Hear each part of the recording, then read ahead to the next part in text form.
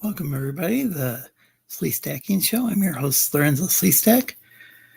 If anybody in the chat wants to join the panel, I just dropped the link about a minute or so ago and now have it pinned. I'd like to welcome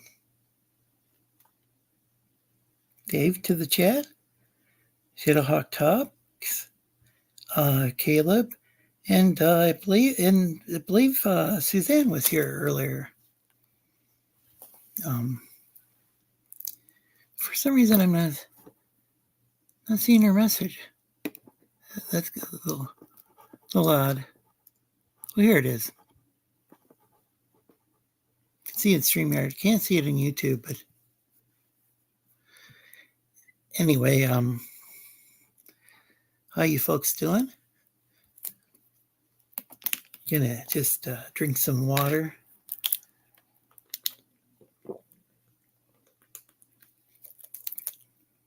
Yeah, it was my usual co-host, one of my usual co-hosts, Daniel Vega, is on vacation.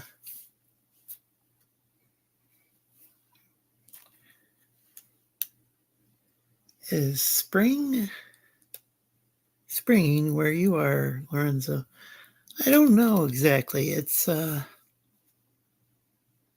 it's not snowing, so that's a good thing. But I'm up in northern Michigan, so it could end up snowing again for all I know. But that was a good question, Dave. Yeah, it's the weather really fluctuates here in Traverse City, and Grand Traverse County, Michigan. It's just kind of crazy. And I've heard this saying other places, so I'm not saying we invented it, but if you don't like the weather, just wait 10 minutes. Hey, Miss Hero. Welcome to the chat. Letting everybody know the StreamYard link is pinned in the chat. You guys can probably see that though.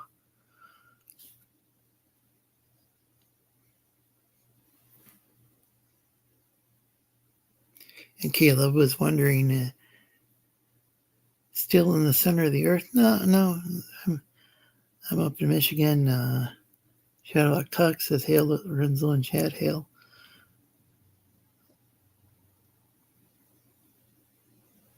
Oh, you've been to TC for the Cherry Festival?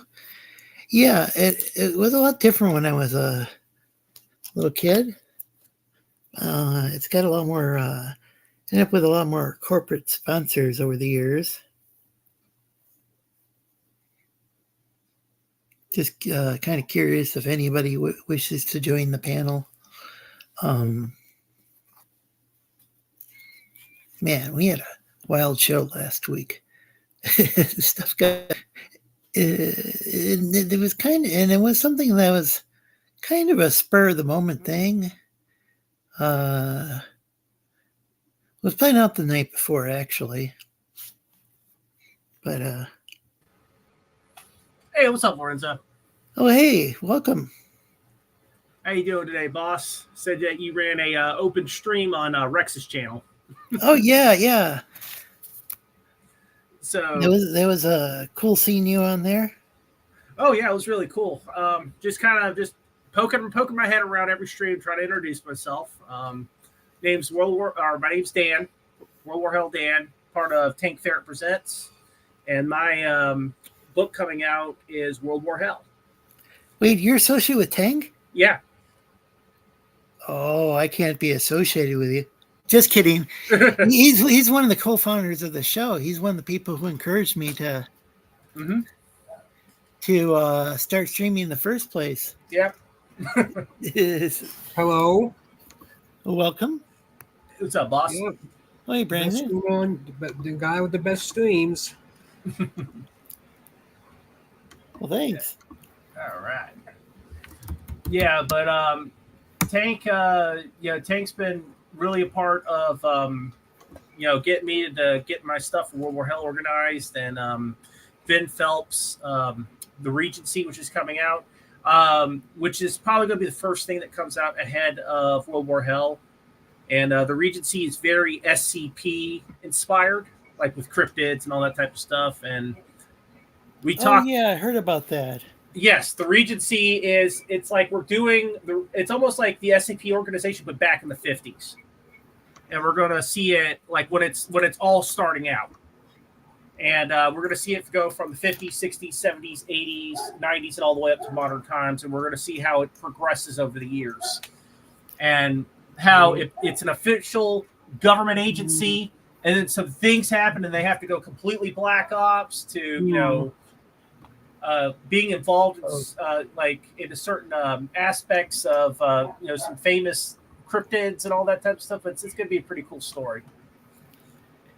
And then we got World War Hell coming straight up too, which is basically demons invade Demons invade during World War II around 1942, and the Germans, the Allies, and the Axis have to join together to throw the forces of Hell off planet Earth. Oh, that's quite different, because I've heard of people talking about like say World War II continuing in outer space, but I've never heard of like demons coming. Yeah, and it's a fresh idea for.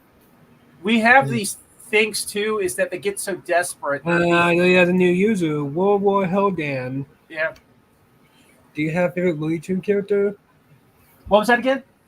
Your favorite Looney Tune character? I do have the best streams on YouTube. Daffy, or what was it? Yeah, Daffy Duck. Yeah, I usually have special guests on my panel and enjoy their childhood memories. I love Daffy Duck back in the day. I've always loved the duck ones, from Donald Duck to Daffy Duck, and that was just always my favorite. Oh yeah, Donald from Disney. During a different kind of stream later on. Yeah, I might join. I'm trying to get as many as I can. But yeah, one of the things for World War Hell, Lorenzo, if you've heard the thing about Frankentanks. No, I don't believe so. Frankentanks are mashed together Allied and Axis tanks. And it's basically the Germans and the British, all the Allies and the Axis, they're so desperate because supply lines get so messed up, they got to smash together these tanks out of desperation. It's kind of like Mad Max on steroids. Oh, that's pretty wild. I've actually got a picture of a couple of them we've designed. So hold on, let me share my screen real quick. Just give me 1 second. Let's see. It's gonna probably take me a second to on this. Got a tiny screen here on this. I'm just using a Chromebook.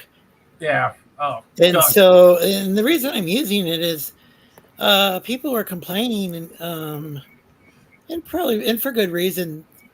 For a while there, YouTube wasn't letting people stream from their phone. Mm-hmm. And it's like, well, I could buy a Chromebook for cheaper than most phones, or at least that was the case at the time. Mm-hmm. Oops, cell phones, but Android phones. Oh, and yeah. So what I did is I just bought this, and like it doesn't matter if I drop the thing; it just keeps working. So. Oh yeah. So that's why I'm using in other ways, kind of subpar computer. Oh, tell me about 4 it. gigs of RAM. Yeah, I'm going to be setting. I've got like a whole setup over here. I'm going to be setting up more. I'm going to be running dual rigs. I'm going to have one that's concentrating on just doing OBS and all this. The other one's concentrating for gaming. So I've got to buy another rig that's going to be a beast for games.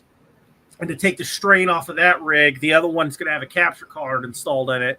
So that's cool. So that way, I'm going to probably be running a total of probably 6 to 8 monitors in the end. Wow. And then I've got my, I got my little tablet over here too, so I can view streaming and all this type of stuff. Oh, so you're using a tablet for that? Yeah. I've got I also have a Stream Deck over here. I've got my own sound control. What's on the screen? That's the tank. That's a Frankentank. That's a Frankentank. That's I do have the best streams, by the way.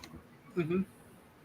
Yeah, this is one of the smashed together tanks in World War Hell. It's basically a mouse tank, and it has a bunch of Hetzer tanks as its tracks. We also have, go over here, get to another one too. There's another one we kind of worked on. These are just kind of like the beta designs of these tanks. And this is a Tiger tank that's been kind of smashed together with a B-17 turret on top and a couple of low-end cannons on the side because, you know, World War Hell, they have to use every weapon that they can because it's a desperate situation going on, especially with the Demons in Hell invasion. We also have this one. Now, these are just designs that we've let out so far. They have been... Oh, hey, Suzanne. Sorry about that. Yeah. And yes, I went to Mackinac Island. Yeah. Somebody was asking that question. Yeah, I've been there before. Yeah. More than once. But check out, oh, hey, Carla. And check out Brandon's channel. Mhm.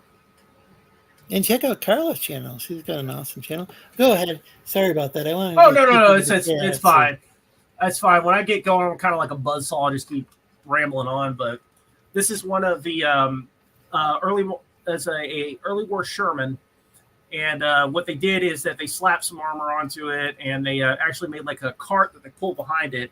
They nicknamed these suicide carts because when demons begin to chase, what they do is they drop it, and the guy in there is pretty much meant to die. He's meant to get as much attention as he can with. Well, kind of like a kamikaze. Yes, he sits there, and that thing is loaded with ammo.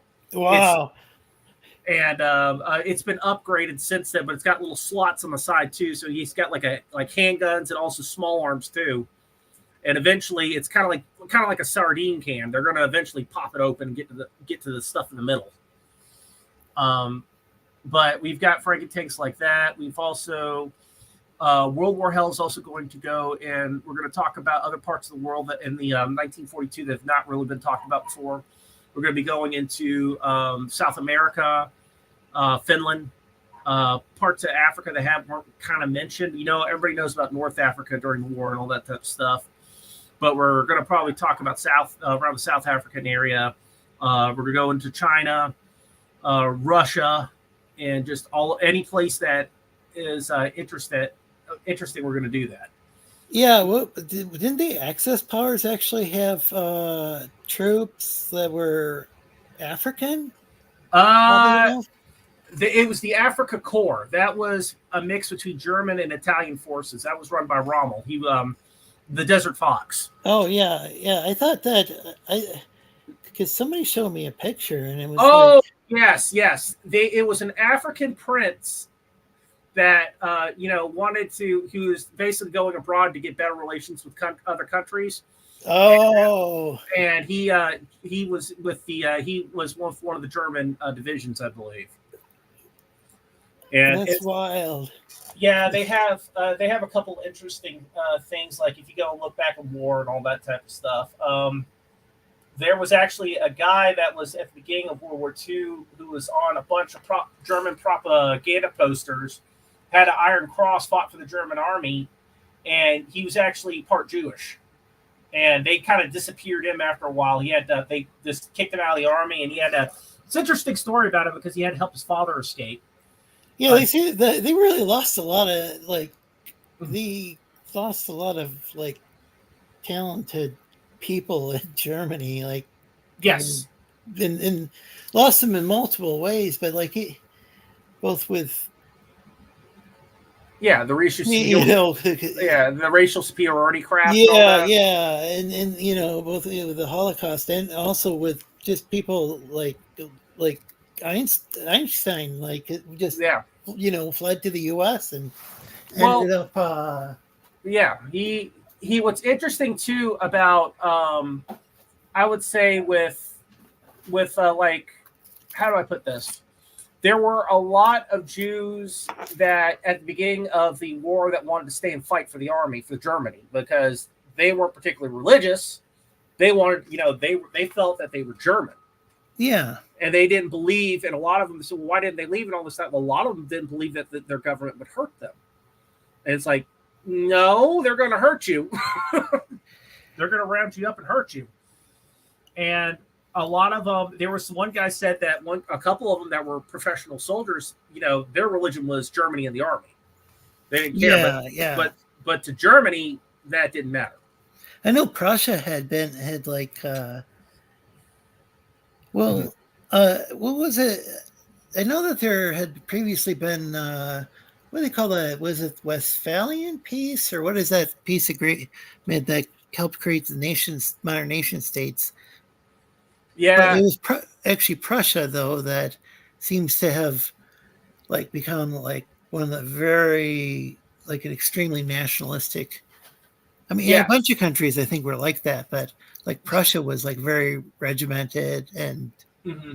Prussia back in the day, if it wasn't for Prussia, we probably wouldn't have done so well in the Revolutionary War, because they had literally von Steuben was literally he said he was something else in Prussia, but he was more like a drill sergeant, but he came in and drilled the American soldiers. Prussia back in the day was the army.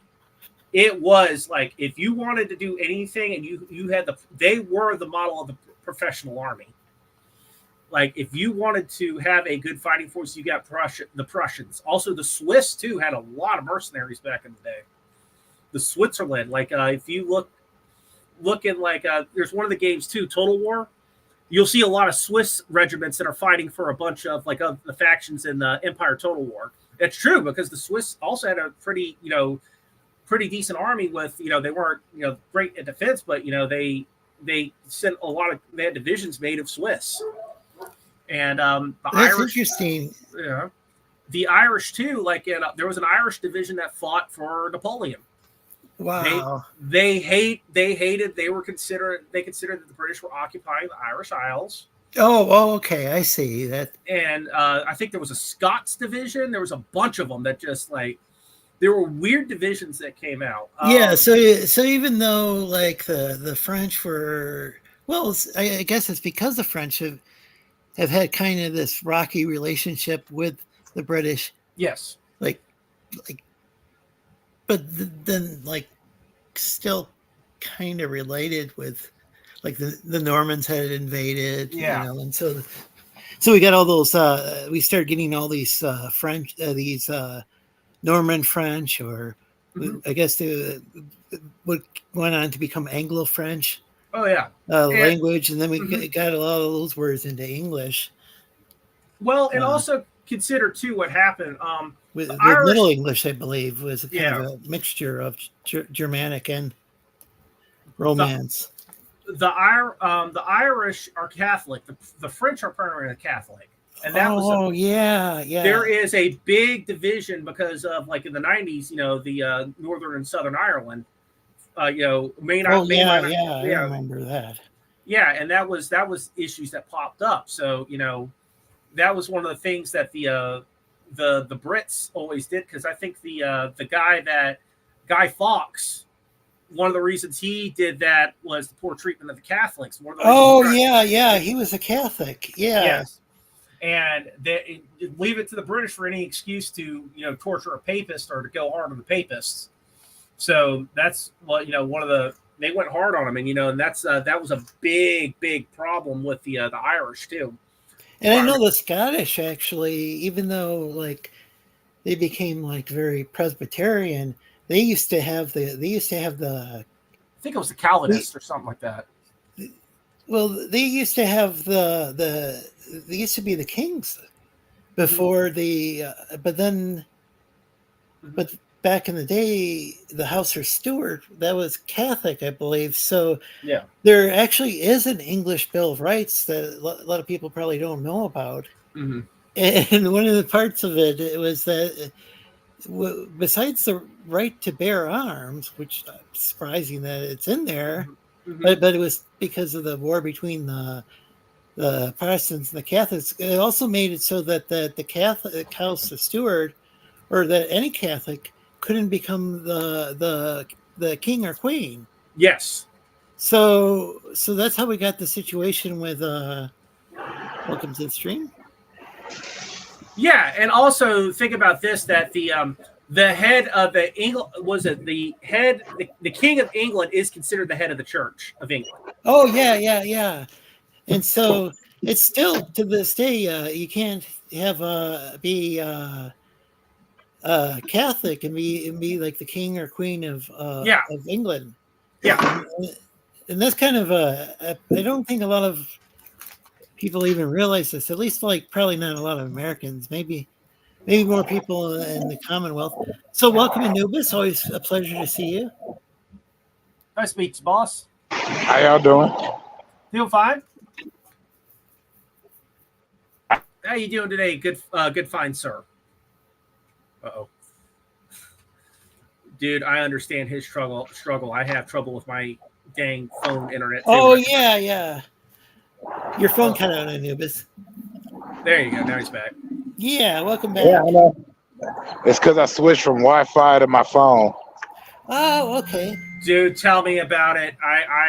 There are times when I have to use my phone's Wi-Fi, or was it hotspot, and it sucks at times. Well, the phone is great. It's when I walk away from the Wi-Fi where it decides to switch up in between the two. Yeah. Oh, that makes sense. Oh yeah. Is there good coverage in your area? Surprisingly, yeah, but that's because I'm in the country. I understand that. Yeah, I got I got it the opposite way, man. It's terrible out here. Well, usually when I'm in the country, like if I'm in the city, it goes everywhere. But when I turn it off and just switch to my 5G, I'm good. Mm-hmm.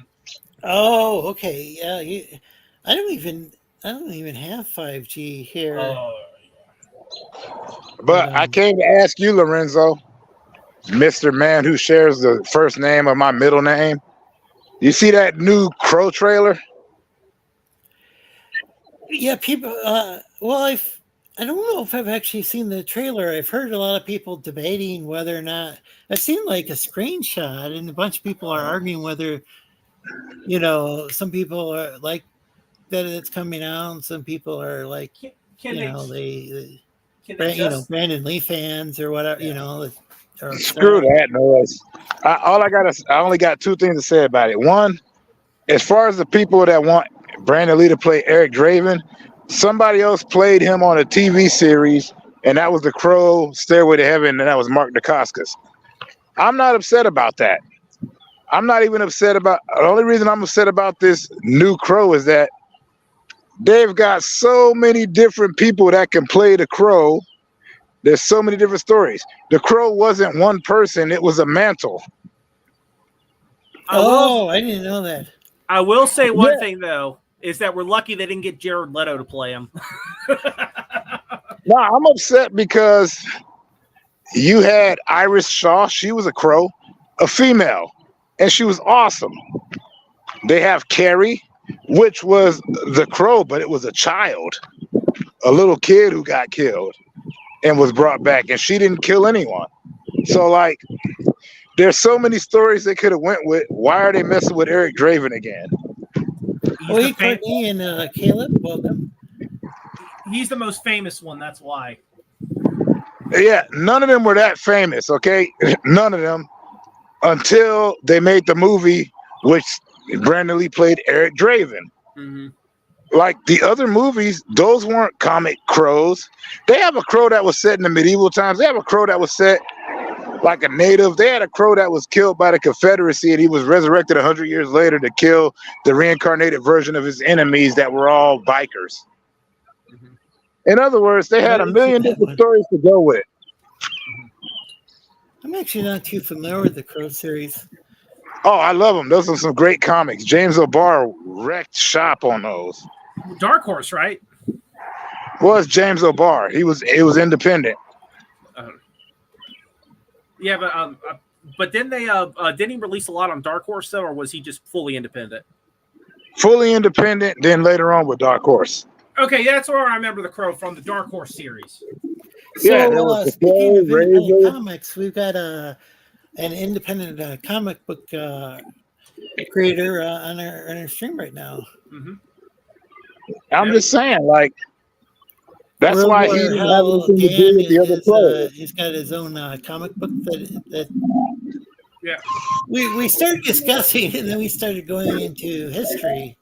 Oh yeah, That's my whole that's my bad shtick is that I'll just start going into history, start asking questions about it. Well, I was too. Well, I have the full I'll check out the trailer though, Nubis. They're good comics. Mm-hmm. Great tragedies. Oh, yeah. Is there like a collection, like an omnibus that I could check out of? Probably. I found them all through many means. Okay, I see. Yeah, especially if that's someone / half indie / like Dark Horse. That's very hard to get them to get omnibuses together. Oh, Very- yeah. That's very hard. Plus, James O'Barr didn't really want to be involved in the movies because they weren't showing respect to his content. It's just like right now, I'm looking for the old Star Wars Dark Horse omnibuses. Those have gone up like hundreds of dollars. So even for Dark Horse, which is really bigger indie publishers, isn't it? I mean, I don't know how it compares to like say IDW. Oh, IDW sucks. You can find anything if you look. I have my ways, and that's it. Yeah, I see. So yeah, I know. IDW is like, I mean, that's got to be a massive company. I mean, I know people talk about like the big two, but like IDW's in some trouble now because I think Hasbro's fixing to pull most of their stuff from them. Oh, I didn't. So that's the thing is that IDW had all those licensed. Yeah, Hasbro. And like, Hasbro. Like G.I. Joe and stuff. I don't really know that much about comics. I host a show that I have a lot of comic creators on here. Mm-hmm. I backed a lot of comics. I have a hard time reading comics. I love the artwork. I thought that you were a comic book guy because all the comic books that come through. For me to read nonfiction. I mean, to read fiction. I mean, well, it can be really difficult, even with the pictures. I try like. If it's like a nonfiction thing, it's a lot easier. Like Art Crumb had that Franz Kafka book about biography. Yeah. And I found that easy to read. That was so easy for me to read, even though but I probably would do well with like that Charlie's London book about Charlie Chaplin. Well, I mean, but a lot of fiction I just struggle even with comics. Well, go ahead, sorry. Yeah, the big thing with I understand what you're talking about. You're kind of more into the black and white history type of stuff, like the comics. Like if they did like if I can read a college textbook. Yeah, I struggle to read a comic or like if it's fiction. And I have I was reading college textbooks when I was like in junior high school. I get that. I'm an avid reader, but I just like comics. I've always loved comics. So, I've always been an avid reader, but a comic just, for me, all right, I love your description. Let me see it. That's how I feel. Yeah. We got some imagery right on the screen so that's a Frankenstein. Because what I'm imagining might not be what you're putting out. Yeah. Because my imagination goes crazy. Well, yeah, mine right up there, that's a Frankentank. That's basically a early war Sherman that they up-armored, and they built that, it's basically a battle wagon on the back. And as I said before, that's called a suicide wagon. And what they do is that the idea is, when the demons start coming at you, you've got to have someone that's going to distract them and hold the line. And that thing is loaded with ammo and slits for small arms. And it's that's like a D&D war machine. Mm-hmm. The D&D war machine, you picture something elaborate, and then they show you the picture, and you're like, that's it? Yeah, these things are not too... You also have to look at, what are they willing to sacrifice? You don't want to make it too much like a pork, too much guns or too much anything. This is something simple. They got a bunch of downed aircraft around. I mean, it's around World War II, so B-17s and Lancaster bombers are everywhere. So what they do is take top turret out, load it with ammo. This is basically here to make as much attention as you can, fire guns, fire flares, and everything. And the demons surround it, and eventually they're going to get in. And now the interesting things about this with the battle wagon is that you are either voluntold to get into it, you are you either get into you volunteer yourself to get into it, or pretty much you're a criminal. And I said get into it. And you've got to have some, how do I put you got to have some pretty big balls if you volunteer to do this. And so this is an alternate Yes. timeline, like kind of a what if scenario. Like what if the two sides, what if the Allies and the Axis powers, all of a sudden there's a demon invasion during World War II, Yeah. and they have to somehow set aside Yes. that conflict to fight against these demons, which Yes. and now there is a realistic aspect in that sometimes it takes a bigger conflict to bring people together, like it takes a huge threat, and then because I've seen that happen in real life. Yeah. Well, with World War Hell, what happens is, like, when we start looking at the story, it's a couple of months after the invasion. England is split in half. London is fully in demon territory. They push the Brit, and this is World War II Great Britain. They are prepped for invasion, but there are just so many demons. Like if you look at how I compare it is, look at World War Z. You see all the mounds and stuff of demons. That's like a drop in the bucket of how many are coming in at a time. They choke the land. And one of the things too, the interesting aspects about being in a demon-infested area, like behind enemy lines, if there's no demons around, but you're in their area, there's no bugs, there's no rats, there's no sound. It's just like everything's dead. Nothing. No movement, nothing. They have infested and it's taken everything. And that's one of the interesting aspects too about World War Hell, that some of the that you're going to find out later on in the book. Like you're going to find, like, when you go into an area that's been, you said, oh, this, the demons ripped all these people up and all this type of stuff. And 1 second.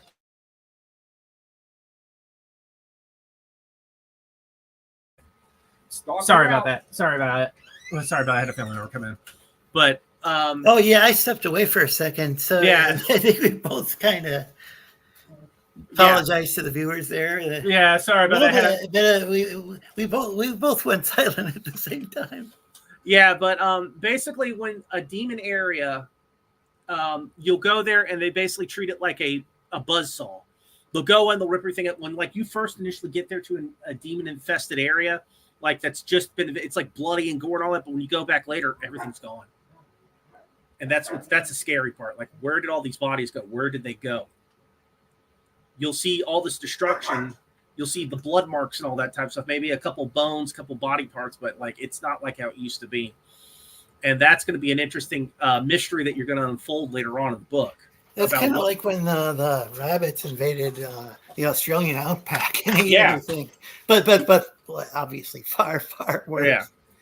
They're just kind of making a joke there, but it was just I've seen photos and that alone is horrific. So this I can't this would be a awesome thing to see in a comic book, because I'm just having a hard time even imagining the devastation that you're talking about. Because I'm thinking of like actual natural disasters, and this would be far worse than. This is height of World War II Britain too, and they tore through London in less than 24 hours. They have trenches, they have areas to hide and all that, and it's been run through. London is a wreck. It's Rome. It's the only thing that's roaming it right now is the damned. That's it. And did you say? Do you say something? The only thing that was growing? No, the only thing roaming around London right now is the damned. Wow! Oh, wow! Yeah, that's it. Those are the what was it? That's the demons that that I've been kind of showing. They've I'll show that here. What the damned are. Let's see. I mean, because I think about what happened and like with the Blitz. Yeah. I mean, that was just like Yeah. a real life thing that was just totally horrific. Yeah. I mean, But yeah, okay, this seems Yeah. like not to underplay the horrificness of the Blitz, but like having these mofos wandering around. for every one, I would say, Wow. for every I'd say for every one damned you kill, 10,000 take its place. So there's not any like humans or There are, but they're barely holding on. okay. And as the story goes on further, you're going to find out that these creatures are not what they seem. And that's the one thing. Interesting. What I find out, you're going to like Tank's been really helping me out with the lore on this, but the further it's like basically peeling an onion. Yeah. So is Tank all right? I haven't seen Tank ferret around in a while. Tank is okay. Basically, what's happened with Tank is that his dog got really sick. Dog he found out has cancer. Nothing he can really do about it. The dog's covered, but it still has cancer. It's going to eventually go its natural course with that. He also went and his mic that he had busted, and he's having to find all of his passwords again for social media and all that. What happened was that he put it on a piece of paper and he cleaned up his office and he's like, oh crap, he lost the paper. So I've been having to basically go in his stead and putting in stuff and all that type of stuff, like to say, hey, he's fine and all that, just giving everybody general updates. He seems to, he's had a lot of hurdles or obstacles over the years because, I'm trying to think. It's have I known him for like 5 years? I don't know now. It's been so long. Yeah. I knew him before he started streaming. Oh, hey, Mike Brown, the Mike Brown Show. Always great to see you, Mike. Disney lover, always DTF, welcome. And Tiberghini Tube. Sorry I didn't see your chat. By the way, the link is in the description. But yeah, I hope everything works out for him because yeah, I know he's moved. He's had had something. I don't know if somebody stole some stuff. I think somebody robbed him before. He came down to Savannah Comic-Con because I basically got him down here. We were doing Savannah Comic-Con, and what happened was he's got a 3D printing operation going up there, up in Macomb, Illinois. And one of the printers that I had ordered to get this ready actually came to me by accident. So I was like, do you want me to mail it back up? And he was like, no, I'll just take it up. We're going to take the bus back up and we'll be fine. Well, someone stole his damn bag with a 3D printer and all that stuff in it. So yeah. And he had a bunch of original drawings, original artwork too, that were just stolen. And I was like, wow. Oh. And I was like, he's like, okay, I'm never taking Greyhound again. Wow. Mm-hmm. Yeah. And I noticed that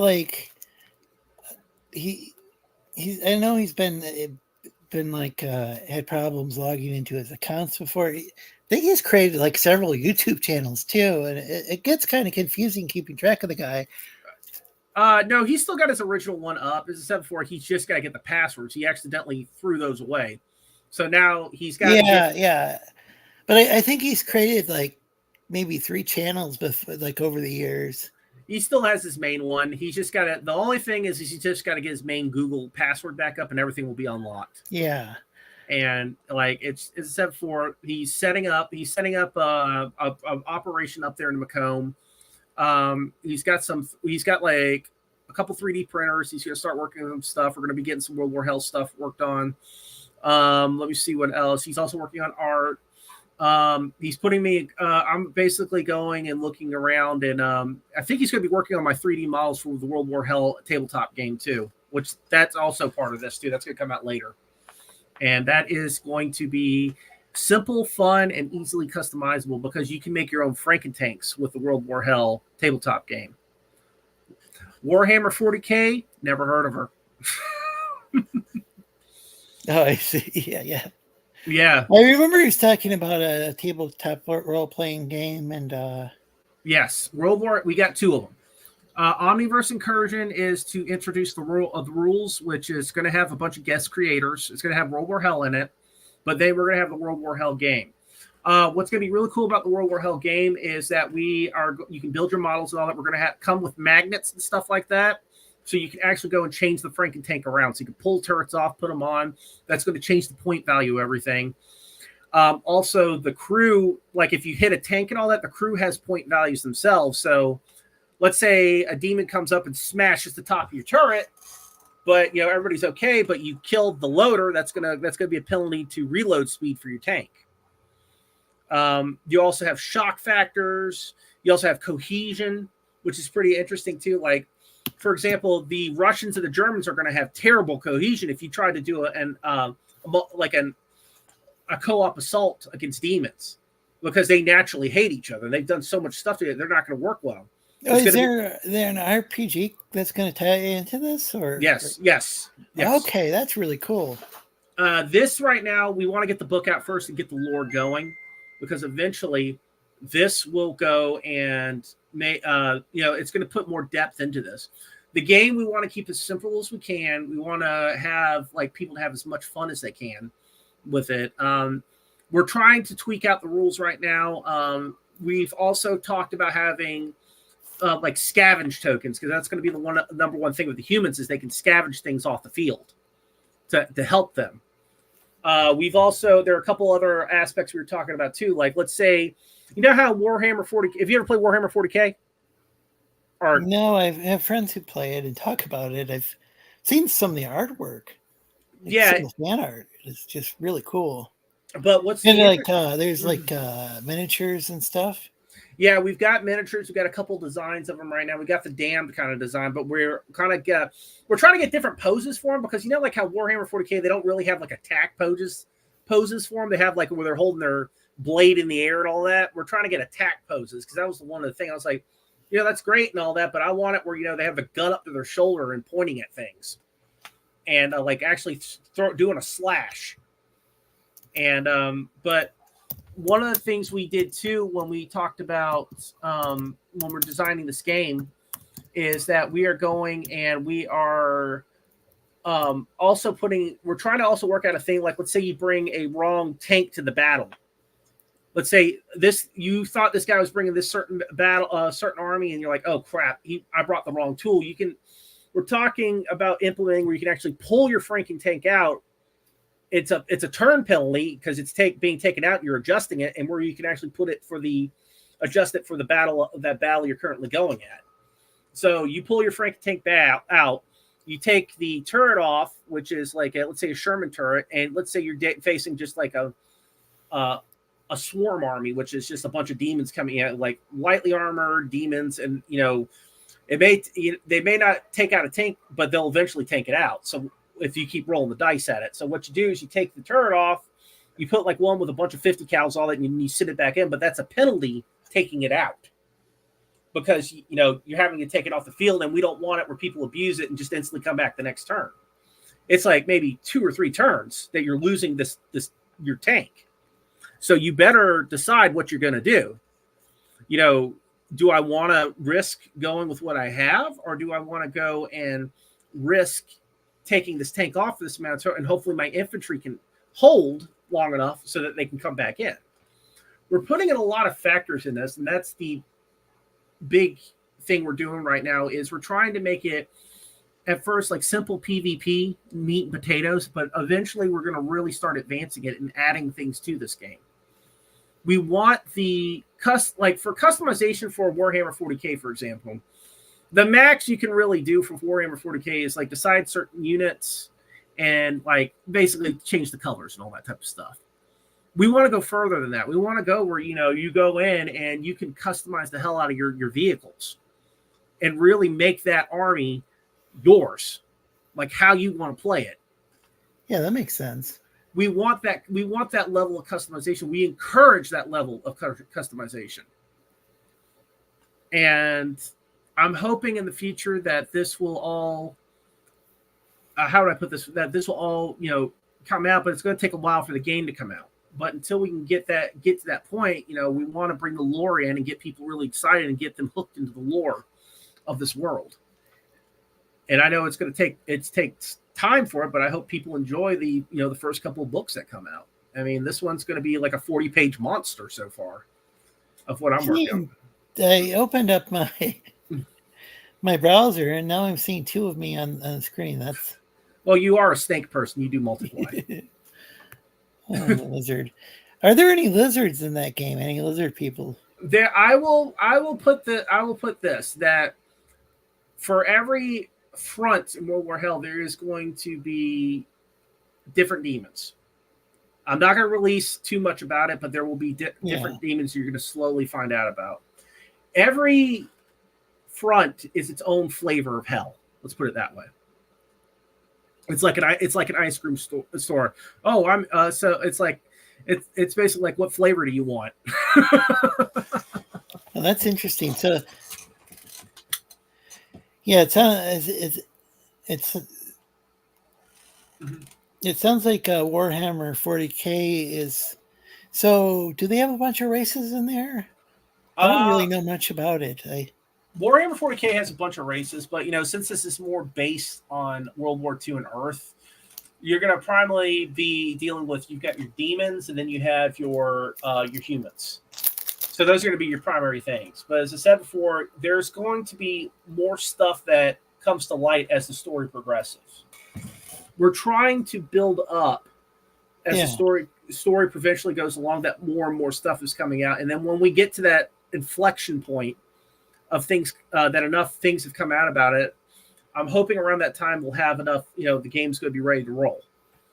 But you're going to kind of see kind of a little bit of a preview of it, because the first thing that'll come out is Omniverse Incursion. That's going to be kind of the preview of the game, of what you possibly could expect with World War Hell. And I know that Omniverse has got a bunch of guest creators on it. And I really, really, I'm really excited about that. And I can't really let loose of like who's what guest creators are coming out. They'll have to tell you themselves. But when it does come out, oh boy, I bet you guys are going to just flip out for it.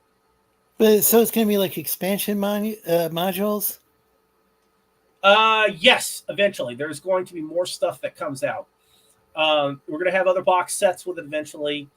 Because it's not going to just be, because you got to think about it. You're going to have Germans, Japanese. You're going to have, who else are you going to have? You're going to also have the Americans. We're also bringing in other nations that were unknown at the time, like that nobody really talks about. I mean, you got Argentina, where they say that the Germans went after World War II. They helped out the Argentinians. You're going to have the Brazilians. You're going to have, Africa, Finland, the Winter War. Yeah. I remember you. Yeah, he mentioned that. The Winter War. And that was one of the first times that you actually had people getting PTSD from killing too many people, because the Russians were throwing like Finns like candy at the MG placements in the Finnish War. And the Finns were actually getting PTSD for killing too many Russians. And it was and also too, that's where you see the effect of the purges come in. Like because of Stalin's purges, a lot of their experienced officers were killed. So they were having. Wow. They were having. I didn't realize the timeline of that. That it was. He was. Yeah, that's why a lot of. I think that the Finnish War. What was it? The Winter War. I think helped. I think it was before the outbreak of World War II, but I think that helped the Russians get some experience. They still were getting their butts kicked, but at least you had officers that did get experience from that. They had to rebuild their whole officer corps after the purges. I mean, Finland, they were so inexperienced. They had, said before, they were throwing people at the dang MG placements like it was a meat grinder. So was Finland under Soviet control? Did they ever capture it? No, they didn't capture Estonia. Estonia was right. I think it was one of those, but Finland. What happened was the Russians were initially invaded. They took a little bit of Finnish territory, and the Finns pushed back and were taking it back, but it was just a war of attrition. They couldn't compete with them, so they signed a peace deal with the the Soviets, and they went back to the lines where the Russians had taken a little bit of their territory, but a lot of people think that the Finns were a part of the Soviet, or it was the Eastern Bloc. They were actually neutral, and the Russians kind of learned a lesson: you don't mess with the Finns. Okay, so that makes sense because I don't remember Finland ever becoming a Soviet republic the way that I believe Estonia. Oh yeah, has like a related language, but they were. Finland was kind of like the middle finger to the to the Soviet bloc because they did not want to mess with the Finns. Let's put it that way. So were they neutral like the Swiss? Yeah, sort of. Yeah, they were like that. So was Sweden. Everybody says Sweden was a part of NATO. No, they were not part of NATO. They were close, but Finland and Sweden, I believe, were neutral during the Cold War. What I heard about Switzerland was not only was it neutral, but if an Axis or allied, which I guess it wouldn't be from their perspective, it wouldn't be like either because they wouldn't be allied with either side. No, they wouldn't. But if either side invaded their airspace, from what I've read, the Swiss army would shoot down the plane if they thought it was a threat. If they would either do that or they would intern them. They had a bunch of planes from World War II that were like bombers and all that were interned during World War II. You had like B-24s, B-17s. And what's funny is you had a bunch of them like after the war ended leave and go back to like a bunch of B-24s, B-17s and all that went back to the Allies. You had a big, and what's funny is that there was also mistakes if they flew over Finland too, because Finland was flying Messerschmitt 109s, which was the German main fighter. Oh. And what happened was you did have instances where the Americans would fly over there and they would, the Finns would come up to give them a warning, hey, you're in our area, and they'd fire at them because they saw 109. You also had one where the 109s took on the German Luftwaffe, or the Finnish 109s, because the Germans flew over their territory, and I think they shot down a couple of HE-111s. The German bombers. Finland or Switzerland. Switzerland Shot down a bunch of HE-111s that flew over like a bombing formation. Yeah, a lot of people don't really. I don't think a lot of people realize just because they were neutral doesn't mean they were because absolute pacifists. They would defend themselves from getting invaded by either side, right, or conquered. Yeah, what happened was a lot of times that because of where Switzerland is literally smack dab in the middle of Europe, and with the Germans going this way and the Allies going that way, they're going to fly over that territory sooner or later from navigation errors or trying to skirt the area to get to their objective faster. And there were incidents where that happened. Oh, so it wasn't just that they wanted. It wasn't like they were always just planning on invading, but sometimes they were just taking a shortcut. Yeah, they were taking a shortcut, or you got blown off course, and someone made a mistake, and you go over. And one time there was a funny story about because the Finns have the white cross for their emblem on their planes. And what happened was one of the guys they talked to a B-17 pilot who mistakenly went over their area, got separated from the group, and the Finns fired at him to basically say land. And when they were questioning him, interrogating him, said, "Why did you not fire after we fired?" He said, "I'm not firing at the Red Cross." Because their damn he thought their symbol was a Red Cross. I was like, dude, that's if someone, I don't think the Red Cross would fire at you. Yeah. In fact, I think the Red Cross might have helped some Jewish people escape from Nazi Germany. I'm not sure. Yeah, and one of the interesting things too about there's a movie that comes out that I highly recommend people watch called The Battle of Britain. One of the last movies that had a bunch of close to the best World War II era planes that you can get and see. One of the planes they bought a bunch of German planes from Spain because they built them under license all the way up to the 1950s. 109s, HE-111s, and all that, and they actually had British engines in them because the Germany couldn't make any more of the engines. And what that was the bad thing about the Germans is like they made great engines and all that type of stuff, great stuff, but they just overcomplicated the hell out of it. It's sometimes quantity over quality is better. Oh yeah. So they had the quality advantage of like this German engineering, but it was way too complicated. It seems kind of like some of the German cars nowadays. Well, like, but I guess a lot of cars are like that. How I would explain it best is that they had this Panther factory after the war. The Brits came in there to build a couple Panthers, finish the completion of them, so that way they can go and test them out. So what they did is that they looked at it and all this type of stuff, and the guy said, "Here's the difference between the Germans and the Allies. You see that chain right there?" They looked at it and said, "Yeah." I said, "You see how part of it looks different than the other one?" They said, "Yeah, one of it looks a little cheaper. The other one looks like really well made." He said, "Well, what happened was the Germans had a specialist that would come and build that little chain for the Panther, a specialist. He would do that, do all this complicated process to make that. But an Ally engineer would come in, grab a chain from anywhere, weld it on. There you go, chain's complete." Oh, okay. So it was, yeah. It was just like the intricacies of certain they were complicating certain like things that did not need to be complicated. Also, they had, if you take a look during the war, when you look at certain things, they also had slave labor building stuff, and that's not smart too.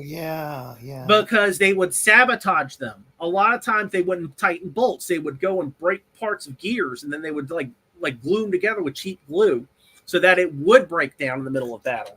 Well, there was a problem just even with like, say, I know the sabotage, or was it Sabat?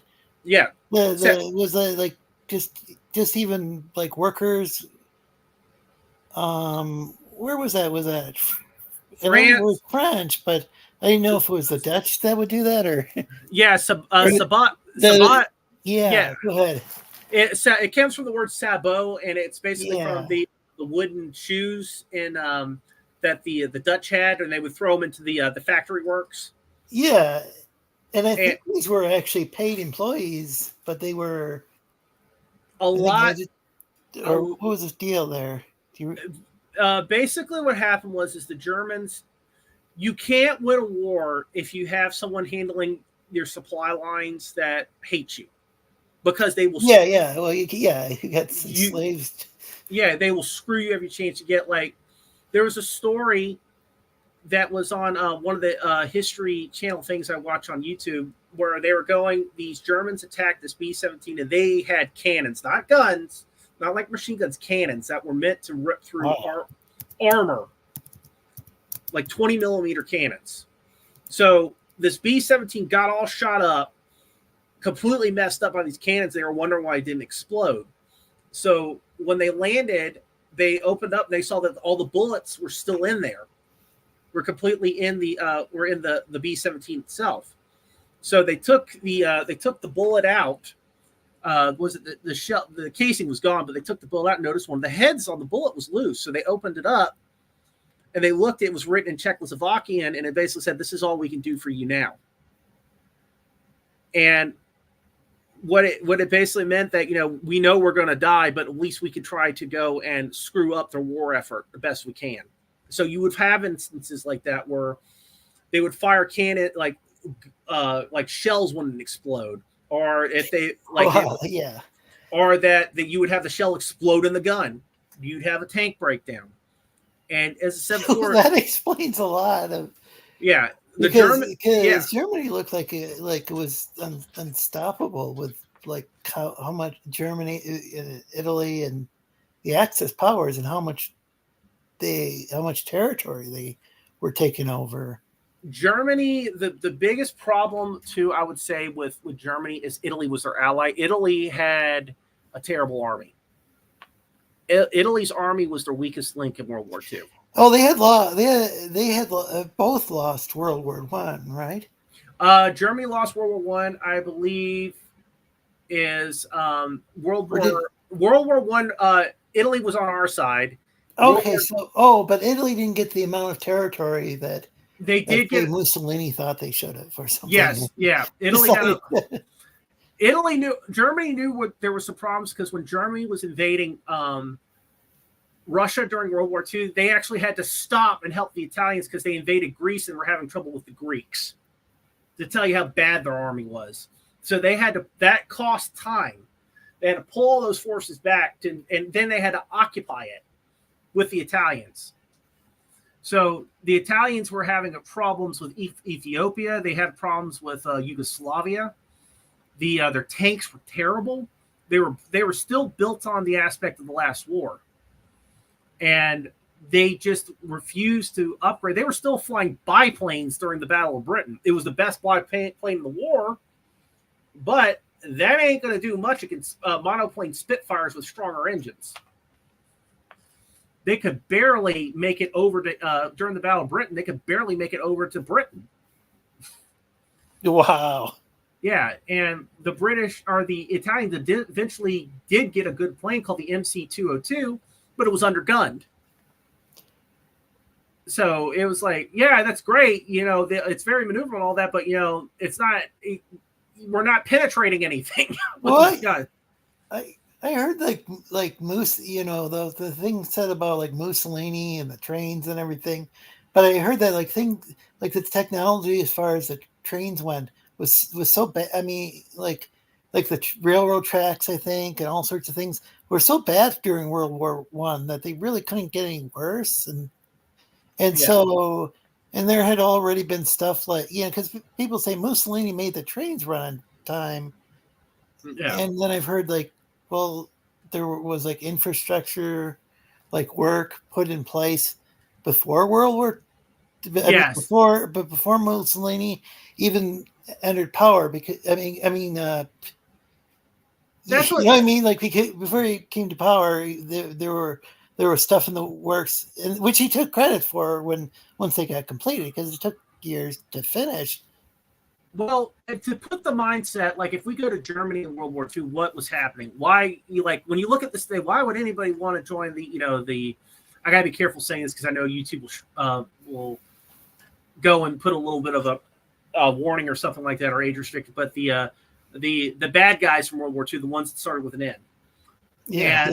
So what happened was at the beginning of the war, why the corporal, the bad mustache man, rose to power. Yeah, exactly. That's how I have to describe it. Yeah, basically what happened is that the infrastructure in Germany collapsed during the Great Depression. The French were going to have. What happened with the French is that they knew theirs was going to collapse too. So what they did is they invaded the Sudetenland, which is one of Germany's big agricultural/industrial areas, and that crashed Germany's economy. So then at that point, the government looked weak. So then you had communists coming in who were fighting each other. Then you had the bad guys that in fighting each other, and people were looking at the government and said, "Do something." And then they're to the point, just one of you win so we can get over this. Do something, win something. So then the bad mustache man came in and used that to his advantage, and that's how and then you see was it the bad mustache man going and putting stuff into infrastructure and all these wonder stuff and all that, and the Germans think, oh, things are going great, but they didn't see the stuff that was going then they started doing the propaganda campaigns against the Hebrews and all that type of stuff. Yeah. So it was like they slowly put the frog on what was it? Put them in how they say, put the frog in the pot and you slowly turn it up slowly.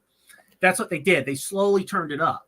Okay, so that kind of, so it was very subtle how they did that. Yeah. Meanwhile, they were building up the Autobahn and stuff like that. Yeah. Which I believe our interstate highway system is based off of. Yeah. And Mustache Guy had commissioned the Volkswagen, the people's car, and which was the Beetle or Bug. I can't remember the official. Yeah, who knew the Germans had such mellow vibes? It's so wild that and that became the Volkswagen, like those vans were real popular with the hippies too later on. But Yeah. I mean, that was decades later. But I think all those ought to come. I think, well, even Ford, I think, was playing both sides. Or Ford. What's interesting about Ford is that Bad Mustache Man apparently had a picture of him in when he was doing all of his stuff in there because he appreciated his ingenuity with it. I would say Ford was sympathetic. So was John F. Kennedy's father, very sympathetic. There was also too that's why they said the back in the day with the royal family, why like the one guy advocated the throne because they said he was kind of sympathetic to him, so they were kind of worried about that because they saw the tensions brewing with the Germans. That was one of the conspiracy theories going around about that. Who was kind of sympathetic? The what was it? The back in the day when before the King of England, there was going to be someone else who's going to be the King of England, and they switched. He abdicated his throne, but there was rumors that he was very sympathetic to the Germans, and that's why they said that he was kind of pushed to abdicate. They said, we'll use the excuse that you're marrying an American woman that's already been married, and we can't have that for the royal crown. Oh, that's what they. I know that the house, what we call the House of Windsor, actually, like the original name was there. It's a German with a German name. They're from Germany, and I think that had to do with the fact that the Scottish House of Stuart was Catholic at the time, and they had to bring in Protestants to due to the English Bill of Rights, which forbids. It's weird. They don't know how much they enforce the right to bear arms part, but they still enforce the part in their Bill of Rights about not allowing Catholics as monarchs, which I would think wouldn't even really matter that much. Like in the modern day, I guess it's become a tradition where. Yeah. Oh, that's what I meant to say, that she was a divorced woman. That was the big thing, that she was American and a divorced woman, and they were kind of. But which is funny because Henry VIII had all sorts of divorces hundreds of years before then. Well, that was a long time ago, though. It kind of leads a little credence to. That's why I was saying it kind of leads a little credence to the conspiracy theory. That's why they kind of pushed him out. They just were kind of looking for a way. You're a little bit too German. And what was really interesting too is that the Germans actually had a second, like one of their top guys, parachute into England around the time of the Battle of Britain and try to make a peace deal with England, but he got captured. And and when Bestash guy found out that he did this, he flipped his lid. But apparently, he did meet with some of the royals and tried to get a peace deal. And it's an interesting story. What happened? I can't remember his name. Someone in the chat will probably look it up. But thank you. I'd like to say hi to Amit Reina. Thanks for joining the chat. And Amit's joking around, calling Jack Stafford a colonizer. Jack Stafford's from he's I don't know. He's from all around, but I don't know. Commonwealth, I believe. Yeah. I think, Jack, that the big thing is I think because of if we put credence, which I don't really do with conspiracy theory, I just think they were looking for an excuse. I see. But I said this is not really confirmed. Yeah. They were just looking for a way to kind of push him aside. Yeah, we're not. This is like an entertainment show. We're not pushing. We're not like. No. This is, we're not saying this is what happened or whatever. We're just having a fun conversation. Oh, Jean-Luc, I have to add that for YouTube's. Yeah. Just think. Jean-Luc, that's actually a Dan from my upcoming book, World War Hell. Jean-Luc? Yeah, Jean-Luc Connery. But yeah, there was as I said for. Zoom in. I agree with that, Jack. I agree. I think there was a lot of them that were sympathetic. He wasn't odd in that respect. The family was largely. Yeah, I agree with that. I do agree with that. I just think things. Yeah, I think a lot of people were sympathetic to the German guy with a Charlie Chaplin mustache. Yeah, I think they're as far as who all was. I mean, I think we know with, like, say, the Dearborn Independent. Yeah. What that Henry Ford had some very, very strong sympathies. Yeah, and was spreading conspiracies theories about would you say, like, the Hebrew people? Yeah. The people. the N-word bad guys. We'll call them the Knights of Knee. We'll just take out the center part. The Knights of Knee, basically, what they thought is that, you have to have an enemy with those aspects, with those type of ideologies. That's why communism and the Knights of Knee fall out really quickly, because they burn bright, they burn fast, but you're always going to have that enemy that you continuously point your people to hate. Eventually, that's gonna fall apart. I see that happen with the culture wars. Yeah, where it's like, when are the culture wars going to be over? And I don't think. Yeah, I'm not saying that there. I mean, I'm not trying to say that there's not a problem going on with, like, people making just, like, horrible. Yeah. Just like telling not folk, like the entertainment industry, and not focusing on, like, storytelling and whatnot. I mean, it's a really bad thing, but yeah, I think it's much better with like people like yourself going out and, like, actually creating things. Mm-hmm. Yeah, and I always love to talk about World War II, and what a lot of people don't want to look at is the politics that led up to World War II. Yeah, they miss the point. They see, the Knights of Knee were very bad guys, but how did they go into power? And that's where you have to look back to the 20s and 30s. What happened when you look at it was just basically like cracks in the dam. You had the French taking the Sudetenland. You had the communists and the Knights of Knee fighting each other. A weak government. Let me see. You also had the Great Depression. You had those four factors, which are significant cracks in that dam, and something bad's going to come out of it if you can't get the people in power to take control. And that's what happened. It could have been completely different. We could have had the communist win, and we could have had an inverse where communist Germany invaded with Russia. It could have true.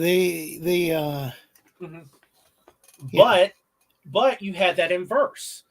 You had the Germans, and was it Bad Mustache Man? Yeah, was just wanting to invade everybody, and it's like, well, everybody asked, well, why did he go and invade Russia? You shouldn't invade. I said, he just kicked the crap out of a bunch of armies into Western Europe.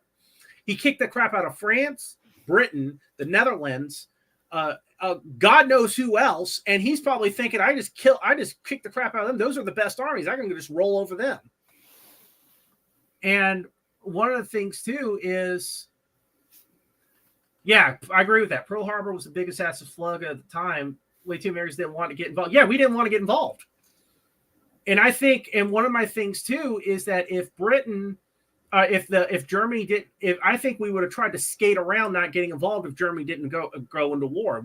It was eventually going to happen, but I think there could have been a little bit more of a buffer eventually. But I think it was like pulling damn, pulling teeth to get the American people to get involved. And what happened is that and a lot of people don't realize that there was a lot of German influence up north. And during World War II, because a lot of German families sent boys or family members to fight for the Germans in World War II. They felt that, even though they were American, they were born American, that it was their duty to go back and fight for the fatherland. Oh, yeah. That would make. I do know that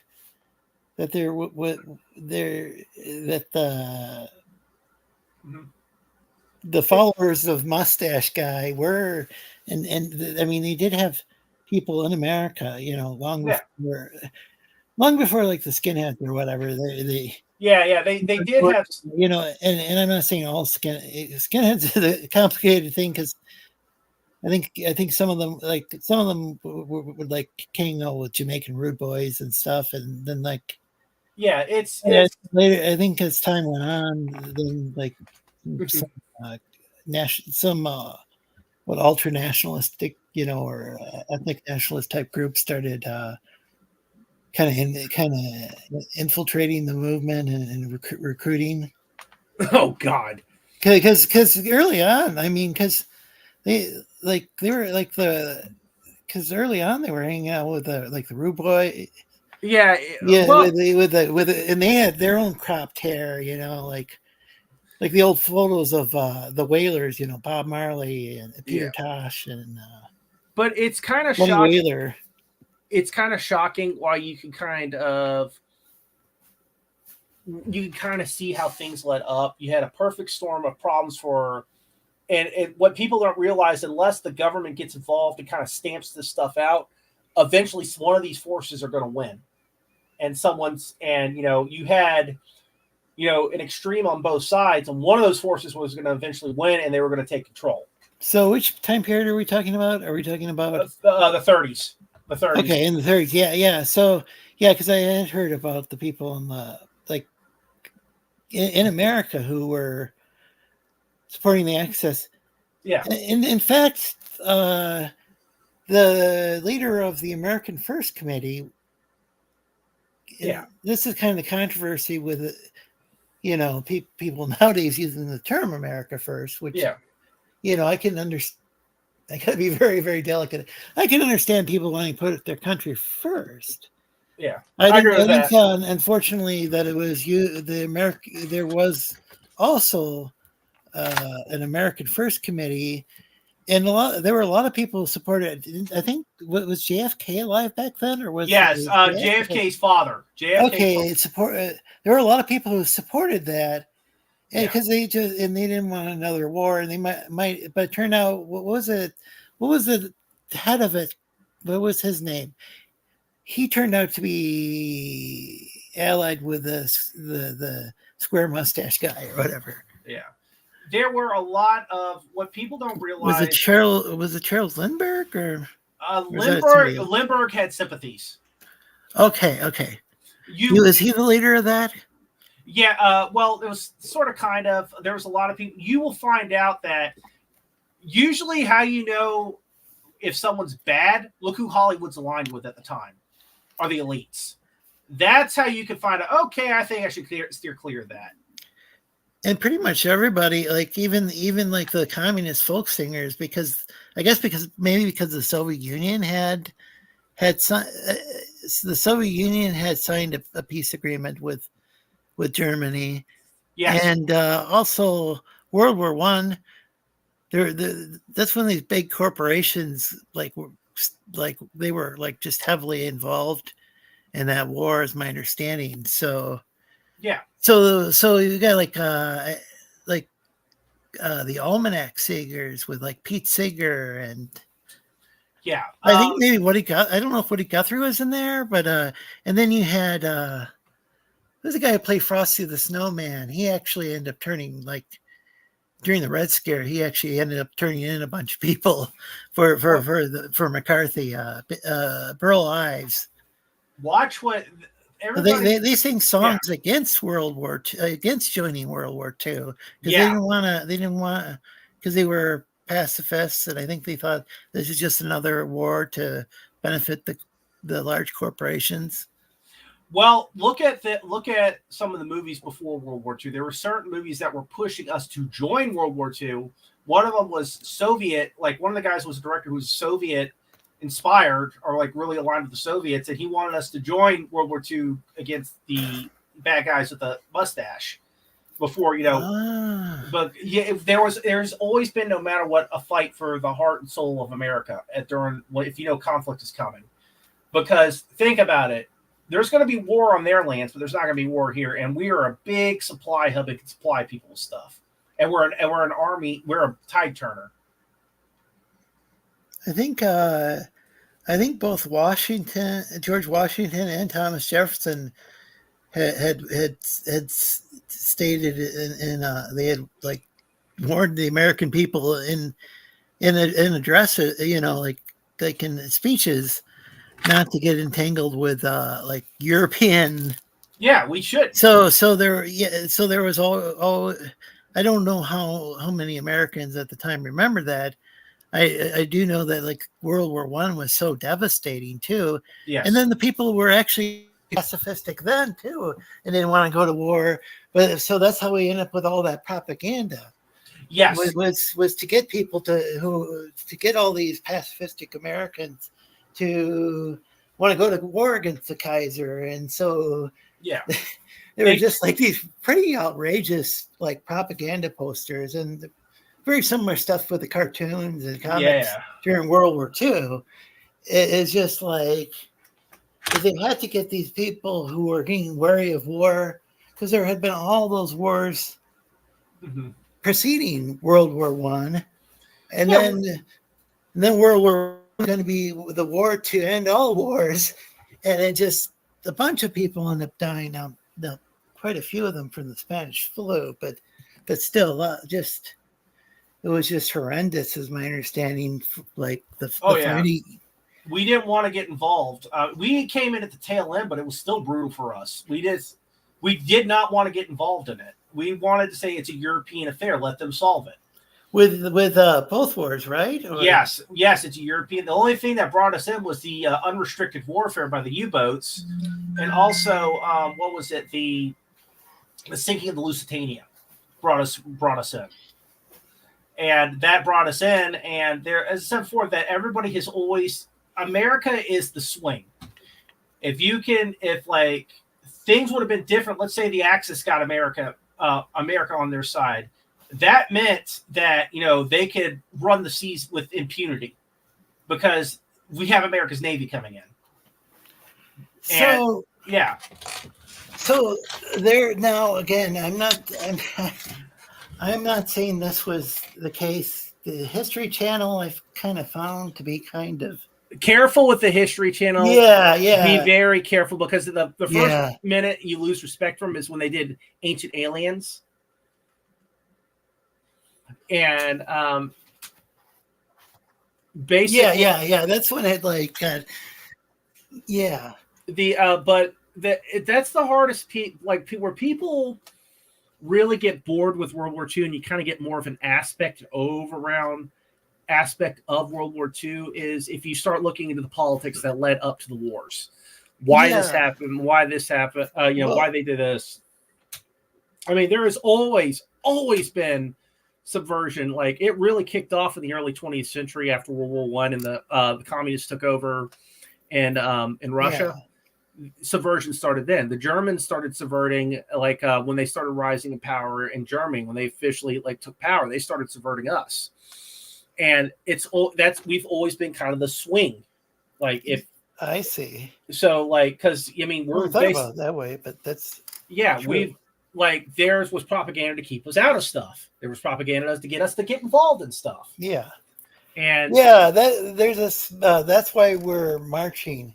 And I don't know if it's a compact disc. I don't know if it's officially available for streaming, or people can, how much it would cost these days to buy it, because I don't know if it's still in print. But they had all those songs by they had songs by the Almanac Singers, where they were these communist leaning folk singers who were singing against the war. They had these bizarre World War II, very bizarre Axis power song, big band music, using big band jazz music. Yeah, they wanted who were the guys singing with thick German accents and taking just jazz standards.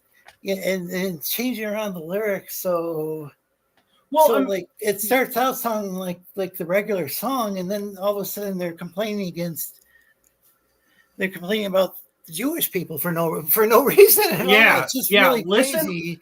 Listen to Like Subversion. using jazz music, which I mean had a lot of like I mean- African American influences on it. I just like with stuff like, you know, with those extremes that were happening in Europe, going back that they have to have they burn bright, they burn hot, they burn bright, they need someone to hate, and that's why they will never work. If it wasn't the Hebrews, they would have gone after somebody else. They have to have an enemy. That's it. They have to have an enemy to make these things work. And that is why they are not good systems to live under or to pass. Oh, you have internet issues? All right. But let's see. All right. But yeah, going back, this is I've had a couple people ask about this. This is the Damned from World War Hell. This is the main enemy. We also have he's multiplied again. Kill it with fire. Can you hear me? Yeah, I can hear you. Kill it with fire. What's the sound quality like? Because I'm on my phone now. It's good. It's good. It's decent. Yeah, I have to restart my laptop. For some reason, my laptop has problems connecting. Yeah. But yeah, there was also Excess Annie. Mhm. I believe her name was that, and she was Yeah. Look. female radio announcer who was Mhm. like doing propaganda for the. I think I'm trying to remember. She might have been an American actually too. Yeah. Look at, if you can, go back to the past. If you pull up stuff, look at what they tried to influence us to do. Like the communists were trying to, when they were officially knew they were going to war with Germany, tried to convince us to get into the war ourselves. They also, I believe, were trying to get us to get into war with Japan too, because they wanted them off their back, because Japan was the hidden threat to them. Because if Japan had gotten involved with Germany and decided to attack Russia, there would have been some problems. And and by hail you mean hello, but you're not talking about the Yeah, we would. German saying. I gotta let people know that if they're like new to the channel, that's just Yeah, we were just talking about World War II, and we're just talking about World War II. Well, Yeah. welcome. We're talking. We're talking about this World War II comic with the demons, which, but then we start talking about like actual history. oh yeah, we talked about some. Whereas the comic book is like an alternate timeline. Like, what if the Allies and Axis had to stop fighting each other, start fighting demons? Mm-hmm. Yeah, and I like one of the things too is it's funny. My grandfather fought in World War II against the Germans and all. It's like always the Germans didn't move. Yeah, with Operation Paperclip, you aren't wrong. They aren't wrong. That's There's a documentary about that. I'm pretty sure. Yeah, they just the very same name, because I do think I saw that on. I think I watched that on one of those networks that like has like independent films or whatever, or documentaries or whatever. Go ahead. No, they're more evil than anything else.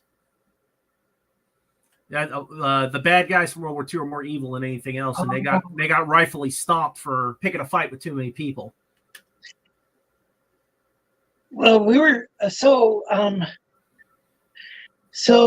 there was also a thing going on where I believe not only were there these people who were like enslaved and forced to build parts for the German military, which didn't work out well because they sabotaged it, is what you were saying. There was also, I've heard that some of the German military people weren't fond of the guy with the Charlie Chaplin mustache either. Yeah, they tried to. Yeah, that was the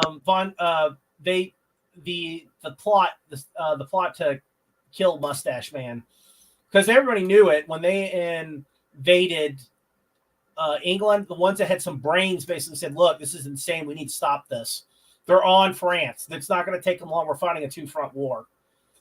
The only problem is that when they did this, it would have been interesting to see how the war would have ended up if they still wouldn't have been able to make peace, because they had promised each other, the Soviets and the Allies had basically said, we're going to completely defeat them. So even if the people in the German military had successfully thrown their dictator. I would say they were right too, because after World War I, Mustache Man didn't believe they were beaten. They just believed they stopped fighting. You have to completely beat them. You have to get the message across, beat them, crush their industry and all that type of stuff. You have to let them know you lost the war. It's done. No ands, ifs, or buts about it. Well, we would have won if we didn't know. You wouldn't have won. You picked a fight with too many people and you lost. You had a continent that was not being touched by anything during the war. America, they would have just kept sending stuff over to defeat you eventually. And we probably would have come up with technology where we could have reached you with airplanes and bombers by then. But as I said before, you have to completely destroy them. That's what Pershing wanted to do. That's why he kept fighting to the last minute at World War I. He said, if we don't beat them completely, they're going to think they didn't lose the war. And that's what happened. They didn't think they lost the war. They thought that if we would have done this, if we would have done that, no, you picked a fight with too many people. You did it in World War I. You did it in II. I see. Yeah, that's why Pershing and a lot of generals kept fighting to the last minute. Oh, I know what I was going to talk about with the History Channel. And I'm not saying this is definitively what happened or definitely what happened or whatever, but Smedley Butler made the allegation that he was approached by, I think it was like the American Legion, and backed by some large corporations. And again, I'm not trying to disrespect any veterans or the American Legion or anything. This is just an allegation that there were maybe a faction within the American Legion and a faction of wealthy industrialists that were trying to overthrow FDR, allegedly, according to the Smedley Butler guy, who was a socialist.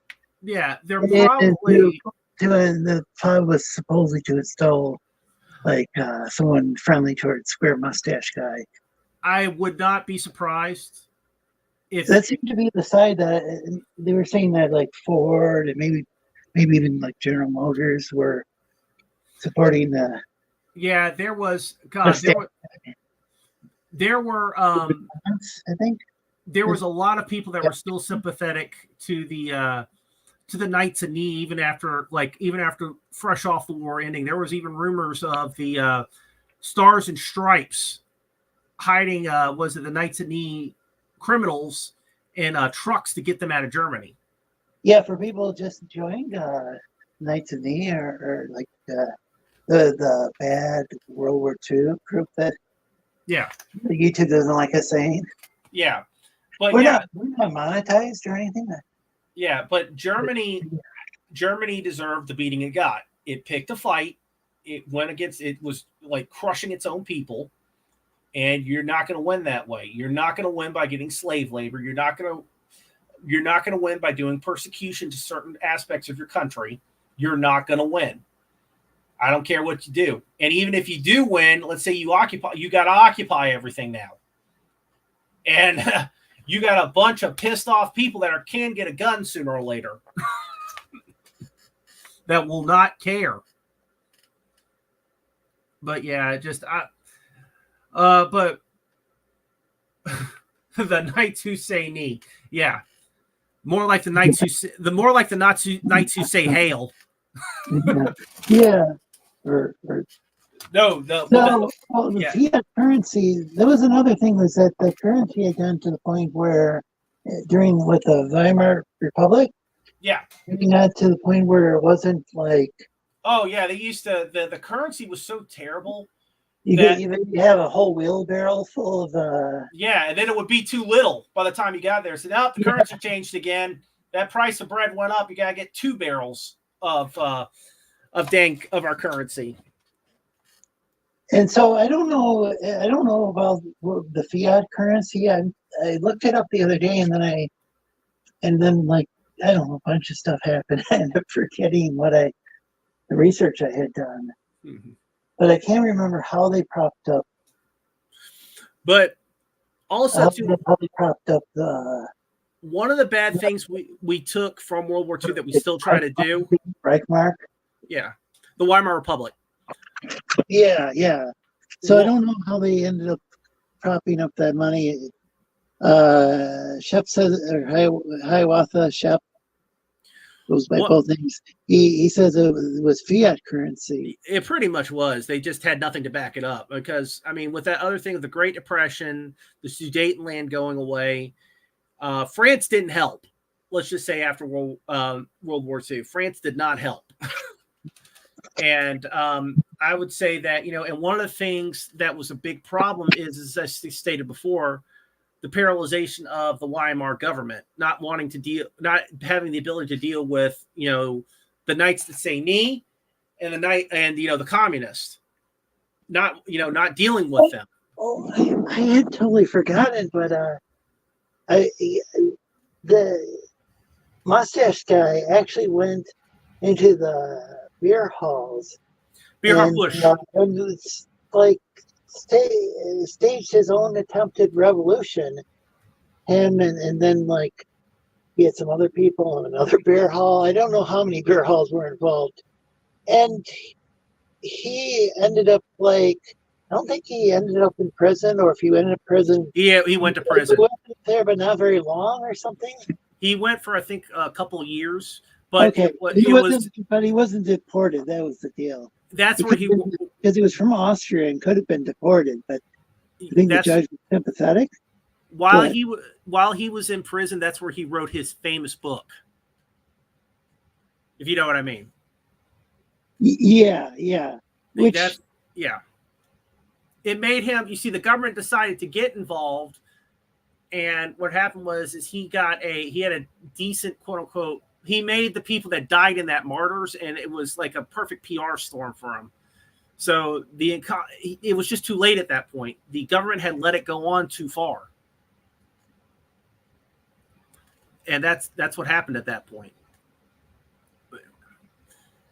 But yeah, yeah, that was exactly that's at least one way that I've heard it commonly translated. Mm-hmm. Yeah, it was all about a struggle. So that's another thing to keep in mind too. Is there are people who are genuine victims, and mm-hmm. I don't really know. Maybe he went through some hardships in life, but I mean, but then you become like, oh, I'm going to go from being the oppressed to the oppressor. That's when you really lose the plot, so to speak. Yeah. When it comes to life,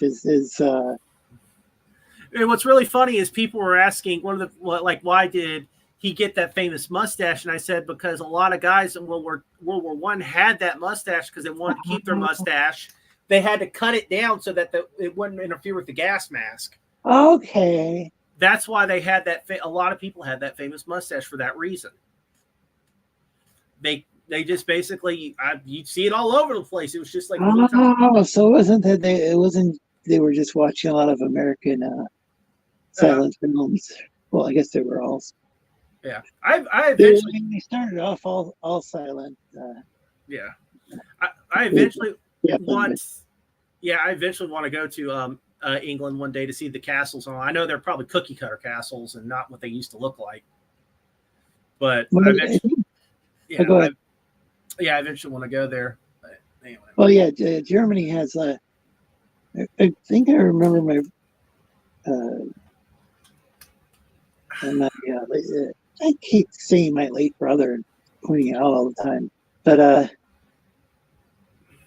Anyway, he had gone to Germany, and I think went to some of the castles. They like turned out to be reconstructions. Yeah, the cookie cutter reconstructions, man. It just takes away. But I can understand why they don't. A lot of these places get pummeled after time from time. Yeah. And there's literally, it's just like a couple stones and a hole in the ground. But the problem is that they don't go to the historic way it looked. They cookie cutter it, and they they make it look crappy. And it's kind of a shame. Like, yeah, for example, like Japan and in Germany were just so devastated after the war that a lot of historical stuff, like buildings, were gone. And you pretty much, unless they were like towns and all that weren't a part of any strategic importance, they were kind of left. But they weren't touched. But I mean, it's just terrible. So, American comedian Doug Stanhope joked that Germany did the Brits a favor by, with the Blitz, because of how if you look at how American streets are like set up and everything. Yeah. But compared to like how things are in Europe, like, and I think it might be kind of hard to like navigate. They're not necessarily all like square city blocks or whatever. Not that like they're not really that way in my town either. But here in the States, but he was joking that the Germans did England a favor by bombing the place, and what did they do? They went and built it back up to the way it had been. I mean, yeah, it happened. Like Britain really took it on the nose because there were historic towns or historic areas in Great Britain that were flattened. It really was horrific. I just thought it was interesting though that they actually did. It does sound like they did build things back up in a way that like wasn't like just like these grids and stuff, which probably gives it more character in some ways. I mean, but Parliament was completely for like say somebody doing a comedy show overseas to maybe get around, or Well, anyway, Lorenzo, I got to get going, man. I hope I didn't. Was it rail on too? Oh God, yeah, I did rail on too long. Thanks for going on the panel. If anybody else wants to go on the panel, yeah, just in the chat. He's liking through the stream. But yeah, I enjoyed the conversation, and I don't want to belittle the just horrific stuff that happened. Oh no! And in England, by mentioning that, I just thought it was interesting, though, that if that's true, it sounds like at least maybe some of the layout of the town, of like say, I don't know if it was London or what that he was complaining about. Oh yeah, London. Everything was hit. It's still kind of. Sounds like it's still kind of laid out in like. But yeah, that would be kind of weird to like Americans or whatever. We're used to like square city blocks or whatever. But yeah, I'll eventually I'll come back on probably. When do you usually have your streams? Would you say, Lorenzo? Oh, that'd be great. Yeah. And where can we find you? Go to my Twitter, World War Hell Dan. I also have World War Hell Dan on Instagram. Hold on, let me go get the thing for that too. Do you have a wrench on this channel? What were you saying, sir? Do you have a wrench on the channel? No, I didn't. I do not believe I do. You type in the chat, I can give you a wrench. Okay, not a problem. Yeah, even if you're, I mean, I'd encourage you to post your link to after I give you the wrench, but if you don't have enough time, you'll at least have a wrench for next time. Gotcha. And as quickly as possible, trying to switch over to YouTube. I know. Yeah, I have to be careful about because a lot of times if I go into history, World War II and all that, I'll just go into a tangent talking about it and all that type of stuff.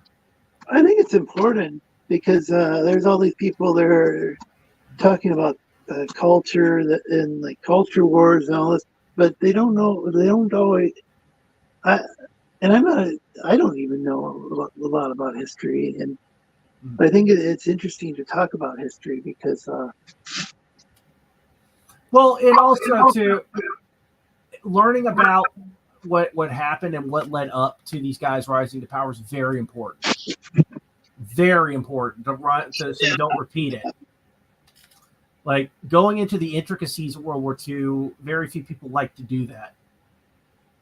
If they did do that, I think it would help in the future when you see stuff like this get out of control, and when people kind of at some point need to recognize it and push back against it, or need to step in. I'm trying to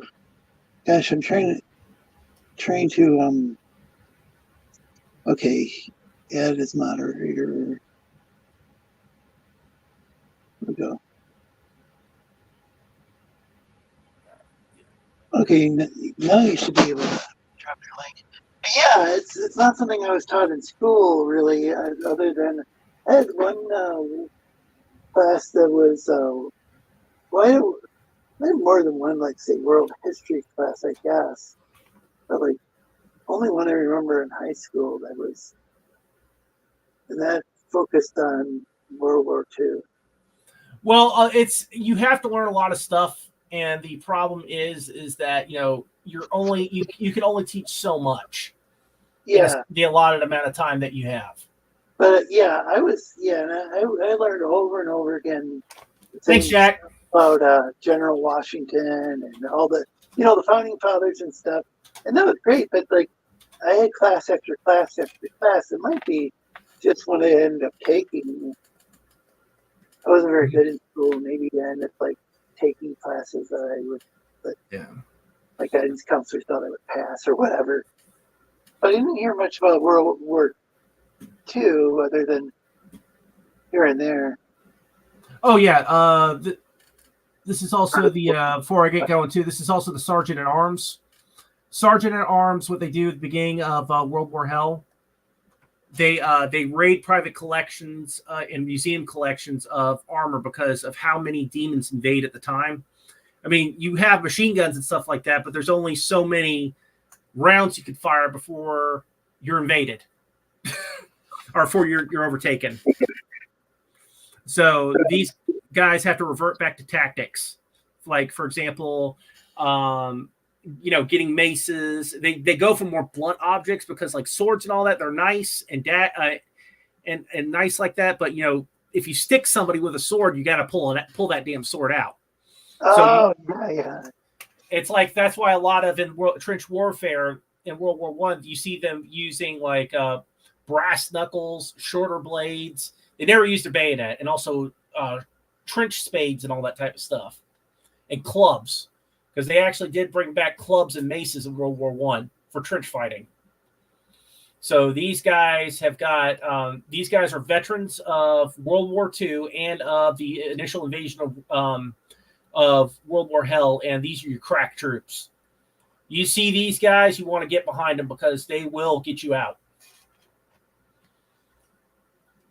But yeah, that's really cool. Yeah, these guys are, and I've got a couple other concepts that were done. Oh, there's Frankentank. Oh, those are my puppers. Let's see. This is one of the samples they use is they'll use a shield balance. Use that to kind of balance fire, and then when someone gets close, pick it up, and then start going mace combat, or using mace combat, or swords, or whatever they have, just bludgeons. And I've got the link to your Twitter pulled up, and here's the link to your YouTube channel. And right. Thank you, Jack Stafford.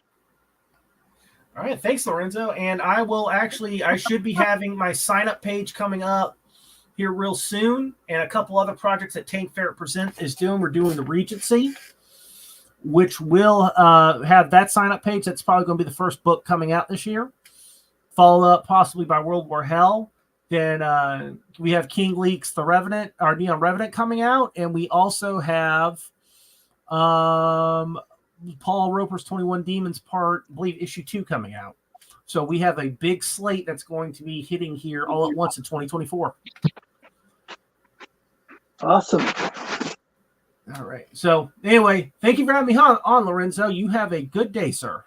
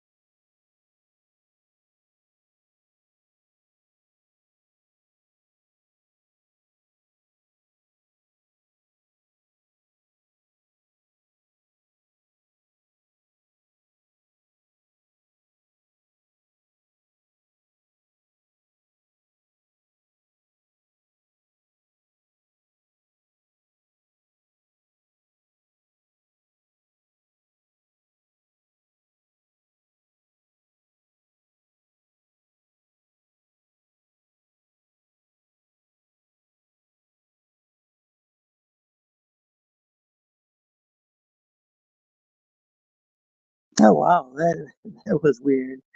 Just as I switched over to my laptop, all of a sudden the laptop's internet's messed up again. Hopefully folks can still hear me.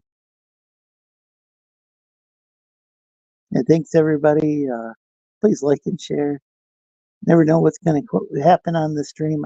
I think this is I found this to be a fascinating discussion. I think it's going to be, I think it's going to be a fun book, and I think this is going to be one of those fictional type books. As I said earlier, I have a hard time with Scarlet Fever. I have a hard time just even with comic books that are fiction. I can read nonfiction comics easier than I can read fiction, but maybe with it having to do with World War II, I think this might be easier for me to kind of wrap my brain around, if that's the phrase.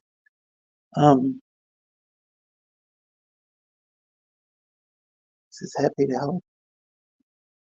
Oh yeah, because So World War Hell, Dan was on. He was talking about this alternate history idea for like what if during World War II all of a sudden these demons like invade the Earth, and then both the Allies and the Axis have to deal with these demons. You know, even though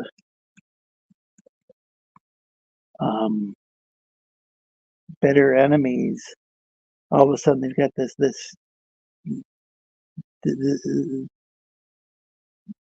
like otherworldly threat, or whatever you would describe demons.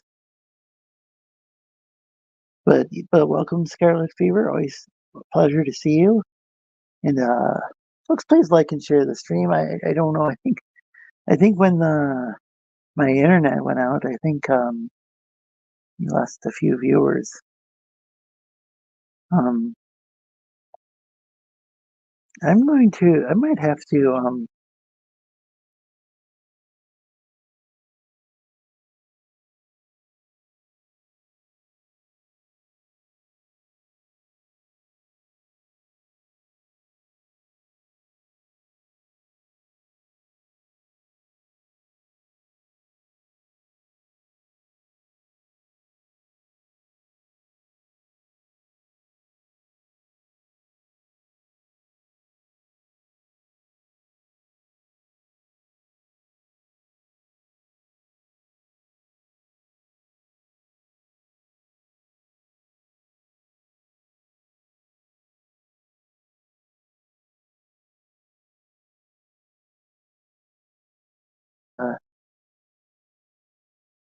And folks, feel free to join the channel.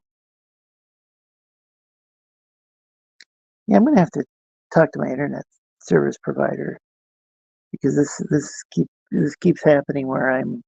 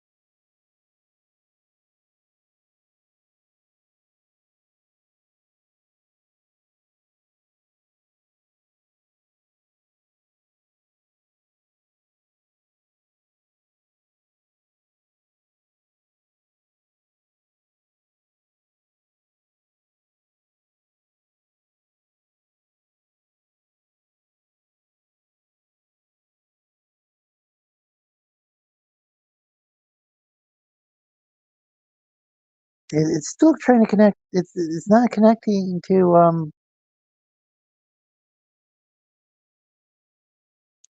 my. It's not wanting to connect to my hotspot for some reason. It's trying to connect to um.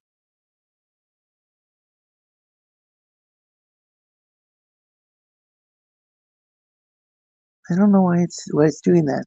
I've got my mobile hotspot turned on. Anyway, it's never know what's going to happen on the show. If folks want to join the show, once again the links pinned in the chat. Um,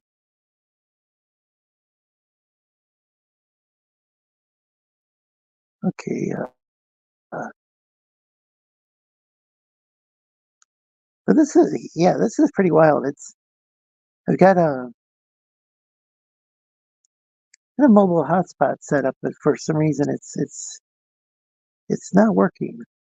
So you have to kind of improvise and stream it on my phone. Um,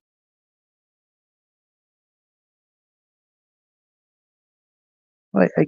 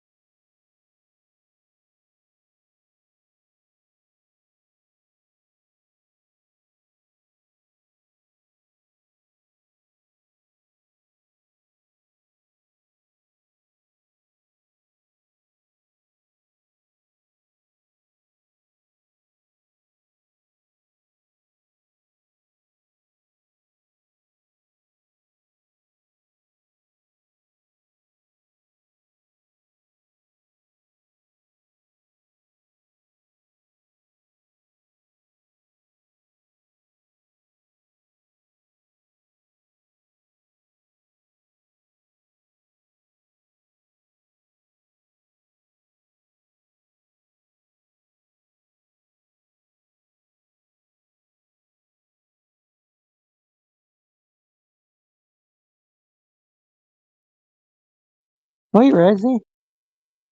What's up, bro? Can you hear me? Internet fucking you around, I see. This is odd. I can't hear you at all, Razzie. That's odd. You can't hear me? Huh.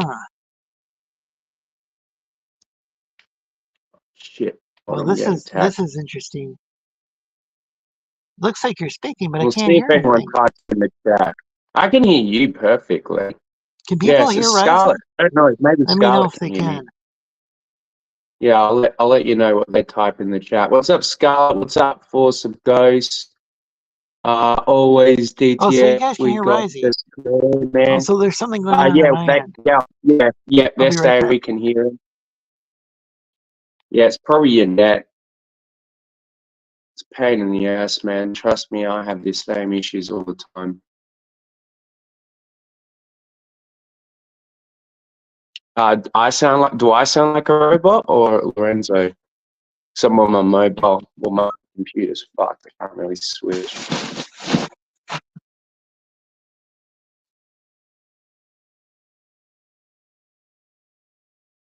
I just thought I'd jump on until you get some more guests, so you've got someone to talk to while you're streaming.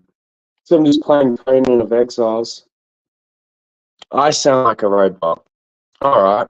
Well, fuck. That's fucked. Let me see. Right, that's the fucking mic on there.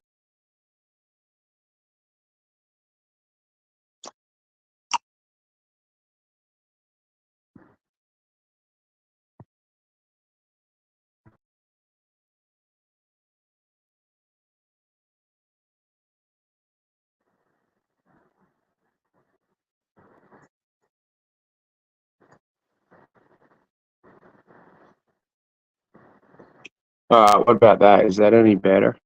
Otherwise, I don't know if there's any other way I can fix it on my mobile.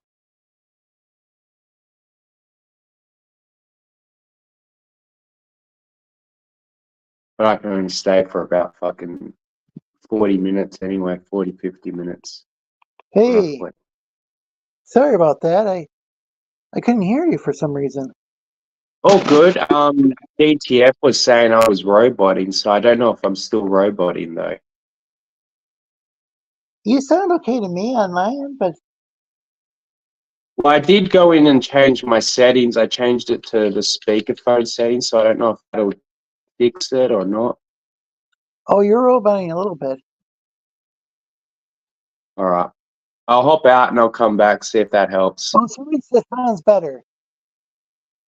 Sounds So you're better, or is sounding. it bearable, or is it like fucking up your I can hear what earphones? you're saying, but then again, I wasn't hearing anything before. So I mean, like, Well, I suppose that's better. All right. Well, I'll just hang out until you get someone else on here. well, thanks for coming on. We had somebody talking about World War II. That was Yeah, no, I had you playing in the background while I've been playing this Conan Exiles. yeah, that was Just I thought it was pretty cool because I like learning about history, especially because it really sucks the way it was taught to me in school. It's all about yeah, like I was it's just all about about to say to you, man, I fucking hated learning that shit in school, but yeah, as I got older, it completely changed my mind. Like just watching videos is a lot more entertaining, though, I guess. Oh yeah, the stuff I learned in school was just like it was like memorizing these timelines over and over again about the founding fathers of America, and it was like just I would learn things like through like maybe the Civil War or whatever, and then things would stop, and so I didn't get very much like World War II. I was saying that earlier. Yeah, I had a couple. I had a world history class, and then I had another class that had kind of a woke teacher, but that's how or the equivalent at the time. But that's how I learned about how the U.S. put Japanese Americans in internment camps. Fucking hell. Yeah, I didn't know about that. Yeah, they were loyal citizens. Yeah, that's what happened to George Takei, Sulu from Star Trek. Oh shit, I Probably think one. I did hear about that. Yeah. What's up, Billy? Yeah. Billy Palmax in the chat. Oh, hey, Billy. Yeah. But yeah, I don't know. That was fun, and I didn't even know that Tank Ferret was still around, but apparently the guy's associated with Tank Ferret somehow. So Yeah, no, I did hear that. I haven't heard from Tank in a while either. yeah, I But don't that know. doesn't usually surprise me. Yeah, I think he gets kind of locked out of his. I think he might lose his password a bit, and I think he's moved around and all Oh sorts yeah, of stuff. that's always happening to him. I, Yeah, he's got the worst I- luck with technology, unfortunately. yeah. So I could have sworn that there used to be like 3 different Tank Ferret channels that like he had created. I'm only seeing one now, which Yeah, I wouldn't say that. No, I'm pretty sure he's had the same channel. What you're probably confusing it with is the amount of people he's co-hosted with over the years. well, he created a second channel for a while, but maybe that was when for a while his main channel got turned into some other venture with some other people that I don't think that ended up working out for whatever reason, and so I think he created a second channel. Oh, wait. Yeah, I think I know what you're talking about. I think that was like a shared channel or some shit. Yeah, that didn't work out. I Yeah, knew that was going to work out. Shared channels never work out. and then I think and then I think I saw a third channel for some reason, but that could have just been that he had lost his password sometime. But it does look like his original channel is his current one. Just he hasn't uploaded things for like 2 months, which like for Tank Ferret, that doesn't seem like a very long time for him to be inactive. If it's only been like a No. couple months, because he's gone like inactive for many months on end, I think. So Yeah, he was gone for like a year once, I think. yeah, that's what I seem to remember. Yeah, Tank Ferret is great. I got some of his original Scalpel Zero artwork. Um, yeah, you guys were both on Manny's Good Dog Press channel, and Yeah, well, pretty much his regulars. yeah, what was it called? Was it called the Dog Pack, or maybe it was called the Dog Stars? I think that was the name of his Twitter group. Yeah, the Dog Stars. Yeah, I remember him, and his was the very first channel I ever first YouTube channel I ever went on. And then Rick Piper had me on a bunch of times. I was even on ERT's channel for a while. Oh shit! Yeah, I forgot about ERTs. He was a cool dude. Yeah, he came back. I think he might have had to change his name to, and I can't figure out how to pronounce it. It, Oh it shit! might I have, remember he left. He had to leave because he had another kid a few years back. If I remember oh, correctly. Yeah, no, he did. Yeah, it was a few years ago. It'd probably be a couple years old now that I think about it. oh, okay. And then and then something happened with his Twitter account where Twitter will every once in a while say that somebody has like they're following 0 people or they have 0 followers or something stupid like that. But usually it gets worked out like Yeah, I don't even remember that. a few hours or whatever, but or a day or so. But his account was like permanently messed up, so he had to create a new one, and he's using this name of this like upcoming book that he's got planned, and I can't think what it's called. It's some Spanish name. Oh fuck, man! I didn't even know he was ever planning on making a book.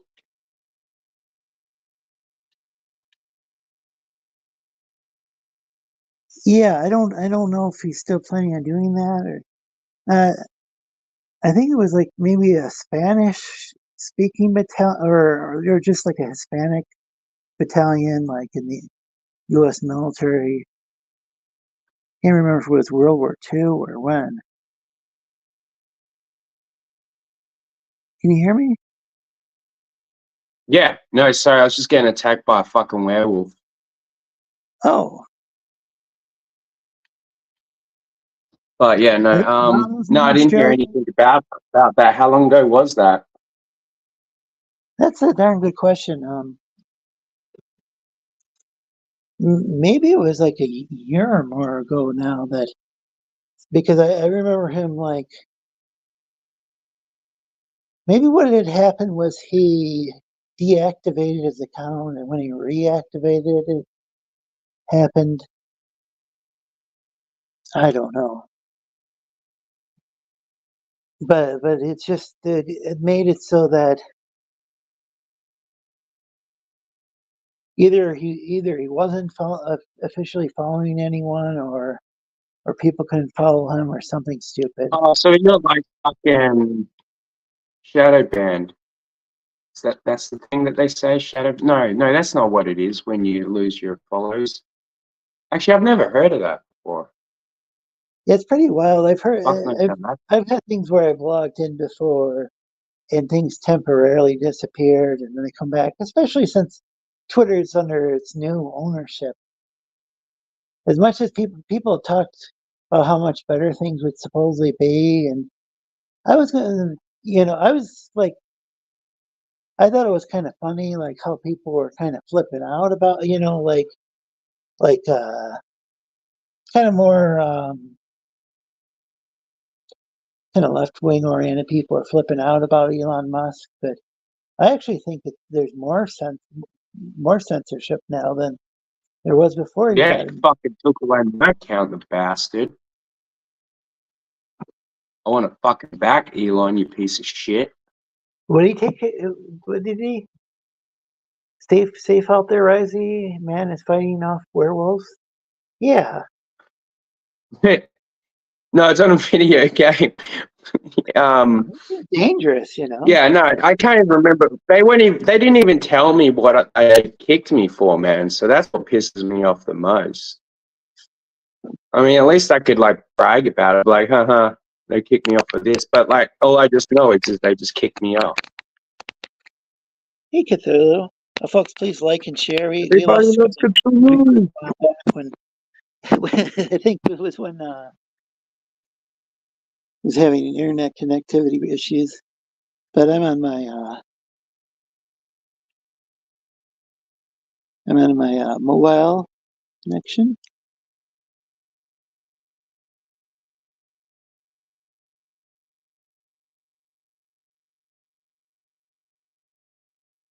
Oh, let's go climb up this fucking cliff. Oh, go ahead. Oh no, I was just saying I was just climbing up the cliff so I could go roll the smoke. Because you can't pause it because it's like an online game with like multiple people. So Oh yeah. the pause button is like irrelevant. Yeah, Just takes I've you been to in fucking. trouble before with when there was a game I used to play that was basically kind of a medieval like fantasy kind of had like some Tolkien influence and stuff. But what would really suck is like if somebody had a kid and then they like all of a sudden had to go off and like take care of their kid. Oh So we like fuck! lose our That best sucks. fighter. Yeah. Like all of a sudden Dude, no, you know it's the fucking worst thing. I remember once this is back Gears of War. We were about to pass Horde mode for the first time. Me, bunch of mates. Well, me and two of my mates and my brother. And it came down to like me and my other mate, and I'm like, because they were at my other mate's place using his fucking setup, and I was at my house using my brother's. And I ring Luke on the phone because I'm like, yo, what the hell is going on with fucking what's his face? He's like, he's on the phone with his girlfriend. I'm like, tell him to get the fuck off the phone and fucking pick me up. I'm like, I was like down right next to him. I was like, he doesn't even have to hang up on the cunt. Just press the X button to revive me. There's no time. There's no time. That's all you had to do. Press the fucking X button, man. We fucking lost because of that bastard. I mean, we eventually passed it, but I made sure we did it without him. Yeah, Oh, come on, guys. It wasn't like he had some kids and there was some sort of emergency situation. He was just talking to his girlfriend, and all he had to do was Dude. press one button. And it would have been understandable if she was fucking hot, but she wasn't. So, yeah, let your boy down. And not just your boy, but the entire fucking crew for a fucking ugly piece of fucking gas that you could have brought for fucking $3. So do folks know who Always DTF is? I don't recall seeing Always DTF before in the chat. I've seen him in Liam's, I think. Oh, okay. If it's the same one. Okay, once when I get my laptop up and going, I'm restarting the internet, so I'm having to use the mobile, or do you folks call it mobile connection? Mobile. Yeah, I say mobile. Yeah, that's the Aussie pronunciation. Yeah, but like I've got a. It says it's the same one as Liam's. So it just makes Okay. sense. Yeah, you should have a wrench. I'm gonna have to wait till I've got my my Chromebook going, because I can't really use it. Yeah, Every no, time- it's a pain in the ass doing it from your phone. I have to relog in to StreamYard again. Or refresh it at least. It's too bad that I can't multitask on the phone with StreamYard.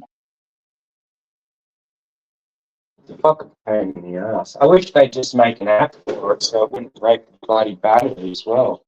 So I think the reason why it kills your battery on your phone the most is because you've got to run it from the server, the internet server as well. It's not from an actual app. So it's not installed on your phone. Which, I mean, I hate having apps for everything, but sometimes they're fucking useful. Yeah. I agree. Yeah, the apps can take up a lot of space on one's phone, but it actually would be useful for StreamYard to have an app. If it I made just the- found a fucking app for video editing a couple days ago on my phone. Well, the Play Store. And it works better than the fucking one that they charge you money for on the computer. And it's free. And it doesn't leave a fucking watermark. What is this? What's this? It's app called UCut. It's for, you can get it on, I don't know about America, but I'm assuming, I don't know why you wouldn't be able to. It's called UCut. And yeah, you can like there's a premium service, but it just adds a bunch of features that you don't really need.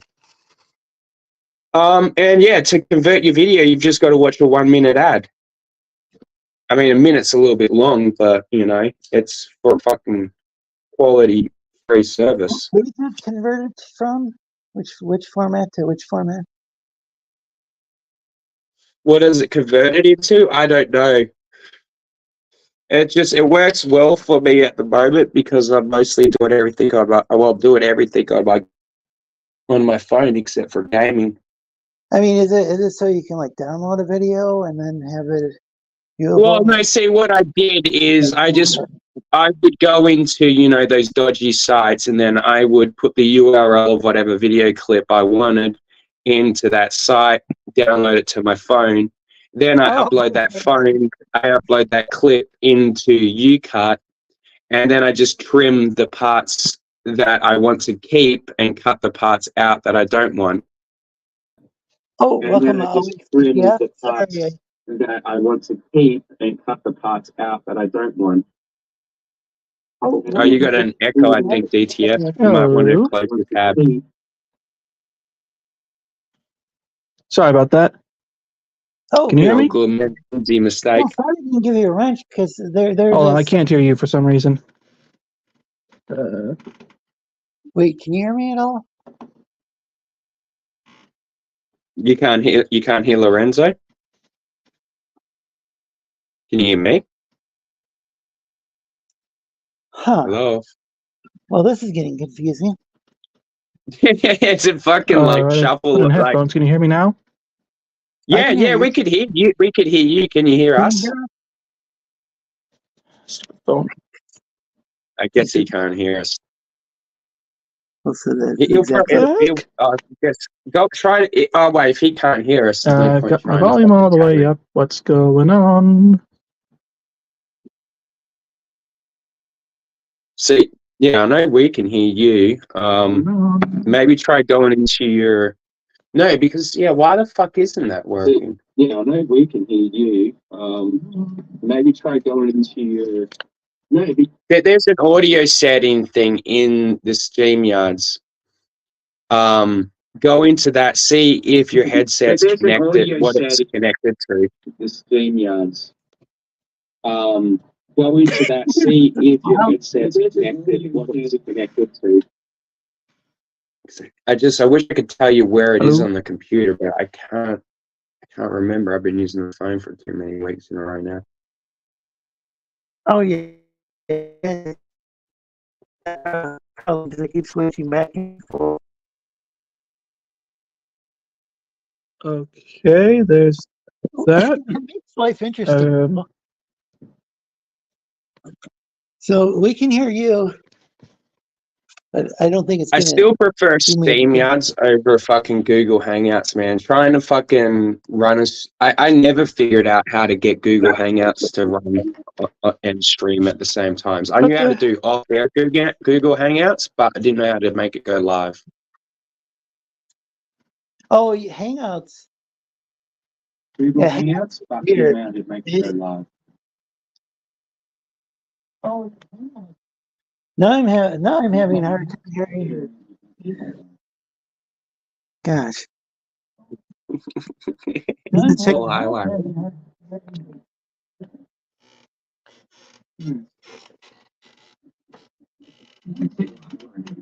I mean, actually, things have really advanced over the years. It's just things are kind of still a little bit buggy. I don't know. All I hear is Bray Wyatt's fucking rocking chair.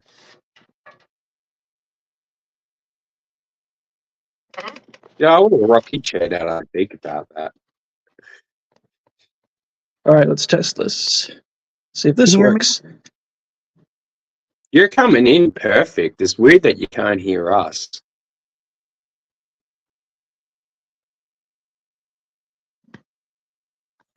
It is pretty wild. Pretty loud. You know, you're probably one of the only people I know that uses that word, What word? Look, that's pretty wild. Like, that's wild. People used to use that in TV and movies when I was growing up. That's but pretty wild. Like, that's wild. People used to use that in TV and movies when I was growing up. Yeah, I can see why my haters hate me because I even hate my voice. Hearing it back on fucking replay, man, and echo, it's like fucking torture. Yeah, I sound totally different to myself than how I sound on when I hear my voice played back. It's like, oh, it's a bit higher than I thought. But I don't mind that I sound like a cartoon character. I think it matches up with my. Okay, let's try this test. Can you hear us now? No. ATF? Wait, you can? Finally, I can hear you. Okay. Oh, fuck yeah. Oh, but there was a super huge delay. That could be on my end because I'm on my mobile. Oh, wait, actually, Lorenzo's also on his mobile, so you've probably got a delay on both of us. Hey, what the fuck? Now I can't hear you. What the fuck? It was just. Oh, no. I'm editing my voice out of some family recording, says Jack. Scarlett's finding this hilarious. I'm glad you are. You guys, What's going on? I don't know what's It's going fun. on. That was a Marvin Gaye. Was it Marvin Gaye who sang the song "What's Going On"? It's all about like what's going on in society. 'Cause Oh, everything's- yeah, that's a good song. Yeah. I could add that to my Spotify. Yeah, this guy, the Mad Professor, is what he calls himself. He's a dub reggae. All right, let me test Sure. one more time. Did a remix of the song that I really like. And just when my internet was working on my laptop, now it's not working. Just restarted this damn thing. Are you serious? You have no luck with that thing, no. Yeah, even the mobile hotspot isn't working. I don't understand why that's not working. Oh my.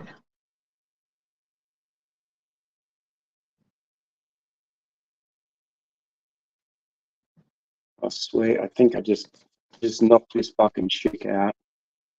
Now I'm going to be able to make her my slave.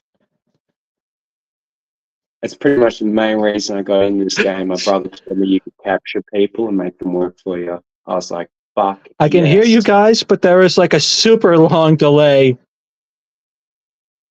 Yeah, that's definitely because of the mobile.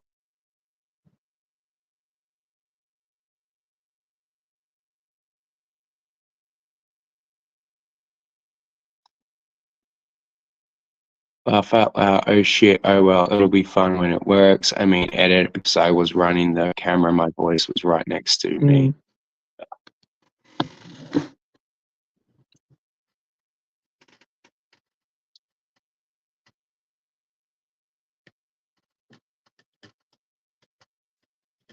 Yes, I captured the cunt. Oh shit. Sorry, Lorenzo.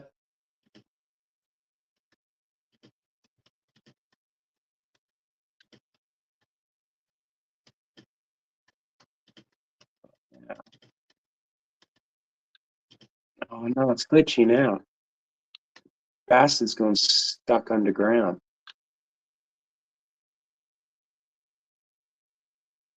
My setup right now is kind of weird. Can hear through computer, but talking through phone.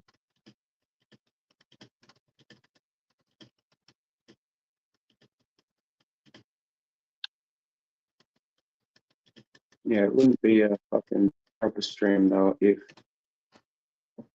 Where the hell am I meant to take this bastard? So, yeah, I don't know why. It should be at least the mobile hotspot should be working.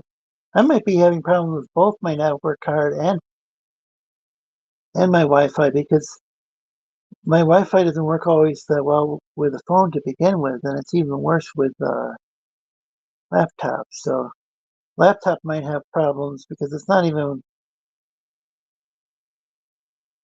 Yeah, it could be both my router and my laptop. Have you checked your forget what it's called, but like it's like it's a setting in your system. You can check to see if other people are using your internet. Maybe other people are like nicking your internet, bro. Yeah, You seem to have had like you never used to have internet issues until like about a year ago, and they've always been bad ever since. maybe. Sorry, maybe somebody is hacking my router. Well, Which, or just piggybacking off it. That's what I mean. I looked Like it off up. your Wi-Fi. Oh, go ahead. I said they're probably piggybacking off your Wi-Fi.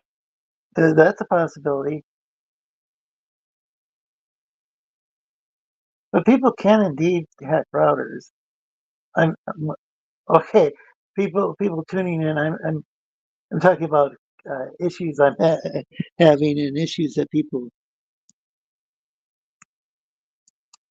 have stated they had with computers. I'm not saying anybody's hacking my router. I'm just saying that it is hypothetically possible.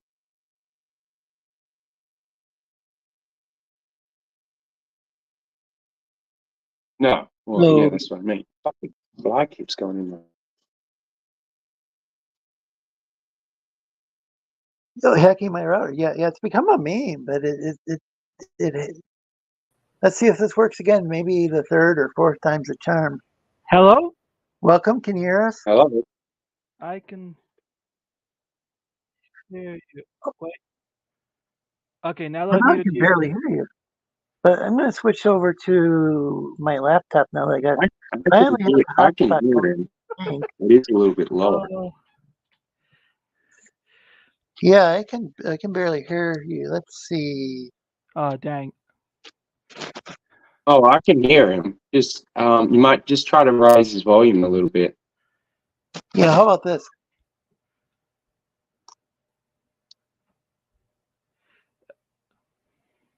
What's up, Shep? Do I need to increase my volume? No. I can hear you. I can hear you fine. You were a little bit low a second ago, but you sound perfect now. All right, I keep going through issues with this thing where sometimes it will accept the microphone attached to my headset, sometimes it won't accept it, and it's just. It's a fucking headache. Yep. All right, so I guess this is the first time I get to appear on somebody's show. Woohoo! Oh, was it your first stream? Oh, well, nice. So, no wonder it was a fucking hassle for you, mate. Yes. I remember it took me a few months to actually figure out how to join someone's stream. But Google Hangouts was a pain in the ass to join from the phone when I first started streaming. And then one day it just worked. Yeah. The first time I was trying it here through my phone, and I guess I could talk to you guys, but I could not hear anything. All right, well, yeah, I got you. That's fucked. Yeah. But, well, guess I got this working now. Yay! Yeah, well, it's working fine now. So, what made you jump into this community? How long have you been around? Well, I guess that depends on how, around who. Well, what was the first channel you fucking found? Well, let's see. I guess I found you guys through a bit of a chain. So, where do I start? So, first, I guess going through some kind of manosphere type guys, looking around. Started with the Donovan Sharp of all people, then a little bit of fresh and fit Kevin Samuels.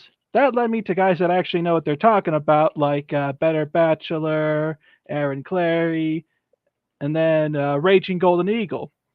And then through Raging Golden Eagle, at the end of his Blade Devil 2 closeout stream, that's where I met Liam. I saw him on there, and from there, I guess I saw Sleestack here in chat. So, hey, here I am.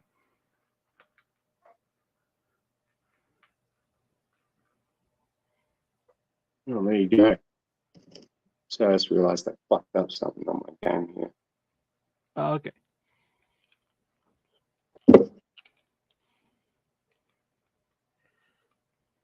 Oh, no, I didn't. No? Yeah, no, I didn't. But my guy is fucking about to die from dehydration. Oh, no, and I lost my slave. Not the scythe. I needed that person. Took me like fucking an hour and a half. This map is so huge, man, and there's no fast travel. I don't know if you can tame animals to like ride them later, but you can't. I mean, not as far as I know.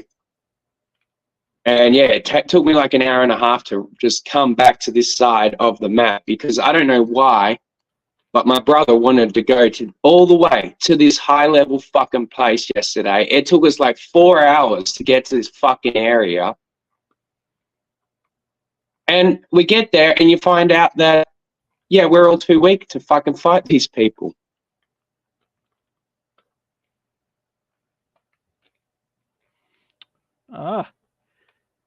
I guess he took a risk it for the biscuit just a bit too far.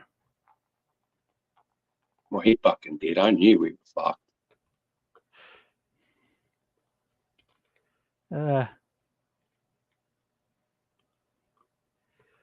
All right, yeah.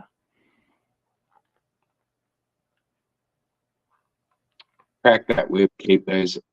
You've got it now. Jack says to you. Scott's saying you've got it. Well, I can't crack the whip though. Jack the bastard got away. I guess they woke up. All right. Looks like they can hear me good at least. Nice. Hello, Yeah, you're coming through perfect now, man. Oh, nice. Nice.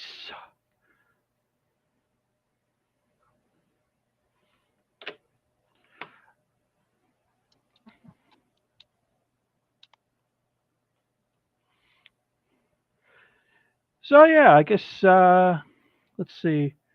I don't know too much about like what you normally talk about. What do you guys normally talk about here, or is it just like a whole bunch of random stuff? Well, Lorenzo's usually got like a bunch of unique people on here, so usually he doesn't need people like me on his stream. I just jumped on here because I was just going to be here till like he got a few people on. Because I actually got to go out and well, actually, not still not for a while. Oh, now we got But people. usually they're talking about like comics, art, shit that usually I can't be bothered to talk about. If you want to talk about that, And I'm too, I guess, ignorant to talk about that stuff. I never really got to grow up with comics. I mean, I love like the characters, mainly just from watching them in like cartoons, like Batman, love him. Spider-Man, love him. X-Men, love him. But I never read a single comic because I could never find any. Oh yeah, trust What up, me, Rising? they were fucking hot here. What's up, shit? Nice to meet you, DTF. Hey, how you doing? Is that Hiawatha? Yep. Yeah. All right. Sorry, I haven't been around and I couldn't come in earlier. I was caught up in real life bullshit. It's all good, man.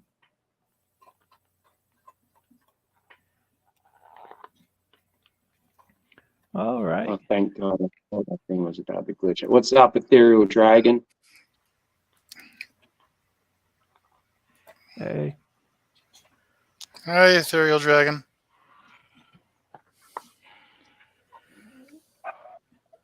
Oh. Dang it. Hold on, my dog has to go outside. How do I slip out? I just mute, throw them out and come back. Okay. Oh yeah, good idea. Yeah, I just mute BRB. because then I wouldn't jump out if you want to get back in fast because Here's my new Lorenzo's thing avatar, is- Risey. Hold on, I got the chat open, so hold on, let me look. The official flag of Tommy cocksuckers everywhere.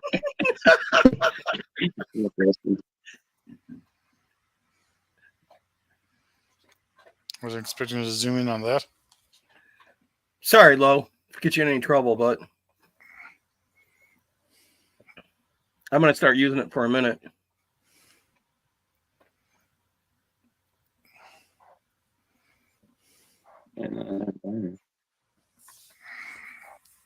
What's it for? Oh, actually. I don't know.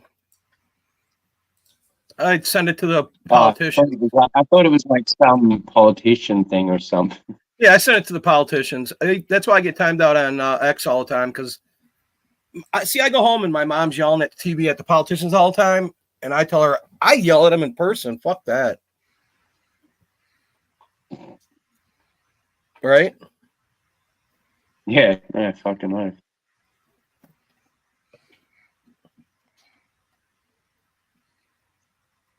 It's a joke. It was a bad joke, I guess. No, it's good. It's good. I'm not being quiet because I'm trying to figure out how to. I found my slave. Mm.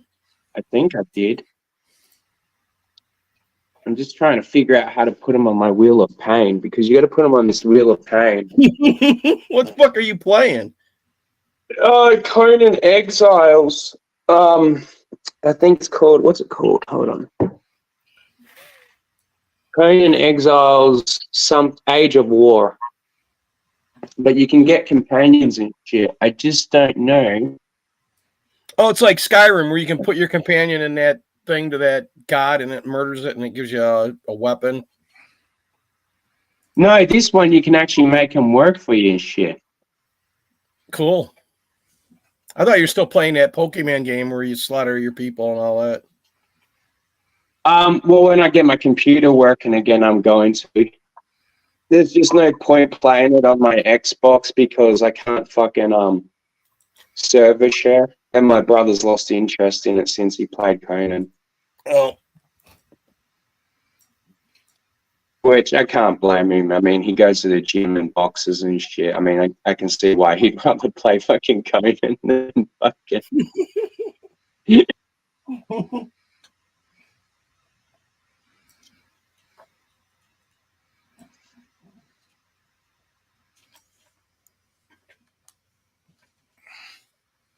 All right, apparently I just got to get plant fiber and seeds and make gruel and then feed it to them. Wow, that's a cheap date. Fucking no. It literally says that. It's the most basic food, but it won't kill you. Before I came in here, I was watching 50 Cent talking about Diddy. That's some crazy ass shit. Oh yeah, I've heard a little bit about that stuff. Not a whole lot though. It's gay and deep. I mean, there's some Yeah, things going I've only around. heard about the stuff with Bieber. Oh, that besides all that, he's 50 Cent saying that he killed fucking Tupac. And then this guy said that he paid him $1 million to do it, either one of them, him or Suge Knight. Jesus Christ. Yeah, it's getting fucking bad out there. And this all started because his girlfriend sued him last year in court, and he paid her a whole fuckload of money to shut up. And she was saying that he raped her and had all these other guys sleep with her, and they just passed her around and beat the shit out of her. Oh, it's fucking not how you treat your girlfriend. Well, now she's coming out now that it's common knowledge. Now she's going to make all her money. She's going to make a movie probably and be victim of the week. A trying to tell book. Yeah, that's like that guy I saw you bitching about, that guy that whacked himself, Ed Pinsker. You know that bitch that accused him of all this shit now is promoting a comic book? Of course she is. What the fuck Wait, kind of are you world talking are about we Ethan? in? If it, Some Ethan? shitty art that she did. I saw it. But- I almost killed myself over it. do you guys know that Ethan and JDA were all like getting on this guy's case, and then Yeah, I know. Now they're all saying that he was a hero and all this. They're the worst. oh, people and then ever. but then JDA changed it around because he's like now he's talking about people who unalive themselves, People who scream that they're claiming with God, and the worst pieces he's of bringing shit in on all this this planet. religious judgment and stuff. It's just like he's like all over the place from what I can't. He's got me blocked, and I don't like pay. I just see these screenshots, and it's like it seems like he's just completely all over the place, and he can't figure out what his message. Well, he lost his I think anchor. His messages His wife change left every him. day, you know. It's a man's anchor is his bitch. People don't realize that. They're stupid.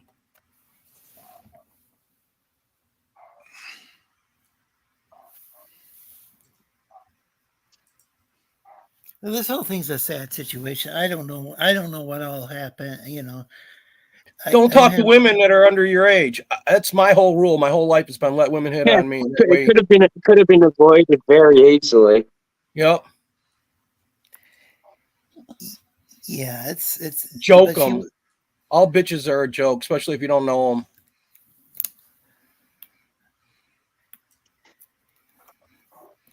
Yeah, she was like in her 20s.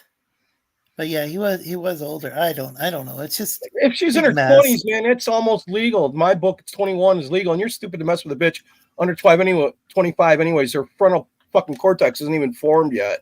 And even under 25 is a retard in this world.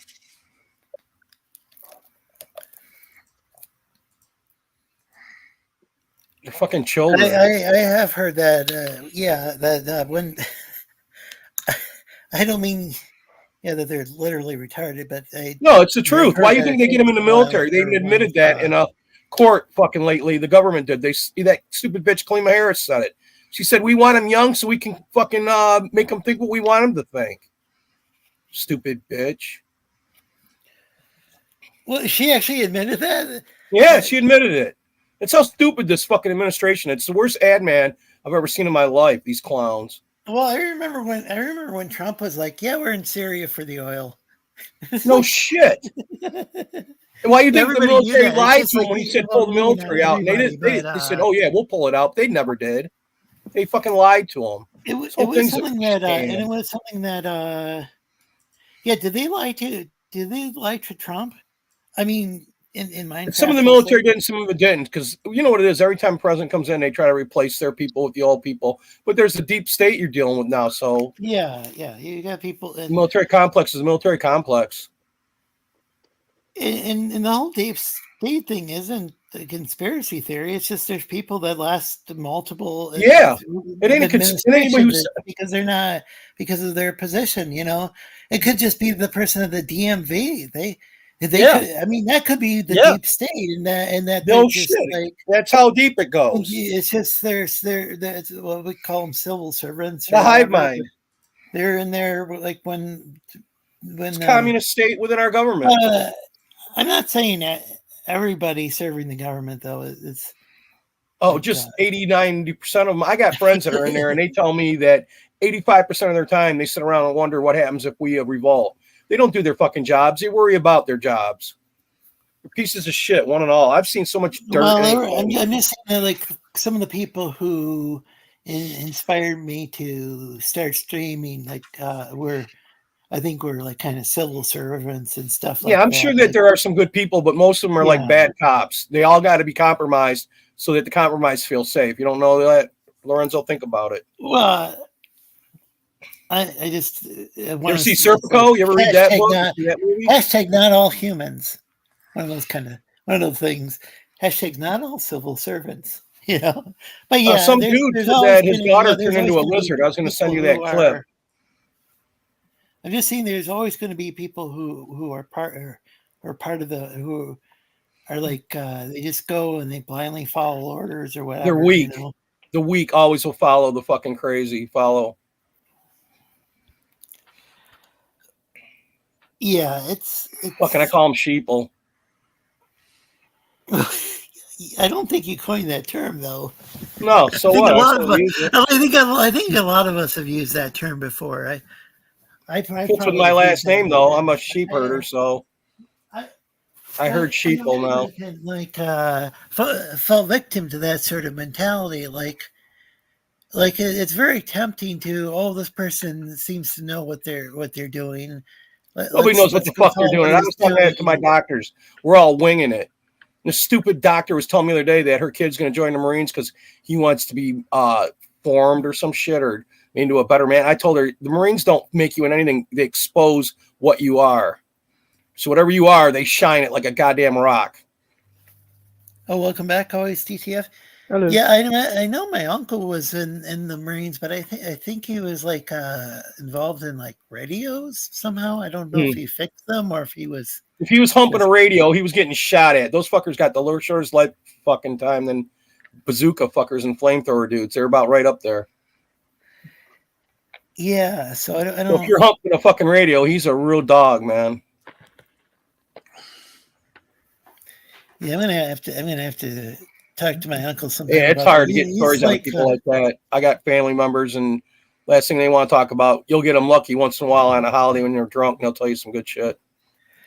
yeah, this one uncle. I don't know if he does anymore, but like, he was pretty. He would drink quite a bit, but I think we do that around like. I think it was just to loosen him up. He wasn't very talkative.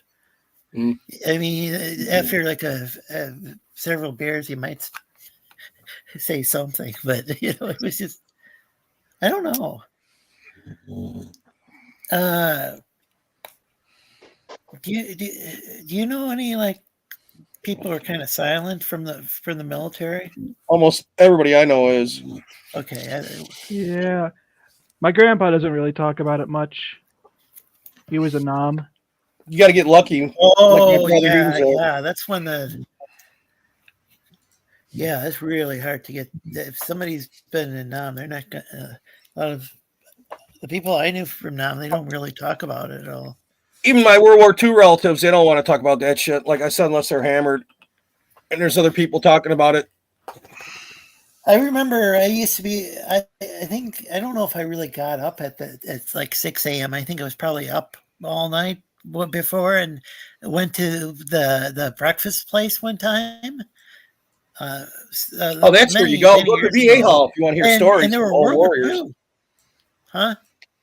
Go to the VA Hall if you want to hear stories from old warriors. Well, You're I always was hearing I was hearing about like stories from World War II. I think it might have been the Japanese.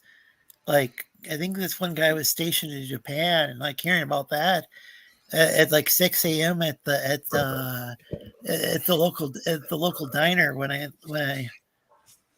used to live near a diner, and I probably was up all night if I was up or I woke up way too early or something, and somehow got in at 6 a.m. because I'm not really a morning person, and I was fortunate enough to overhear some World War II veterans talk about some interesting stuff. I wish I could remember all of it. But probably not too many of them around these days, though. It was a long time ago. Yeah. My grandfather was a World War II veteran. Yeah, I had a great uncle who was as well. Oh, what are you coloring, Gias? I would call it a knee. Is this something you commissioned Tech for? Apparently, Daniel Tech, he's out of town or something. I don't know. Or he's visiting a friend or something. Yes, this is something I commissioned him a while back. Okay, this looks familiar. I've seen this. I was working on it last week. Okay, well, looks cool. But this is something you commissioned him to do a long time ago, right? Yeah, I never got around to finishing the shading. I had gotten a bunch of pictures from him before completing the last one.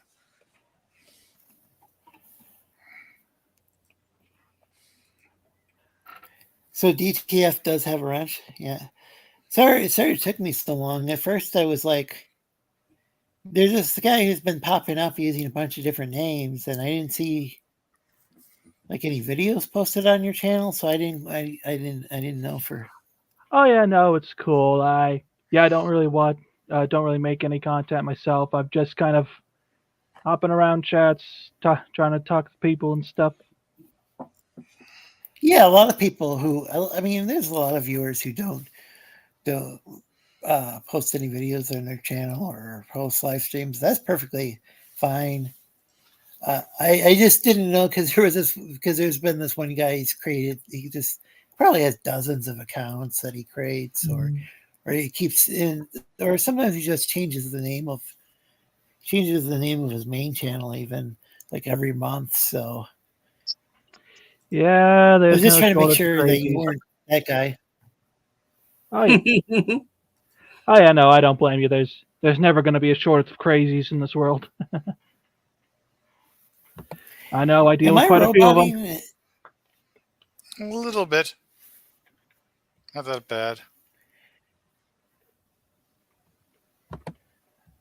Okay, yeah, because I'm using a mobile hotspot.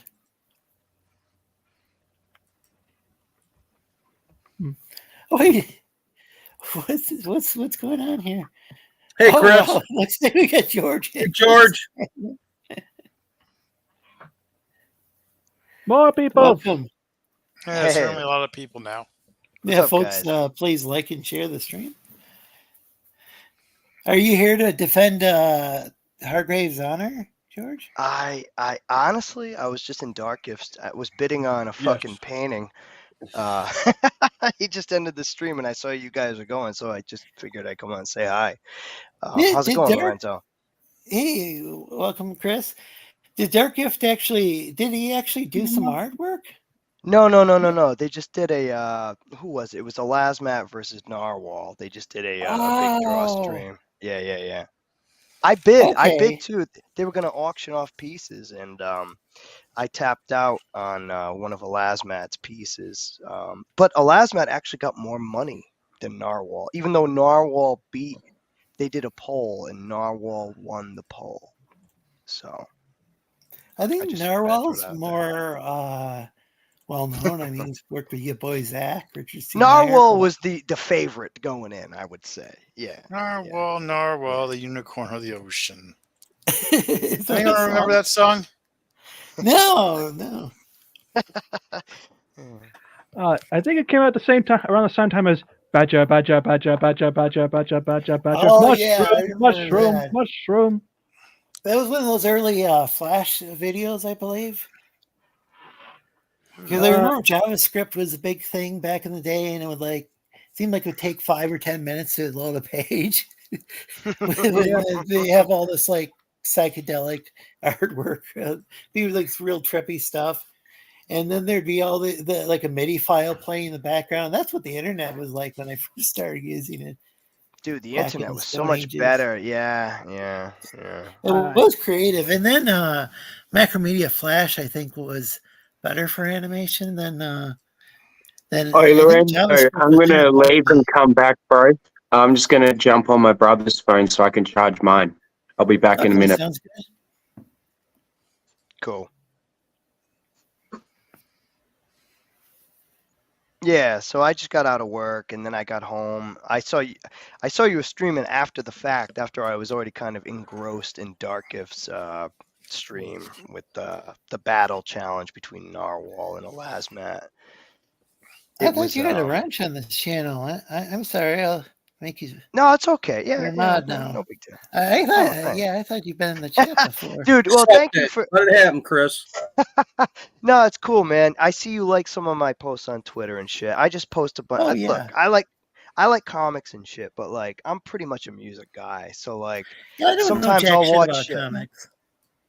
I'm just fascinated because I'm more of a music guy. So that's kind of what drew me to comics, and I read them growing up. I mean, I'm not the most ultra knowledgeable guy. I'll be the first one to admit it, but I loved comics and shit, video games, all that shit growing up. But I was just more of a music guy. That's kind of what drew me to CG and comics and drawing and just independent comics and just, trying to, I like to see what artists Hey, do, Caleb. what Hey, makes them Caleb. fucking do their thing, Oh, I know thanks what for musicians smashing that do, like but button. yeah. I just don't know about drawing. I can't draw for shit. I couldn't draw to save my life, which is why I appreciate it, Yeah. I'm serious. I can barely draw a stick figure. I draw a stick figure. and it Me looks too, like man. crap. Admittedly, I have I trouble. only learned to draw to get women. I'll admit that.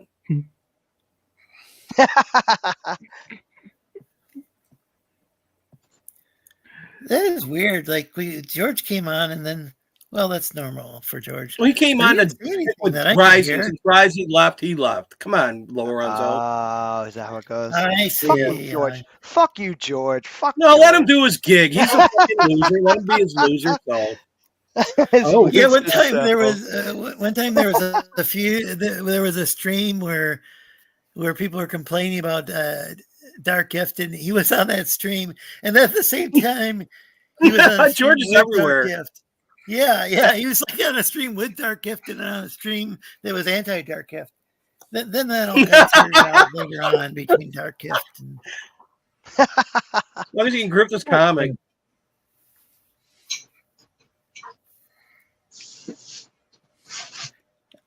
Jack says, to be fair, you're trying to draw with a lizard claw, Lorenzo.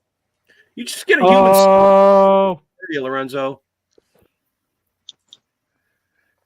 Happy Burrito Day, yeah, everyone. that does make it No, difficult. National Burrito Day. Damn. Ethereal, welcome. Oh, there's some. Hey, Has tacos everyone are had good. their burrito to celebrate?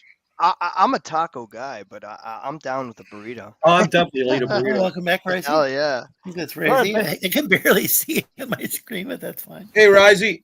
well, work makes a good breakfast burrito. I like a good breakfast burrito for sure. Yeah, please hell like yeah. and share the stream. This stream, I show I recommend if people watch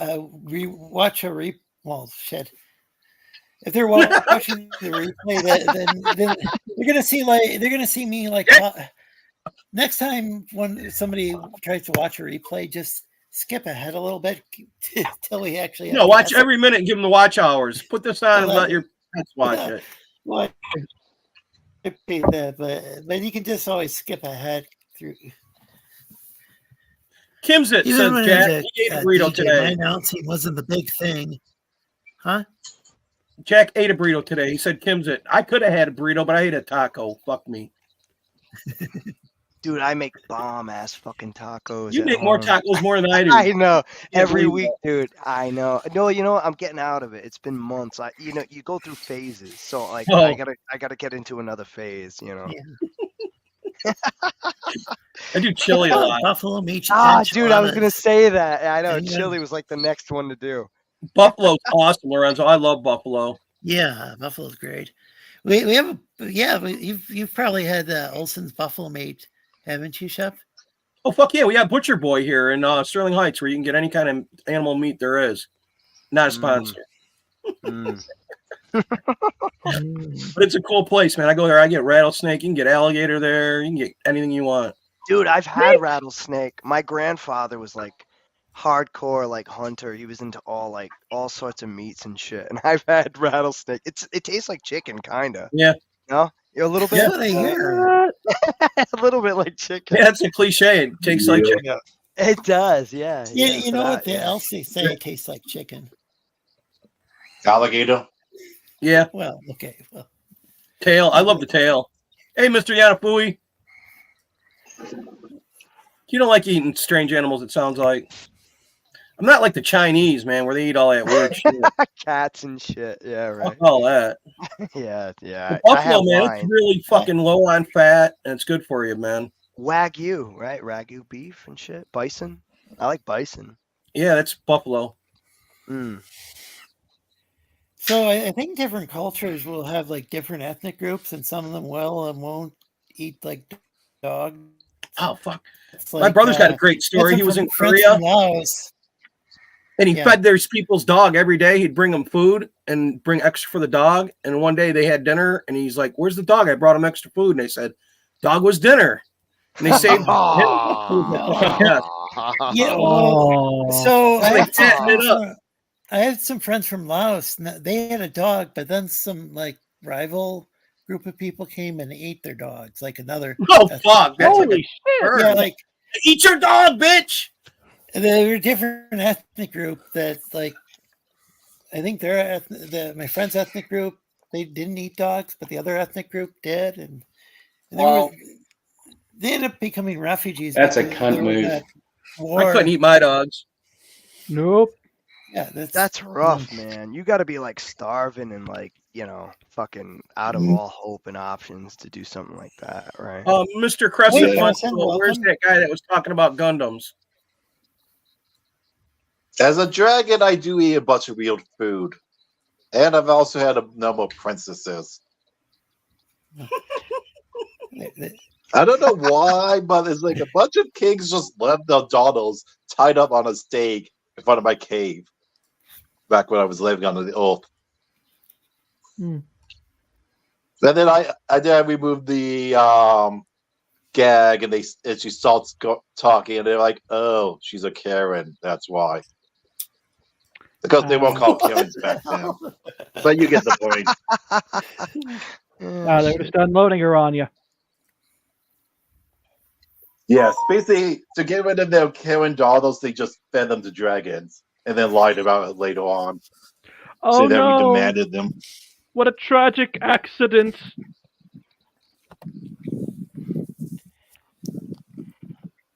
Hey, Crescent. Hey, Crescent. Hello. Hi. Welcome. Hi. I think this is the first time I'm on stream with you, bro. What's up? Hey, good to meet you, Crescent. So you got a lizard hosting a stream with we got dragons and crescents. Oh my. Where's the And a where's lizard. that? Wait, so you remember who the guy was? And Tim and I had a chat on your thing last time. We talked about the Gundams. He did a model kit. I did a model kit. Remember that stream? It was. It might have been DJ Ronnie G. Okay. Well, if he's watching, I got the Ariel one from the Witch from Mercury. Uh-oh. No, this DJ's one gonna is be actually, mad. Oh, this one was good. When I put this one together, all the pieces stayed intact.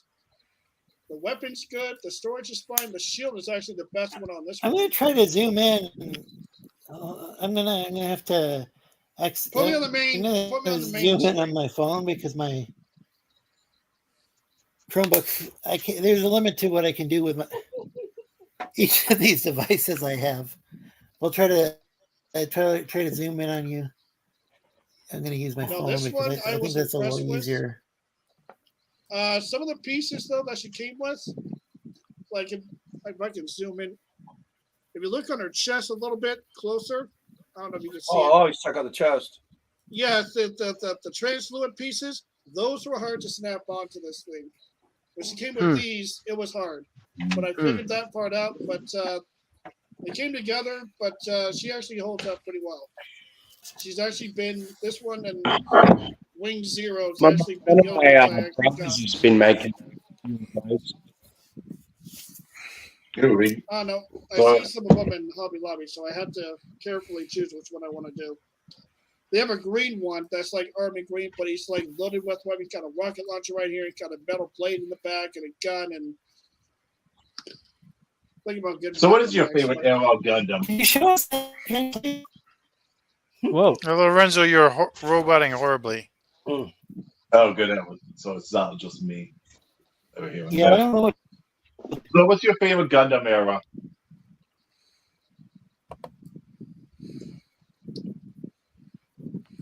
Well, it's a tie between Gundam Wing. I think it's got to be 00 because one of them, it wasn't Seed. I don't think it was Seed. Seed had another show that came after that one, but I think 00 had a part 1, part 2.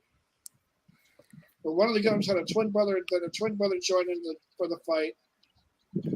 Oh, that was Double O. Yeah. Yeah, because the one brother died, so the twin took his place. Yeah, one I replacement like. back twin. Yeah, the one with the ship, the Ptolemy, which is the Greek line that ruled Egypt after Alexander the Great died. The one they kind of interjected the story and how they brought some of these characters to meet each other and all that. And that era, I like the way they put that one together, especially when we saw the mercenaries come in and how crazy they were. And this organization came out of nowhere and just wants to establish peace. And I'm like, hey, you guys put up a story here. And I'm still working on all Although things, but I don't know where that's going to go. Wait, which one did you say? Orphans goes bad at like the last 8 episodes. Okay, Yeah. I'm only in season 1, so I did not watch season 2. Yeah, like so it's good, and then we get the last 8 episodes. Like, what the fuck just happened? I saw one of the main.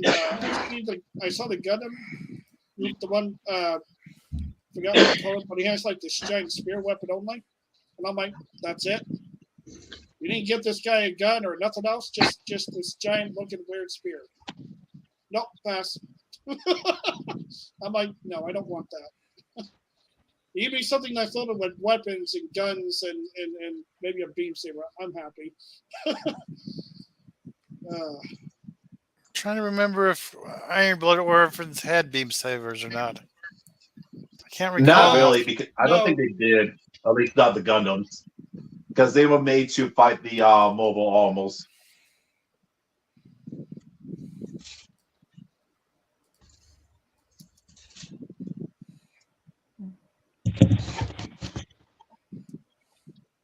Yeah, in season 2 they explain why all the Gundams are named after demons.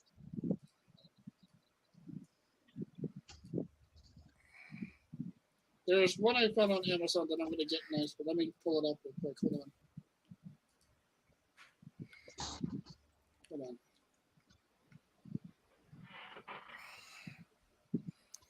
on. Someone was going for a theme, I guess.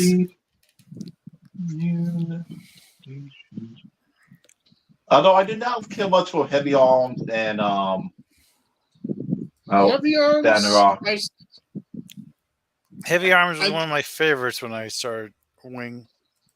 I think he's one of the My weakest. problem is, why does he have no beam weaponry? Not even a beam Exactly. stable. It's like, give him at least a beam stable. I hated the way. I mean, it's a good name, but he only has a 2 chain gun on one arm. Then he gets a knife out of the other arm, and I guess he gets another chain gun thing that goes onto the center arm. That's later in the show, but that's it. We called him Heavy Arms. Where's all the artillery? He also had missile pods, didn't he? He did, but it's still not enough firepower. Was what they had to go through. Are you kidding me? Meanwhile, Wing had that beam saber that just takes out almost everything.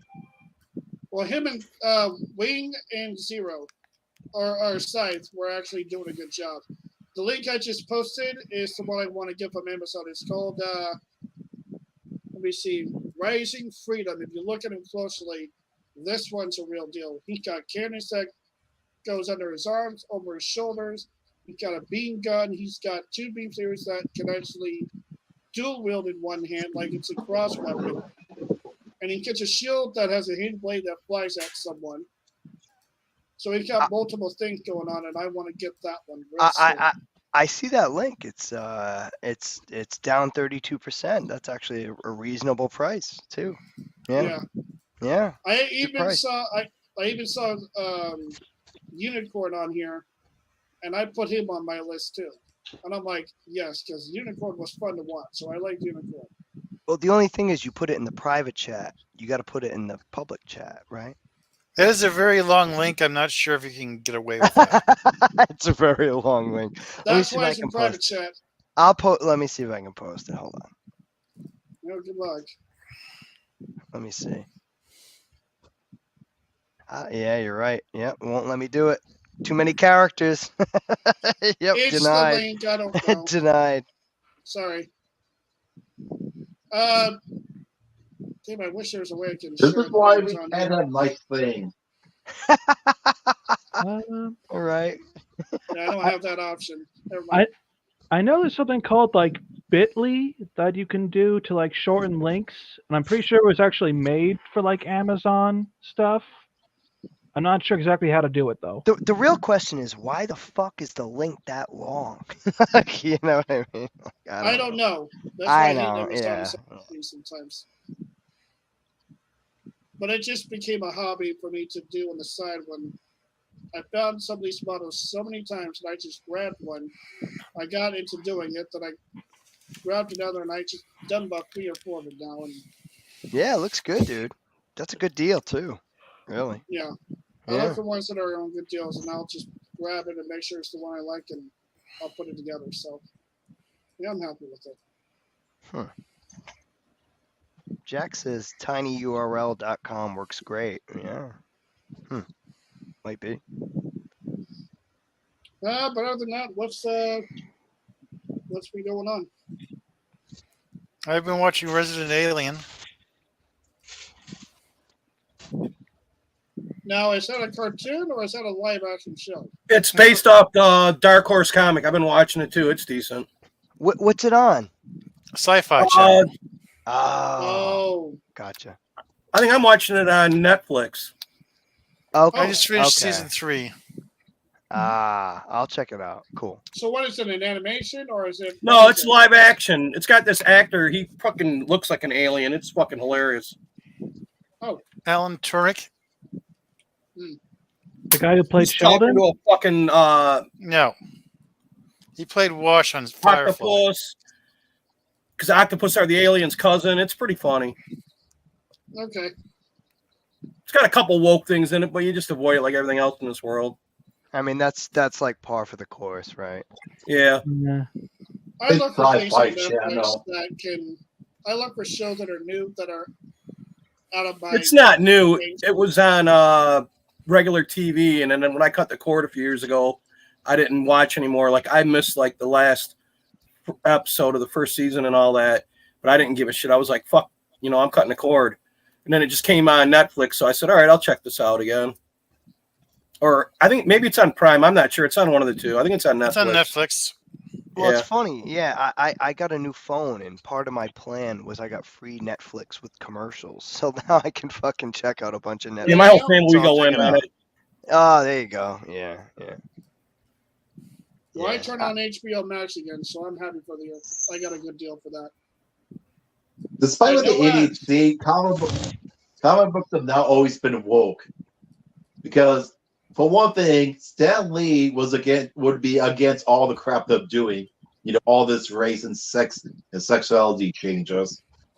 Two, there's a really questionable choices they have done in comic books. Well, the thing is, they waited till after he would die, and they started with the motion immediately. He died in the movies. If you notice that, the timing was just right there. Mm-hmm. And It's that's like, why I oh, picked up a few it's like- things. Yeah. Sorry.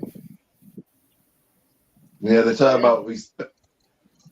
Know what people should do? Just say that if you don't, accuse all the people that are changing the sex and sexuality of anyone that Stan Lee made. Just accuse them of being anti-Semitic. It's like, oh, you all don't get a Jewish woke, you're anti-Semitic. Use that against them because they love doing that shit. By fire with fire. So didn't the can you guys hear me now? Yes. Yep. So I don't know diddly squat about I know a little bit about some of the underground comics, and I know some stuff about Marvel and DC from cartoons I watched growing up and as an adult. Right. But didn't the X-Men start out quite differently, and then later on they introduced Storm, and they made things more racially diverse. Yeah. Yep. And so You were like Nazis, in a I way thought. that was woke, but it wasn't the modern social justice Old theory school that we woke. teach in It was colleges, old you know? school woke. Yeah. Yeah. Okay. Yeah, it's To answer- Okay, basically, To answer yeah, the because question, when it originally came out, but not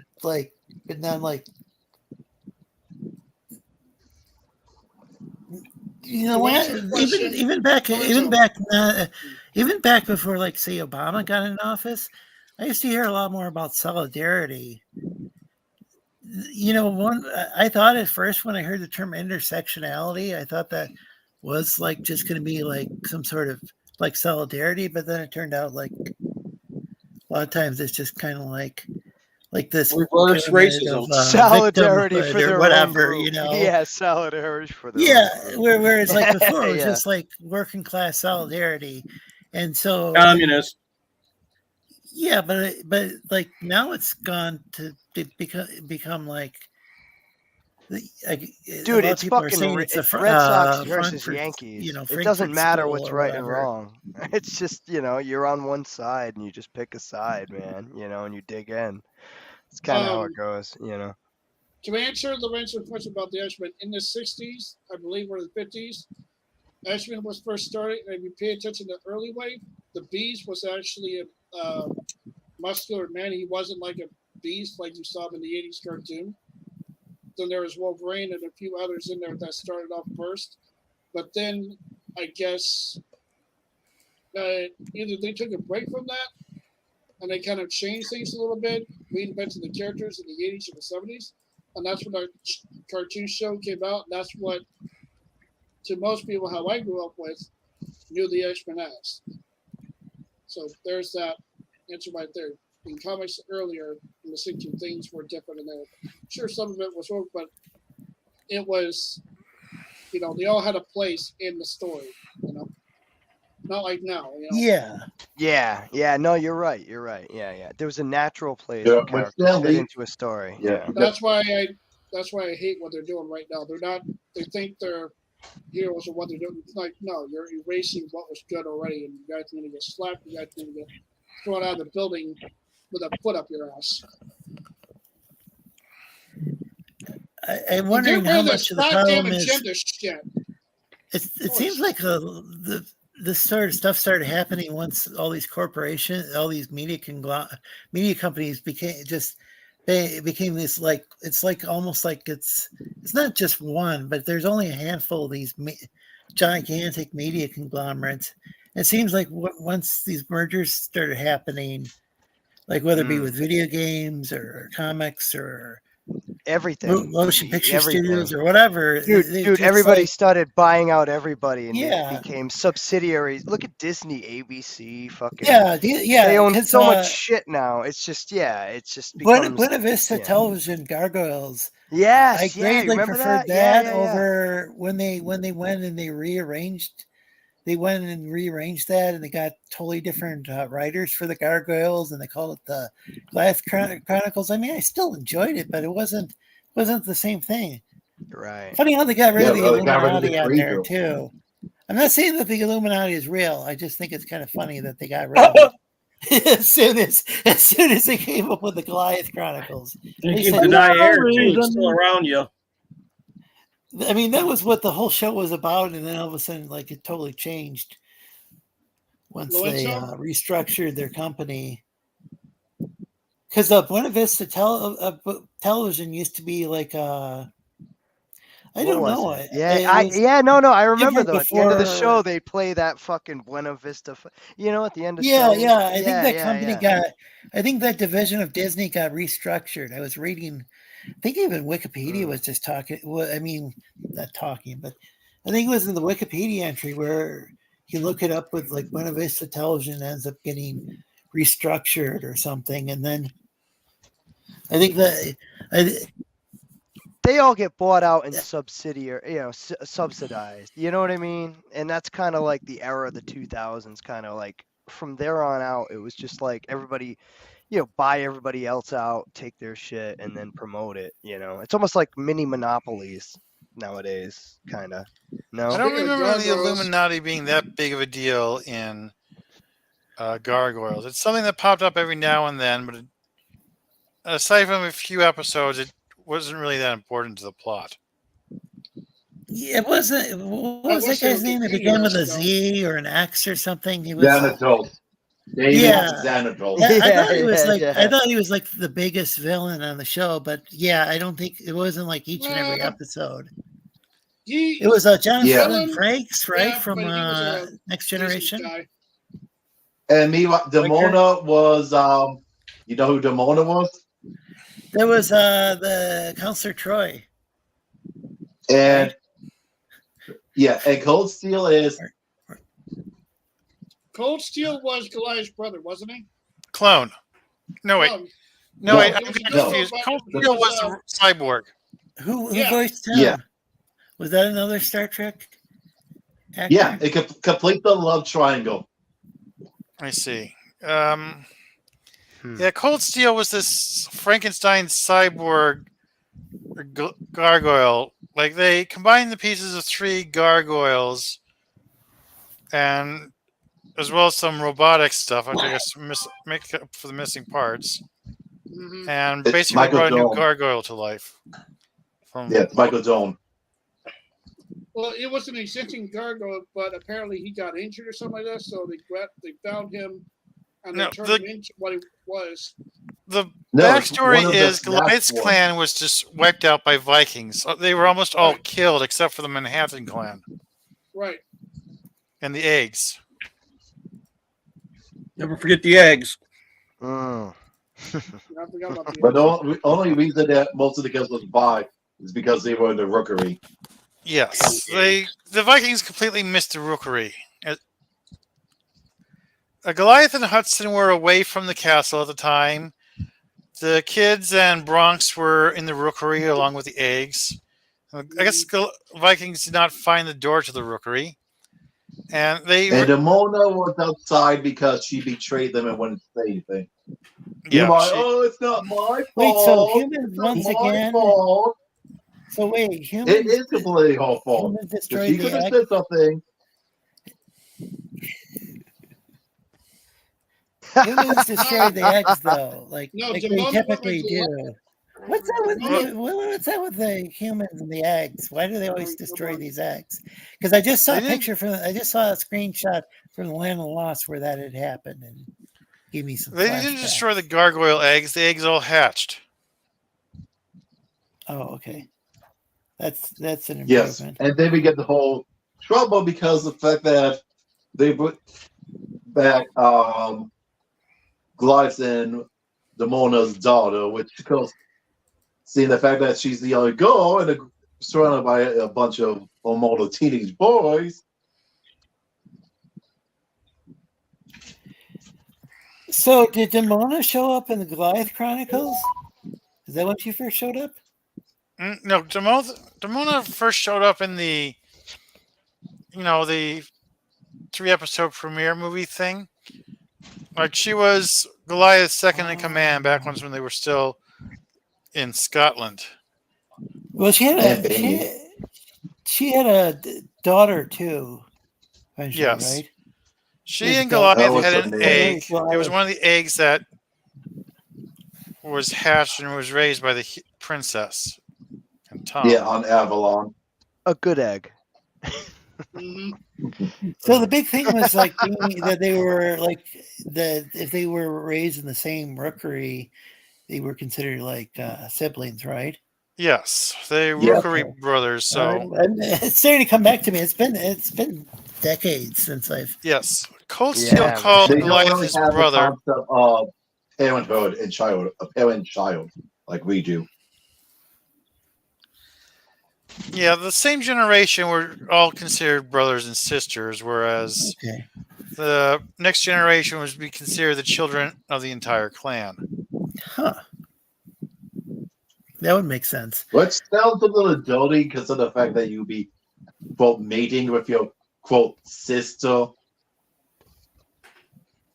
Yeah, though Word of God says they have the ability to smell, their relatives, so they don't do it with their biological cousins or whatever. Wait, is that actually part of the plot? They figured that out? The Swedish have an app. They check at the bar on each other. Also, the reason why they're closed from the stone and Is that true? instead of Yeah, it's true. there's also a modesty spell, which is the reason why they'll Hey, Felix. they'll close from the stone with them, so they Is don't that Felix Haas? both so they don't end up naked. I like how everything a dragon says, everything ethereal dragon, everything you say sounds like He's the good No, that actually seems like a dragon. good part. Would you? Huh? I said he's a good dragon. Yeah, I just like there. I don't know. Ethereal Dragon, he sound angry quite a bit at the time. It's Hey, all dragons are good. okay. Europeans just Maybe, lied maybe about it's just being your well, you grew up like with a German accent. Oh, I that's don't know why if you think you've I ever sound talked angry? about that on stream or why. I'm not gonna. You've explained to me off air, but I don't know if you've mentioned the backstory. How dragons end up with German accents. Well, they had a dragon Phenomenal. in a Scottish accent. Huh, there you go. Sean Connery's, character from Braveheart. There you go. Are you talking about Dragonheart? Oh, I don't think That's the Braveheart. one. Sorry, that's the one. Sorry. I wasn't got the aware of name any dragons. Yeah. I got the name wrong, but I knew there was a heart word in there. Sorry. It's been a long time since I've seen the movie. I That's know. the one I yeah. liked too. Yeah. The sequels were terrible. Yeah, you're right. They were horrible. I saw them. Yeah, they were fucking terrible. My God. My apologies to the Oh. chat. Michael Dorn. Okay, so Michael Dorn was what character was that? I mean, I know Worf, but he played what Cold character Steel. on Gargoyles? Cold Steel. Cold Steel. Okay. Oh, that did. I forgot that did turn into a love triangle with Troy. Well, there was a And then perceived love Troy triangle. for a while on. Yeah. And then Fox, it's his mother on Titania, is what's the name? Kate McGrew, Janeway. Oh, she was. Puck is Data.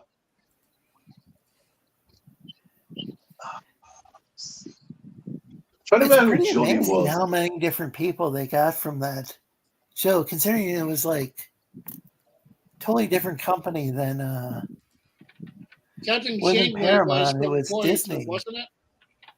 Huh? Captain Janeway was from Voyager, right? Yeah. Yeah. I Yeah, think the but all reason that why stuff they was had the show, produced by Paramount. Starfleet was because of the fact they had so many Star Trek actors voicing Kildles on that Yeah, show. what I don't get is so was Star good, Trek too. was Paramount.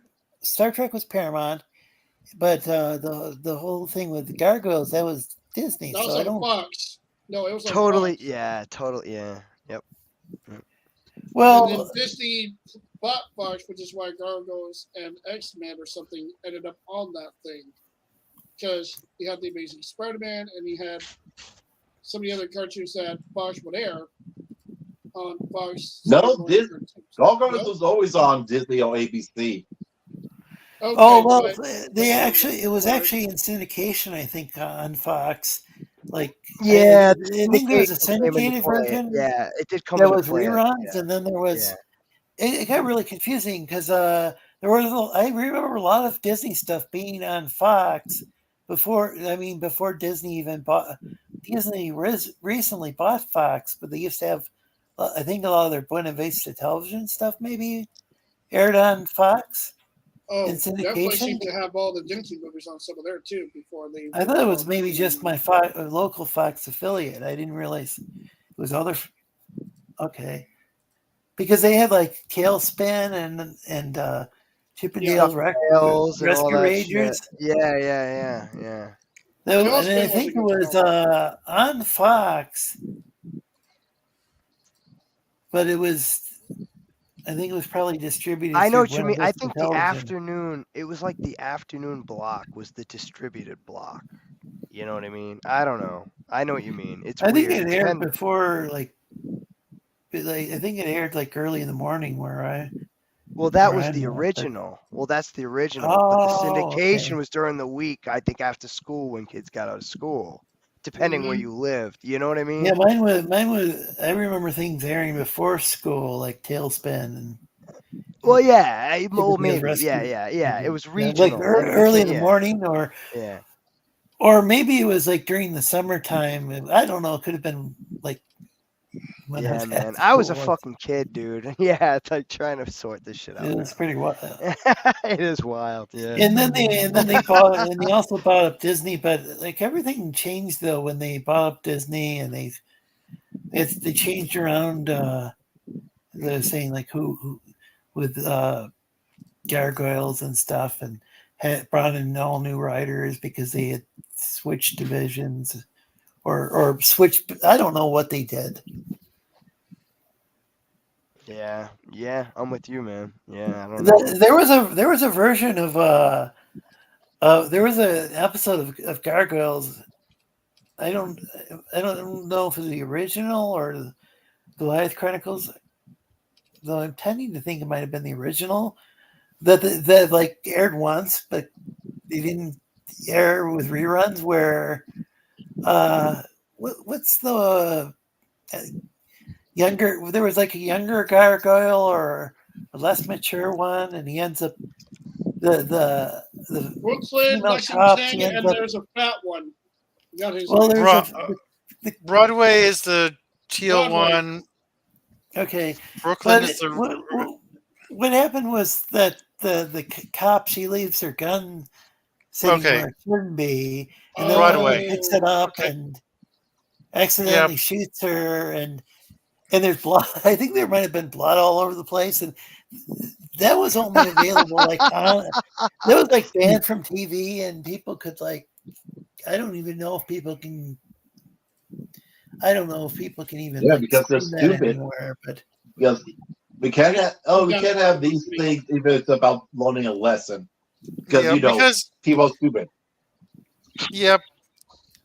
Kids shooting relatives with guns that are carelessly left out is something that happens in real life. yeah, it was a good episode Yeah, because but it we can't even wasn't. have a story about that. So, Yeah, I thought it movie was a about good that. episode because it didn't. It wasn't like it didn't seem like pro or anti-gun. It was just like this sort of thing can happen. Be careful with your kids. Be careful. Gun owners, be careful. Just be careful. And I thought it was a good episode, but of course it was probably didn't fit the Y7 Yeah, like I or said, whatever because people are rating stupid. system, or probably even if those ratings weren't around then. It probably was just too controversial to re-air, but I thought the episode was good. Hey, don't forget they had it. But I Marvel don't had a remember seeing that on TV. I ended up maybe sailing the high seas, and this is decades ago. Like I'm not saying I did that currently. I but would this sail is- the high This is seas like all the time. I don't even know if the episode's currently out there floating around. Hail Pirate Somebody Bay. probably has it, but I don't know who. Yeah. What did you say, Chris? Sorry. No. Yeah, I remember sailing the high seas back in the day. Yeah, it's like that one might have like taken like a few hours if it was like the Masters days. Yeah, or all 'Cause I night. mean, it was like a long. I think it was during the 56K modem days that I found out about that. I remember they got two or, modems. or maybe very early broadband days. I don't know. The dial-up days. There was a site called iFilm, and it used to have a lot of like these short movies and stuff, and then I think it got bought up, and eventually like YouTube became more popular. But it had instead of Saving Private Ryan, it had Saving Ryan's Privates. And it also had this one. You can find it. You can still find it on. You can find it on YouTube now, but it's called "Black People Hate Me and They Hate My Glasses." Just like tell people, just like it was a comedy thing about this Jewish guy, and you just have to. I mean, it's like the guy. I think the guy who made it was Jewish, and his character is Jewish, but he's kind of the butt of the joke too. He had It's a all- sense of humor. It's all He had a tongue in sense of cheek humor. back when people Yeah, could joke yeah, around yeah. about that stuff. Yeah. You know, That- because again, Well, it's not really racist against anyone. It's kind of anyway. I don't know. spoil I it. kind of It's think fun. we turned the corner. I think in the early 2000s with race as far as humor and getting along, and then things just went to shit. Like I don't Yeah, know. Am I wrong? Like around the Chappelle show, like he could make fun Oh of shit! it. I lived in the ghetto in Detroit, and we never had no issues back before Obama. Yeah, dude. Everything just Yeah, went to and it was shit. They like hyped it and made it shitty. it was. Yeah. Yeah, members of the Obama administration would be like, you're only criticizing him because of his race. Whereas Fuck like his like, race. a He's lot got of more people white in him than voted me. for That's him. fake bullshit. A lot of The people biggest thought he bullshit I've ever heard in my life. he Oh, was that's supposed funny. to change things around. That he was supposed to discontinue all these programs that Bush had started, and he doubled down on them. Bush is his cousin. Did you know that? They're fucking second cousins. Did you know that? And I got pictures with Bush kissing Mike Obama. What the fuck, dude? That's why your political thing I told you, Lorenzo, I can fill it up with the shit I got. Careful, they might send Big Mike after you. My brother's in the FBI, and he said I'm probably going to be one of the first people bagged and tagged. And I said, let him come and find me. I'm a bag of broken glass. I'm just letting First one to YouTube take a know bite is welcome. that we're talking about Yeah, stuff. now they're gonna suicide you. I just Fuck letting that, YouTube, dude. wait. I'm just letting YouTube know that this is an entertainment show. Everything on the show is for entertainment purposes. Yeah, this is all Minecraft, man. It's None all of this takes is real. place. Need a banner like I got. The views or what's expressed the by Hell people on the World? panel do It's not like Hell World necessarily thing. reflect This is their real reality. This is Yeah, all we're tape all- that. We're all talking about the Matrix. Gay wads. What goes on in? I don't know. There's this cool chick right now on YouTube. It's called Fashion Tips, and she fucking brutalizes fucking the Senate. It shows them fucking ripping each other's balls off, and then she shows how to sew something on real quick, and it's like hidden fucking political brutality underneath a fucking fashion thing. I'm starting to share it out. Oh, I've heard about things like that. Yeah, it's the only way to go, man. You got to be super. You got to be like under the radar with these idiots. What sort of character are we looking at right now? He is. This is Codex, my Pathfinder character. Oh yeah. I'm- He showed us this before. Yeah. So Automaton Druid. do you say he's an electro mage or something like that, or No, he's a druid. he's a druid? But does he use like technology or something, or is it all magic? He might uses do something. animal companionship and wild shape. Okay, so it is. So he is using magic. I thought there was some sort of twist to it. Nah, He's not a skinwalker. Technology involved.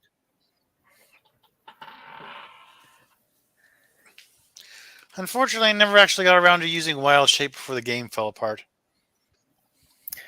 So Pathfinder is like it's like an offshoot of D&D, or uses Yeah, it's kind of the same sort of thing. like D20 There's- or something. Trying to remember if that Yeah, was one of the things they used the D&D, did the D20 license that Wizards of the Coast was going to all of a sudden like, oh, we take this back. You can't use this anymore, or something like that. I don't know what ended up happening with that. There's a big fan uproar, and maybe they had to change things. But it sounded like they were planning on changing their licensing agreement, and that upset a lot of people. And then no, we weren't gonna do that. Oh yeah, so now, you know what I'm talking about, Dragon. Yeah, Hasbro is scummy. Oh, hey, Suzanne, welcome back. Oh, I see Felix in the chat who's greeting people. Hail, Felix. Wow.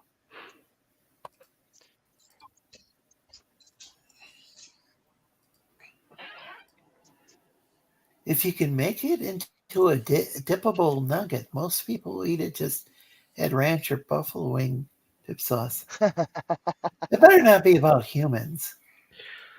My people do not eat humans. That's the lizards, the other lizards from the show. Sure. Yeah, spoiler alert. Oh, by the way, that reminds me, the Alpha Draconians were mentioned in Resident Alien. These lizard-like aliens. Are they space aliens or from? Yes, they're space aliens that can take on human form. Oh, well, why would somebody want to do that? Well, to blend in, for one thing. Harry, the main character, decided to leave a crop circle for them. One of the symbols, he compared them to emojis, and one of the symbols basically meant my middle finger.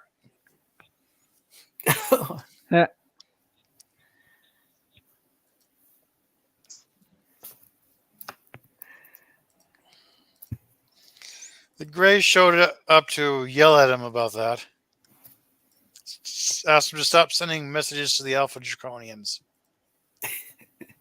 So is this an anime or no? It's live action. Oh, really? What did you say it's called? Resident Alien. Resident Alien. I'll have to look that up.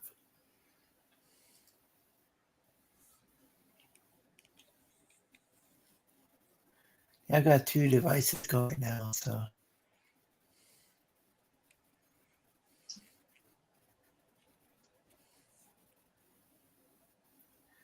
That's how I prefer to do things, is especially when I can't, when neither device completely does the trick. Oh, it was, it says 2021 and 3 seasons. It looks like it's on from the Sci-Fi Network or sci-fi.com.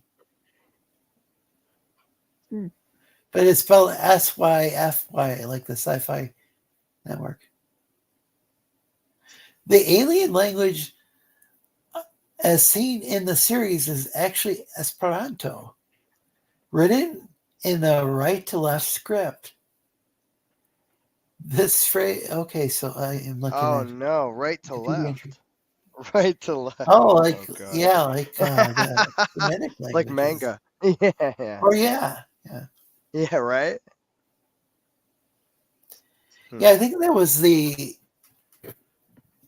I guess there were different writing systems. Like some writing systems were like right to left, and then go left to right, then right to left again.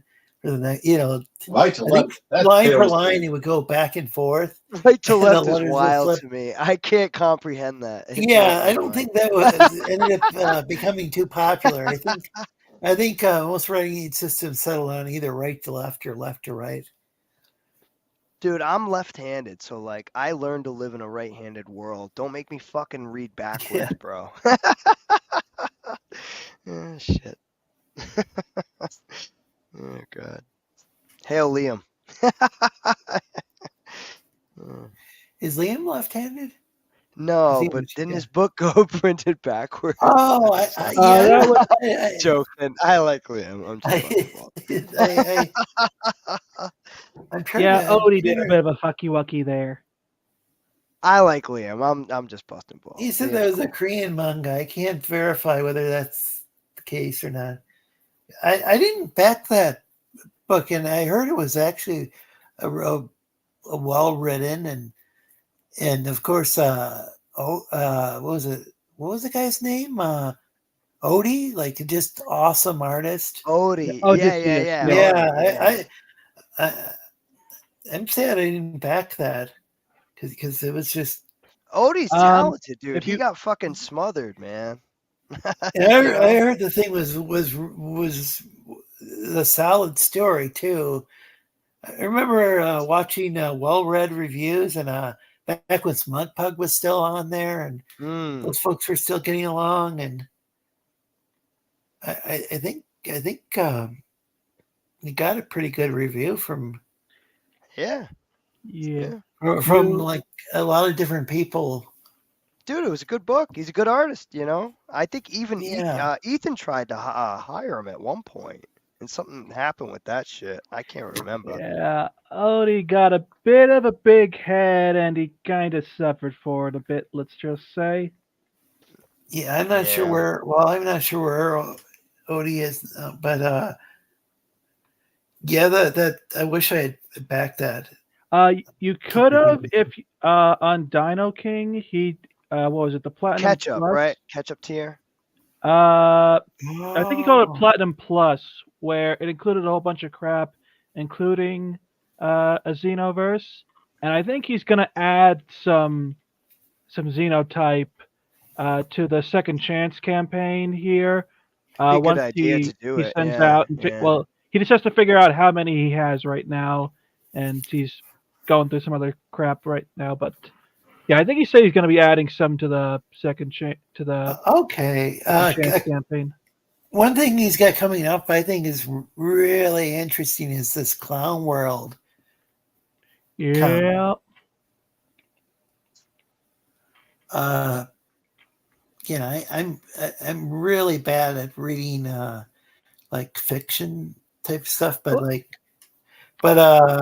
don't Okay, know that might be close enough to nonfiction for me to I'm curious. comprehend. What do you mean by like bad at reading fiction? I just out of curiosity. So I'm both dyslexic and autistic, so I don't know. For some Hmm. reason, I can read I could read a college textbook, but when it's like something having to do, I'm pretty slow More on reading. analytical. It's Analytical. dyslexia, And but when yeah, it has to do with like me having to form a mental picture of I know what you something that's mean. fictional, Yeah, yeah. and but it's even but can't even explain it because that's not quite it. Because even with comic books, I can struggle to understand the prose or whatever, even if there's a freaking picture right in front of me. So I don't know why. I think there's something. Yeah. I think if it's like kind of dry, Well, that's kind what of I mean. Yeah. I can read that easier than I can. Yeah. Like if It's it's when a you little get more maybe abstract. A poetic or little bit whatever. more abstract makes it harder. I think. Yeah, Yeah. yeah. If it's abstract, it can be difficult for me. But Well, it's no, well, if it's not like just you though. It's not just if you it's like though. an audiobook though, It's that's interpretive. easier for That's the me. thing. Yeah, well, it's interpretive, right? Once you get interpretive, it becomes subjective to the person who's listening to it, right?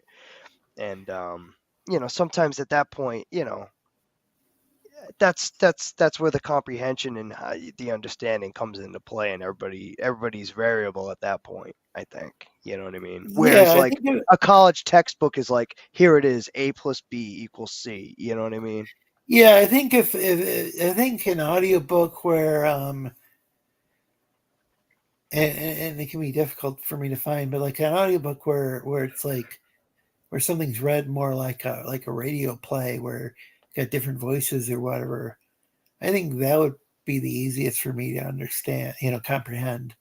Learning, everybody learns differently too. Remember Yeah. that back in school, like touch, feel, listen. I'm more of a listener myself. That's how I learn, But Yeah.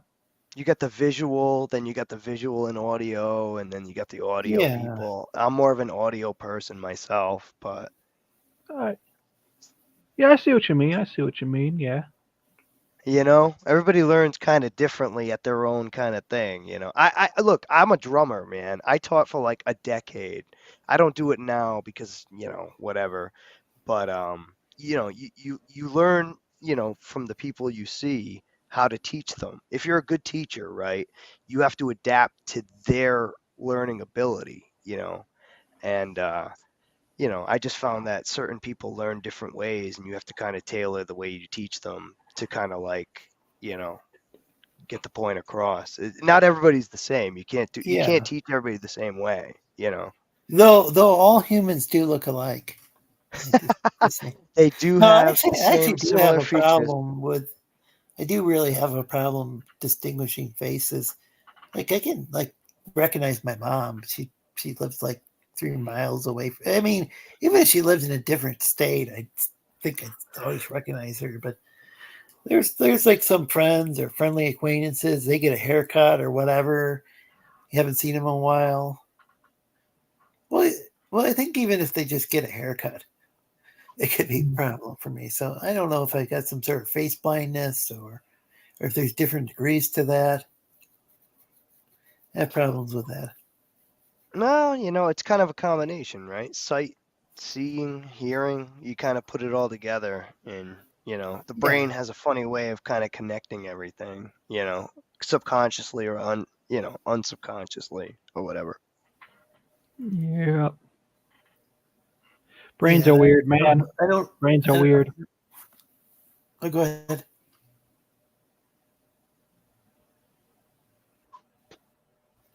The brain is weird. It is a weird thing, I will say that. Well, Apex. Apex Comics, Felix says Odie. Oh, and check out and Felix has the Conquest Second Chance campaign in the chat. Thanks for Yep, posting you can that. still. Thanks, Diaz, Yep, for you can- posting your the link to a video. Go ahead.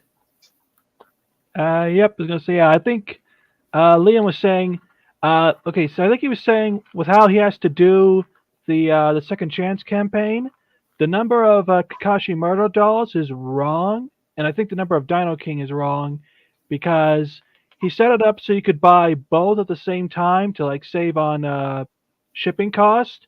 However, they don't pull from the same pool.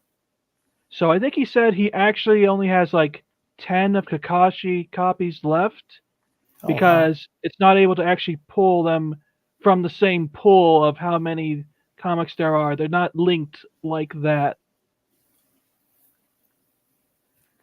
So if you he's want got to- like just what's left over from the print first, run. yeah. Interesting. Yeah, the first print run, he's okay. Before at least, I know he was planning on re-releasing Kakashi with a different cover. That would be a good idea. There may be a bit of a kink in that now because of some crap going on now with Yuka, the artist who did that. She's kind of going the way as Odie did. Not exactly, but well, Liam's already said that they're not going to work together in the future. That's So, unfortunate.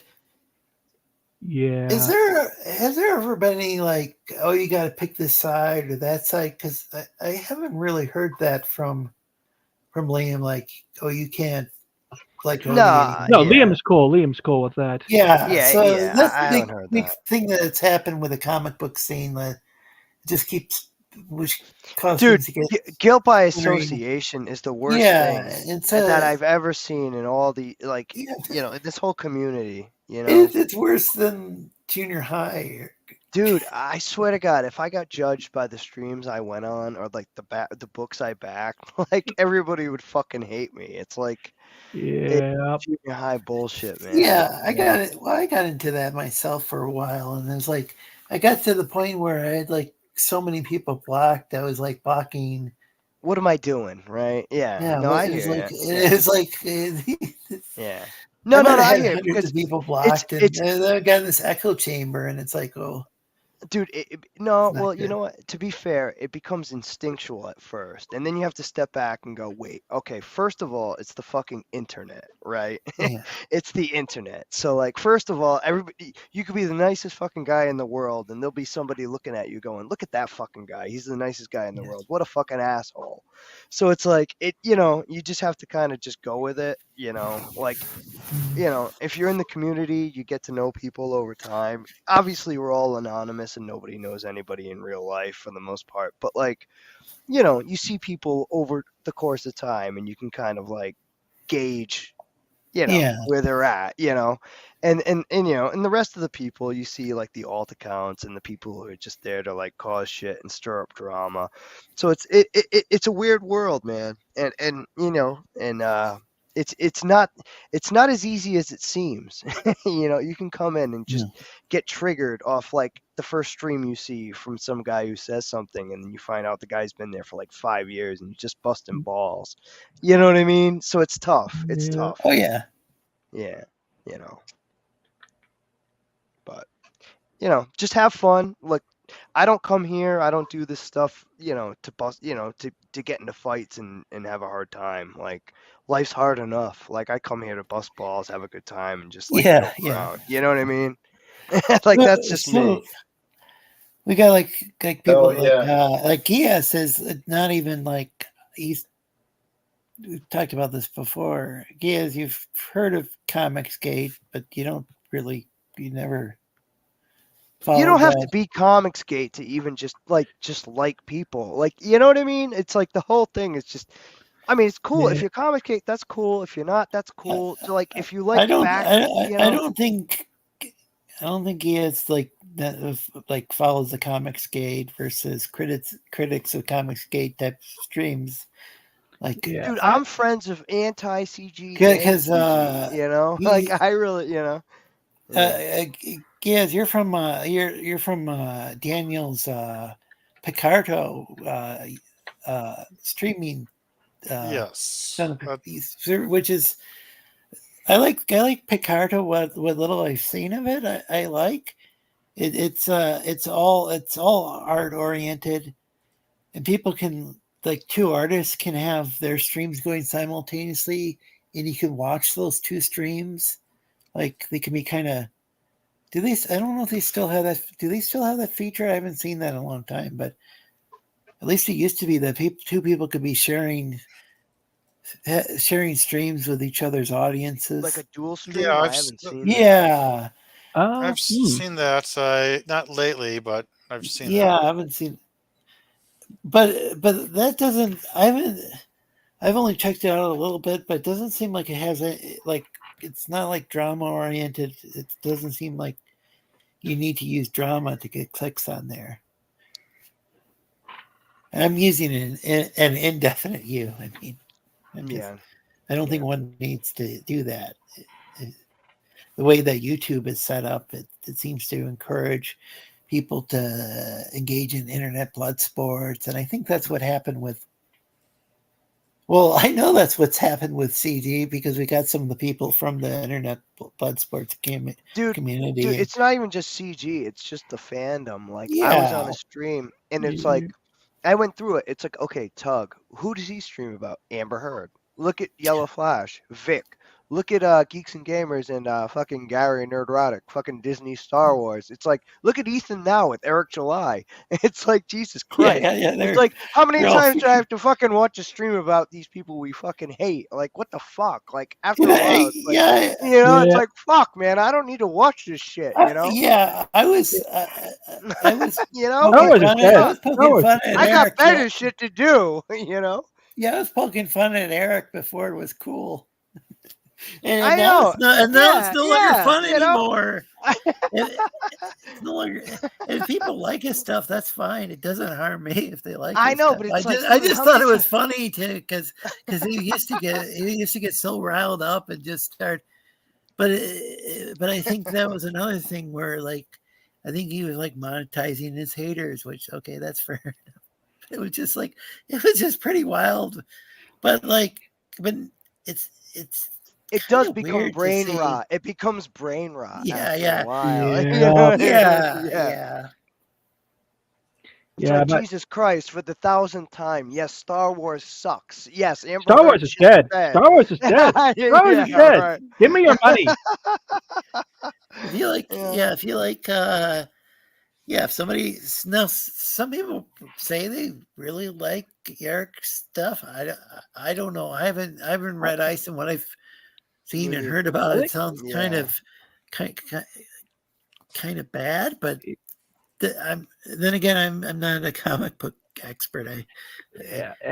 Everything I've seen, I haven't bought any of his comics, but everything I've seen of them just looks bad. And the stuff that doesn't look bad, you find out was a 3D asset that wasn't even really traced. Exactly. It was just put through a filter. But the thing is, like, it doesn't really harm me if people buy his stuff. It doesn't harm me if if people buy. I got fed up with Ethan, but if people buy his stuff, that doesn't harm me. I know. I'll tell you. that at first least- it was the first cyber fraud campaign, the blood honey, when because I backed the very first like edition, and then he kept making different variant covers, and it was so late, and then he waited to fulfill the one that was like the first cover, the first Chromium cover, not the Salamandroid, but the first cover, and it came with an ash can, and mine was fulfilled like months after the people who bought some of these later editions. I think it was just frustrating. Well, hold on. You just hit like the nerve of the whole July EVS thing. See, the thing is, EVS fucked up all that shit. And while EVS's stuff is way better in content and quality, fucking Eric July fucking nailed him on the end, like the business end of it. And so, like, that's your catch-22. You know what I mean? Yeah, and that's why EVS is there hurt. was what appears to be 3D. Okay, I'm just going to say there's some 3D assets in there. How heavily modified they are, I don't know. And I don't have any problem with like some of the 3D. Some people are really good at it. It looks a little bit rushed, but then again, Eric's putting a lot more books out, right? Whereas Ethan might take a few years to come out. Dude, Rainbow the Brute was 2020. What? And it was first. And it was first announced back in. Yeah, he put it that was shit out launched in in 2020. First announced in 2018, after the whole Cecil and Frege ended up going their Frege separate put out ways. Black Flag. Fucking waiting on Black Flag, for fuck's sake. That was 2022. Holy I'm still waiting for Critias's Detective Dad from, was it 2018, 2019, or whatever? I think it's 2018. talk about a fucking shill, man. Fuck, man. I think was in my that's 30s when never that shit coming came out. I'm in my 40s now. Damn. There's a joke that's been going around that people are going to have to put it in their wills that so and so will inherit a particular book because everybody's going to be dead and gone by the time. They think George R.R. Martin's bad. It's like, look at these guys, Jesus Christ. Yeah, so there must be some sort of. I think there's got to be some sort of compromise between things coming out like taking years to come out, or things coming out, but within like maybe a year, but it's all like 3D or mainly 3D assets. Dude, there's got to be something like. Why are these people putting out so many graphic novels? Couldn't they like put out like maybe a shorter comic book with quality art? Maybe take longer than maybe take a little bit longer. Well, there are people doing that, like, but who aren't Comicsgate or. How about just being reasonable with your fans? Go to those Indiegogo or whatever campaign comments, and it's like, when's your book coming out, man? It's been 4 years, and it's like there's no ETA, nothing. It's just, this is my problem. It's like, just be open, dude. Yeah. Wait, who was that one guy? Updates. Just post updates. That would really help. There was this guy, I forget. I think his book was called like Repairman or something like that, or Handyman, yeah. Handyman, yeah. Okay. Wait. So he like his book has been late for like 4 years or something like that. But then I think like Liam and Risey checked out the campaign and they found a website to it, and pretty much like half the comic is posted onto the website. Like literally, like almost the entire thing is up on the website, but it's not. I've heard something about this, but I don't. What does that tell you, though? That tells you they're having printer issues, business issues. If they could put it digitally online, that's easy enough. But to get the fucking physical print in people's hands is another story, right? I don't know if he ran out of money or what the deal is, because it's so many years later. Oh no, I think I heard the story with that guy in particular was that he took the campaign money to And buy a blew mail it. order bride. Yes. Yeah, think I you're don't. right. I don't know if that's. Yeah. I mean, I know he got married. I think he got married and had some kids. I don't know if about the That's whole. wild, dude. And that's what people are talking about with Yeah. Frege. I want to say once again, we're an entertainment show. Dude, when you have That No. certainly is an entertaining story. It might be a little more Yeah, complex. Than that, allegedly, or a little allegedly. different, but allegedly, yeah. yeah, that's the allegation I've heard. But I think he's got a wife and kids. They seem happily married. Everything's, but all that stuff can cost money. Dude, Frege's book made almost $260,000. Like he hasn't given Has he? anybody what Yeah, they has he paid for. printed that yet? No, dude, and that's the thing. Go to his Indiegogo campaign page, and people are like, they're asking for refunds. Dan, what's up? I love you. And now look, I like Dan. Don't get me wrong. I fucking like Dan, but it's like, dude, he got another job. He moved on clearly. He had problems with the campaign. He's not being clear. He's not fucking updating anybody. It's a typical case of like, this is why people don't fucking crowdfund comics. You know? Yeah, I think the deal is not everybody's a businessman, and like a lot of people who are creative types, maybe they don't all have like business degrees or. Well, you're a drummer. Like you've probably run into situations like that where. Well, I mean, dude, you never musicians get it. or whatever, they might not always be the best Dude, at you can always get in over selling your their head. music or whatever. But the key to it is to be open to your fans. You know, it's like you can't be like, I don't know, like I said, at this point, no update. We don't know when the book's coming. This is supposedly his passion project. Remember, this is him from like fucking Image days and shit. So it's like, you know, how serious are we supposed to take it after fucking half a decade? No updates. Don't know what's going on with the book. I know he had health problems. I know things got fucked up with the people who he was working with the book, but it's like just be open. Was that dude. Frege? Like, yeah. Are you It's talking like about just be Frege? open, man.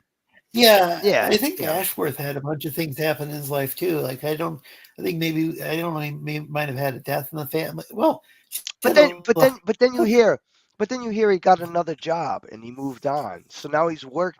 That's why he put this shit on the back burner. So now it's like, who gives a fuck? And it's like, that's the problem. Yeah, fine. You had problems. You had issues. You had to go back. You had to rework shit, whatever, blah, blah, blah, yada, yada, yada. At the end of the day, though, you got a new job and you're just working that new job and this shit's on the back burner. Meanwhile, you made $250,000 that nobody got a fucking thing from. That's a problem to me. That's a problem. Go to his Indiegogo page. Go look up Black Flag and go to the comments section. That's all you need to do. It's pretty much right there. People are I'm gonna hop off. Yeah. All right. Good night, man. I should probably. Good night. Yeah, I'm gonna. Oh yeah, before I go, there was a Kickstarter. Is anyone here familiar with One Fall, on the YouTube channel Steel Saga Pictures? No, I'm not. Now somebody was ripping off one of the Kindles from that.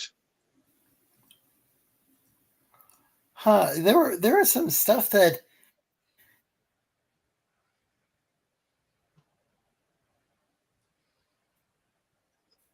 I'm going to post the link to it. There was I know. Oh, Lorenzo, sounds like your mic's going a bit crazy. Time remake. They're remaking Good Times like sort of animated. Oh, the good. Yeah, I saw that. Yeah, we talked about that last week. Good night. Oh, did we? Right. Yeah. The thing that's not even remotely like it. Oh, Lorenzo, your mic is doing worse than roboting. It is just cutting out.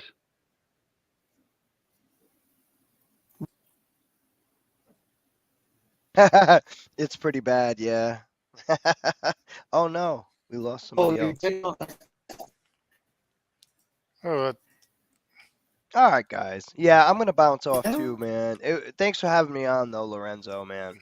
Nice to come on. Thanks for having me on. I can't Oh hear yeah, you if you're thanks for talking. coming on, Chris. All Oh, right, man. Thanks for following me on Twitter, though, too, man. What's no your problem. Twitter? I believe I'm C_Stan007. Let me see. I'll fucking post it in the chat. I got a wrench. Let's see, real quick. I mostly, I like music and shit, so I'm into comics too. But like usually, I just post music shit and stuff. But let me see. There we go. Wow. So, but I hang out with Shep. Lorenzo, fucking Risey and all that, Amit and fucking all of us. So hit me up. I'll be around. But thanks for having me on, Lorenzo. I'm gonna take off, bro. Have a good night, guys. Good night. right. Later. Bye bye.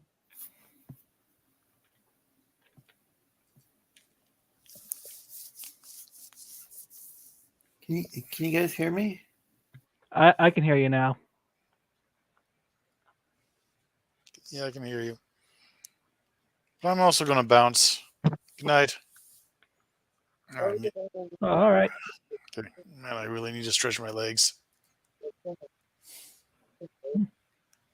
Thanks for having me on. See ya. See ya.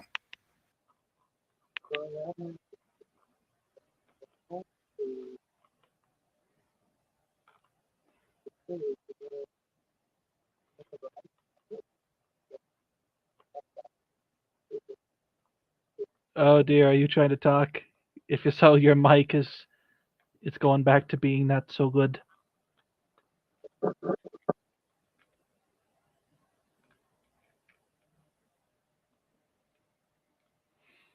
Well, all by myself.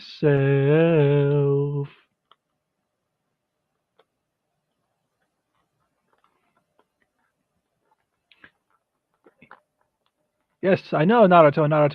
I'm saying double. This is getting out of hand. Now there are two of them.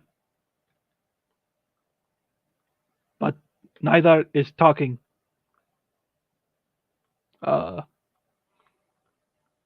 Oh boy, I'm on the spot.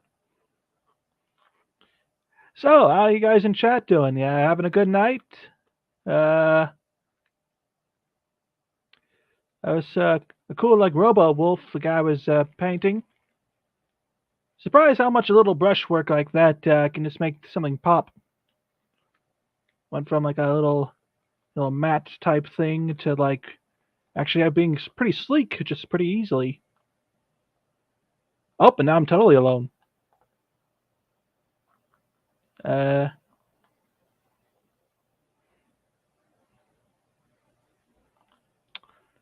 All right. Got I guess 8 or 7 other people here. All right.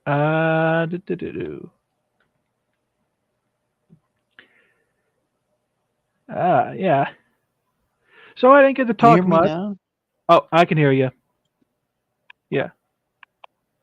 I can't hear anything. You cannot hear me? Well, this is odd. I restarted my phone. I can't hear anything. Can you hear me? I can hear you. Huh. Oh. Can't hear anything. Oh dear. Huh. So I can't hear DTF now. Well, I probably should. I'm really sorry. I probably should end the stream because my phone's heating up and Chromebook's not working right now or anything. Yeah, that's fine. I'll probably get to talk later sometime. I didn't get to talk much, but hey, that's fine. First time ever on stream, so gotta start somewhere, right? Oh, that's right. You can't hear me. Oh, and I guess he might be on a delay or something. DTF, are you there? Yes, I am there. Oh, now we can't hear you. That's so weird. Well, I'm gonna have to end the stream. I'm really sorry, folks. I think we had a good stream, an interesting stream. Thanks for coming on, DTF. Hopefully you'll have this resolved in the near future. Had some Yeah. neighbors that probably keeping them awake, so I probably should log off. But I'm your host, Keep Lorenzo him up. Sleestack. You can find me here Tuesday nights at 5 Pacific, 6 Mountain, 7 p.m. Central, and 8 p.m. Eastern. And I think it's midnight GMT, Greenwich Mean Time. I hope I pronounced that right. Take care, everybody. DTF, I hope if you have anything to add, hope you can add it. Fortunately, I can't hear what you're saying, so it's kind of titties. I don't know.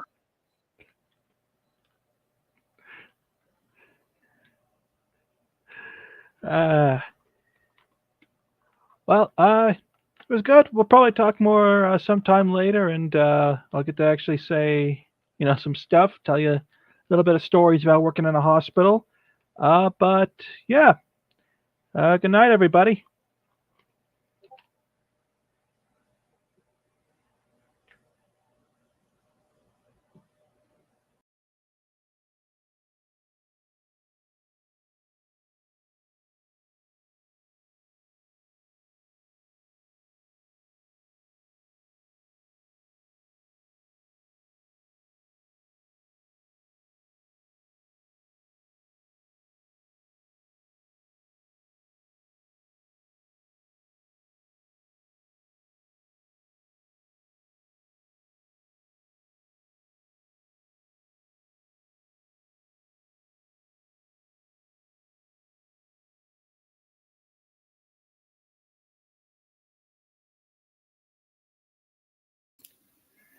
Well, I think I'm still alive somehow. Anyway, thanks everybody who tuned in. Sorry about all these crazy technical issues that keeps happening each week. Wish I knew if it was my phone or my. Looks like it's both having problems with my Wi-Fi because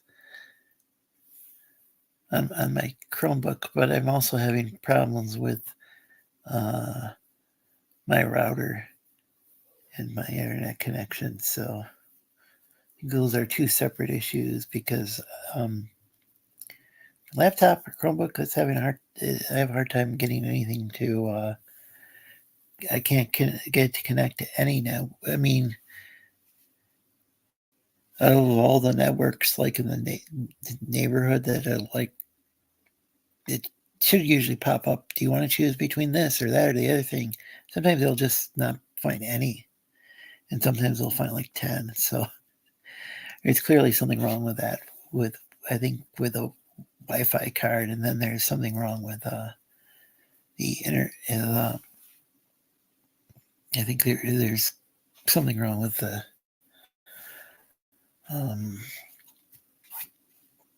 modem and router, or modem and or router, I should say.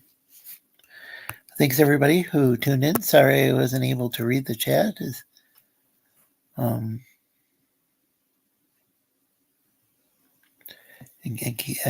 keep caught up.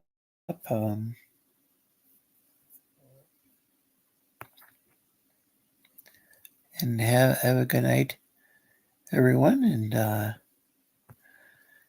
And thanks DTF and everybody else who joined the panel. And definitely recommend watching. Obviously, going to be a bit biased, but I think folks might enjoy the replay. Risey was on for a while when I was having connection issues, and he was playing a video game. We had a comic creator on at the beginning who was talking about. We had this interesting discussion about history and World War II, and he had a comic book about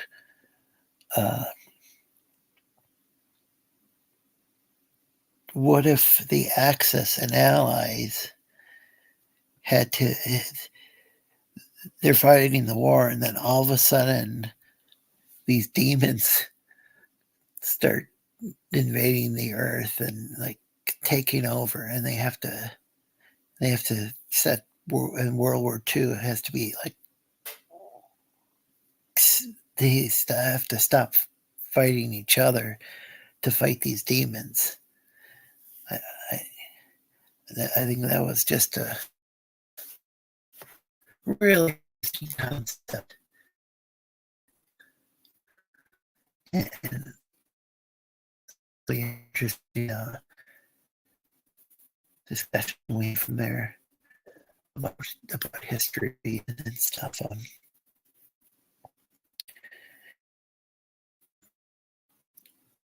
You see the name and because let's see. The stream. The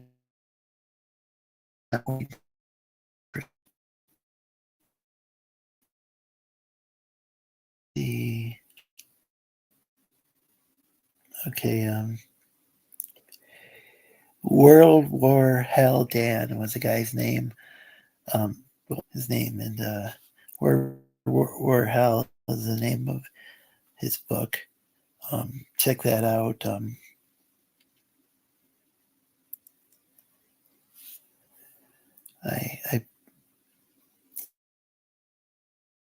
not sure if it's available yet to back, but it's something he's working with Tank Ferret on.